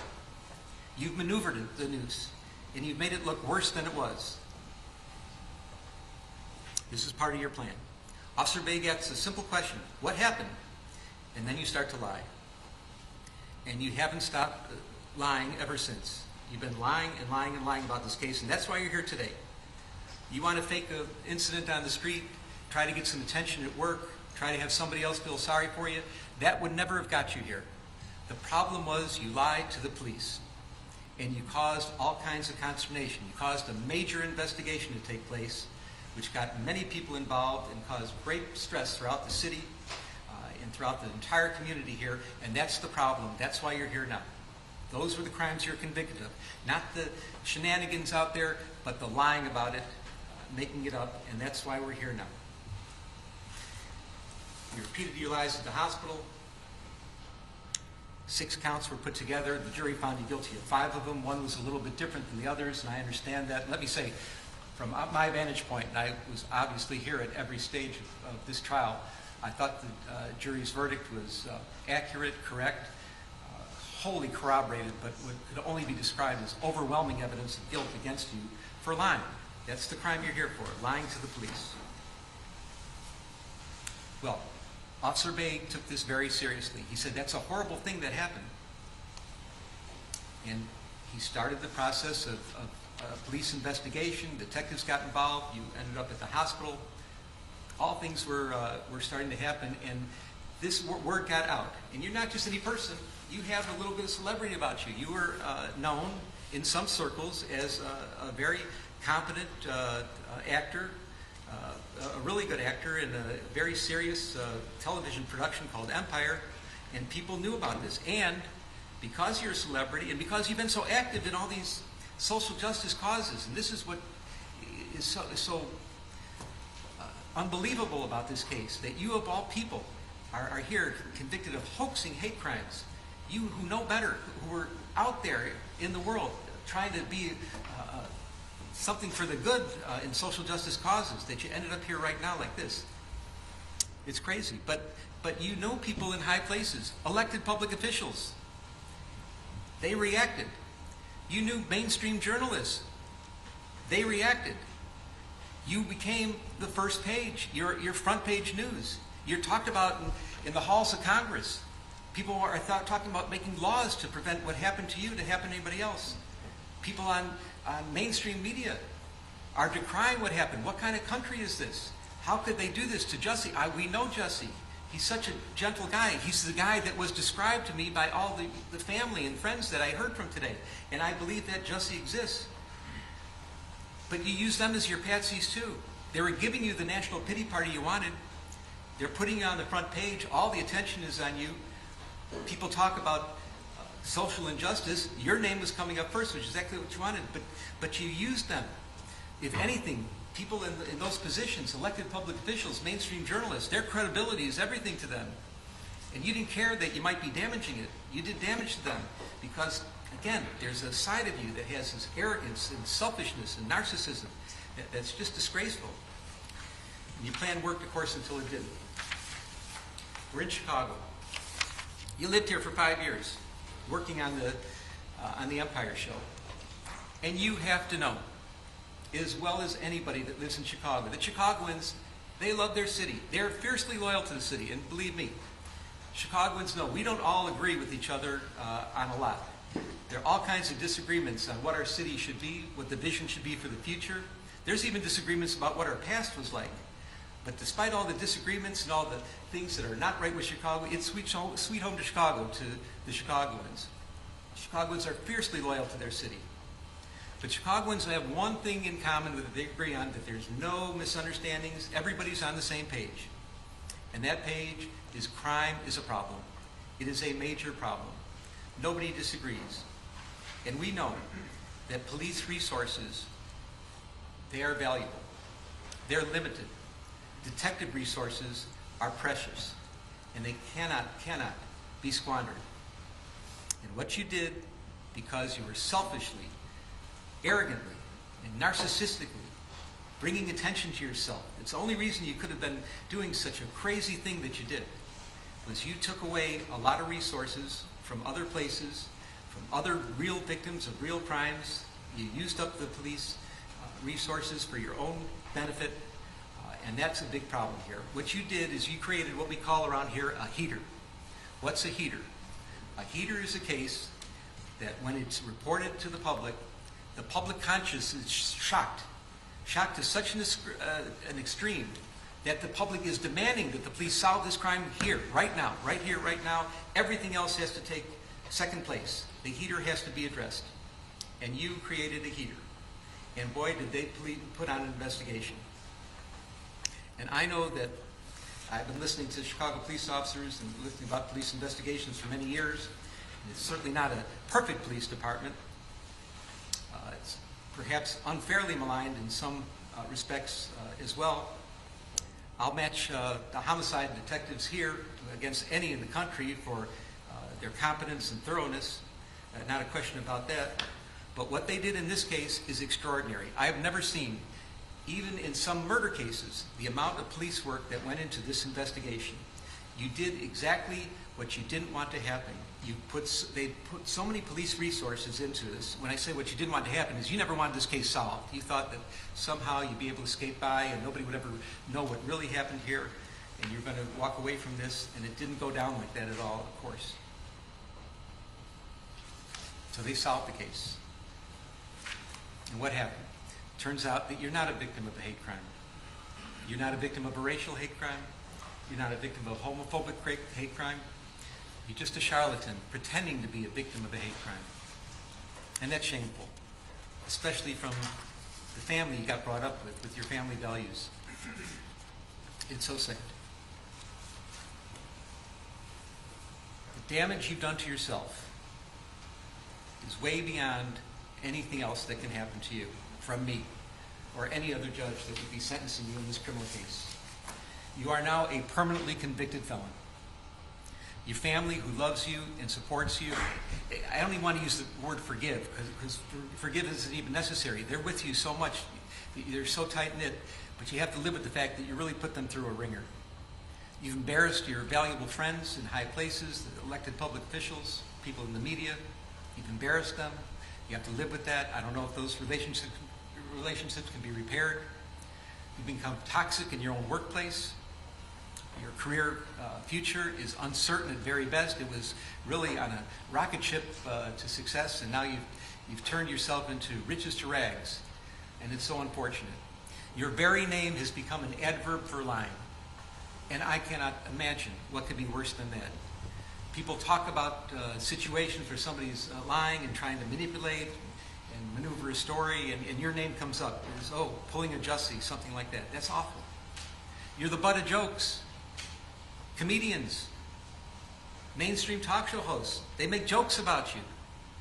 They do sketches about you. I can't imagine anything worse than that. Now, this is all self-inflicted. These are things you did to yourself. This is self-damage. Well, some people may think that what you did is funny, and that there's some room for humor or jokes about it. But I assure you, this court does not. I don't think there is anything funny at all about hoaxing and faking racial hate crimes, hoaxing or faking homophobic hate crimes. I think that is disgraceful. There is nothing funny about it. There's no humor in what you did whatsoever, all because you're selfish, arrogant, narcissistic. At least you have that side in you that came out through this case, and you kept doubling down and doubling down and doubling down. It's not funny. It's not funny at all. And I'm your sentencing judge, and I don't find it funny. So where are we at? We're at the end. You are convicted of a Class 4 felony. It's presumptively probationable, but we have some real serious aggravating factors here. Your premeditation, which I've described. The pain you've caused to real victims of hate crimes, which I've described. The damage you've done to the city of Chicago, I've heard. It's been talked about. I'm mindful of the city's request for restitution, and if I'm going to fashion that, consider that request, I have to fashion the sentence accordingly. And above all, the capper of all cappers, your performance on the witness stand. This could only be described as pure perjury. You got on the witness stand, you didn't have to, you did, you certainly have a right to, but you committed hour upon hour upon hour of pure perjury. And I find all those to be ample factors. If this court were to decide that the things you did, that any kind of probationary sentence would deprecate the seriousness of the offense and you need to go to the penitentiary, the record is clear and it would support it. But I'm looking at everything in its totality. And I agree. It's told to me today, you can't judge everybody by one bad thing they've done in their life. I don't know if it's the only bad thing, but it's the only bad thing that I'm concerned about now. And that you do have quite a record of real community service and quite a record of attaching with people. There is a lot of mitigation in this case as well. And I'm mindful of the pleas of mercy, particularly from people that are in the arena of dealing with social justice issues, that are fighting, seriously fighting, not playing around, not doing games like you were doing, but seriously fighting for matters involving hate crimes of all sorts. And they're asking you for mercy as well. So I'm trying to consider who you are as a person, how you got here, how somehow you strayed away from your family values, you let that dark, narcissistic, selfish, and arrogant side come out, and you persisted with it for years on this case. I'm fashioning the following sentence, and here's your sentence. I'm sentencing you to 30 months felony probation, and the probation is going to be to this court. You're going to be allowed to travel wherever you want. You do not have to live in the state of Illinois. You can report by phone. I know that if you're going to try to make a living and do some of the things you do, you may have to go to other places, New York and Los Angeles. You can do those things. You will pay restitution to the city of Chicago in the amount of $120,106. You are fined $25,000, which is the maximum fine. And you will spend the first 150 days of your sentence in the Cook County Jail. And that will start today, right here, right now. Mr. Smollett, though the jury found you guilty and I've sentenced you as I have, you have the right to appeal the findings and rulings of the court or ask your sentence to be modified. To do those things, you need to file a notice of appeal in writing within 30 days. You may also file a motion to modify your sentence, which would have to be filed in writing within 30 days. Anything not stated in those filings are waived for purposes of appeal. You cannot afford lawyers or transcripts. They would be provided for your charge. Do you have any questions? No, I would just like to say to Your Honor that I am not suicidal. That's what I would like to say. Okay. I am not suicidal. Okay. I am not suicidal. I am innocent, and I am not suicidal. If I did this, then it means that I stuck my fist in the fears of Black Americans in this country for over 400 years and the fears of the LGBTQ community. Your Honor, I respect you and I respect the jury, but I did not do this. And I am not suicidal. And if anything happens to me when I go in there, I did not do it to myself. And you must all know that.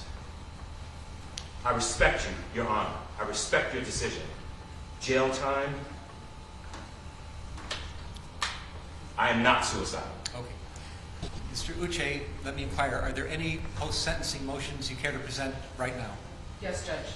Yes, Ms. Bill. The defense would wish to present a motion to reconsider sentence and file it in standard. It is timely filed. Thank you, Judge. And let me say, I've obviously considered the sentence at great length. And it's timely filed, so it's preserved for purposes of appeal. Motion to reconsider sentence is respectfully denied. And is there another? One second, Randy. Anything else? Just a second. Is there going to be a notice of appeal filed? Yes, Judge. We filed a notice of appeal. We're going to be emailing to the clerk right now, to the office. You doing it in standard? And are In you going to standard. be handling the appeal? Judge, as of now, yes. Well, you have to commit to Yes, handling Judge. the appeal. Yes, for the yes, appellate we're court. filing a notice of appeal. All right. Notice of appeal may be filed. Charlotte, now I need the prosecutors to work with Charlotte, the probation officer, to work out probation specifications with the conditions I've just explained. 150 days in the county jail, restitution of fines. Oh, and also statutory DNA and costs are ordered as well. That's statutory. So you have to fill out the probation specifications. And I'm going to get somebody to help you do that. But we need to get that done in standard.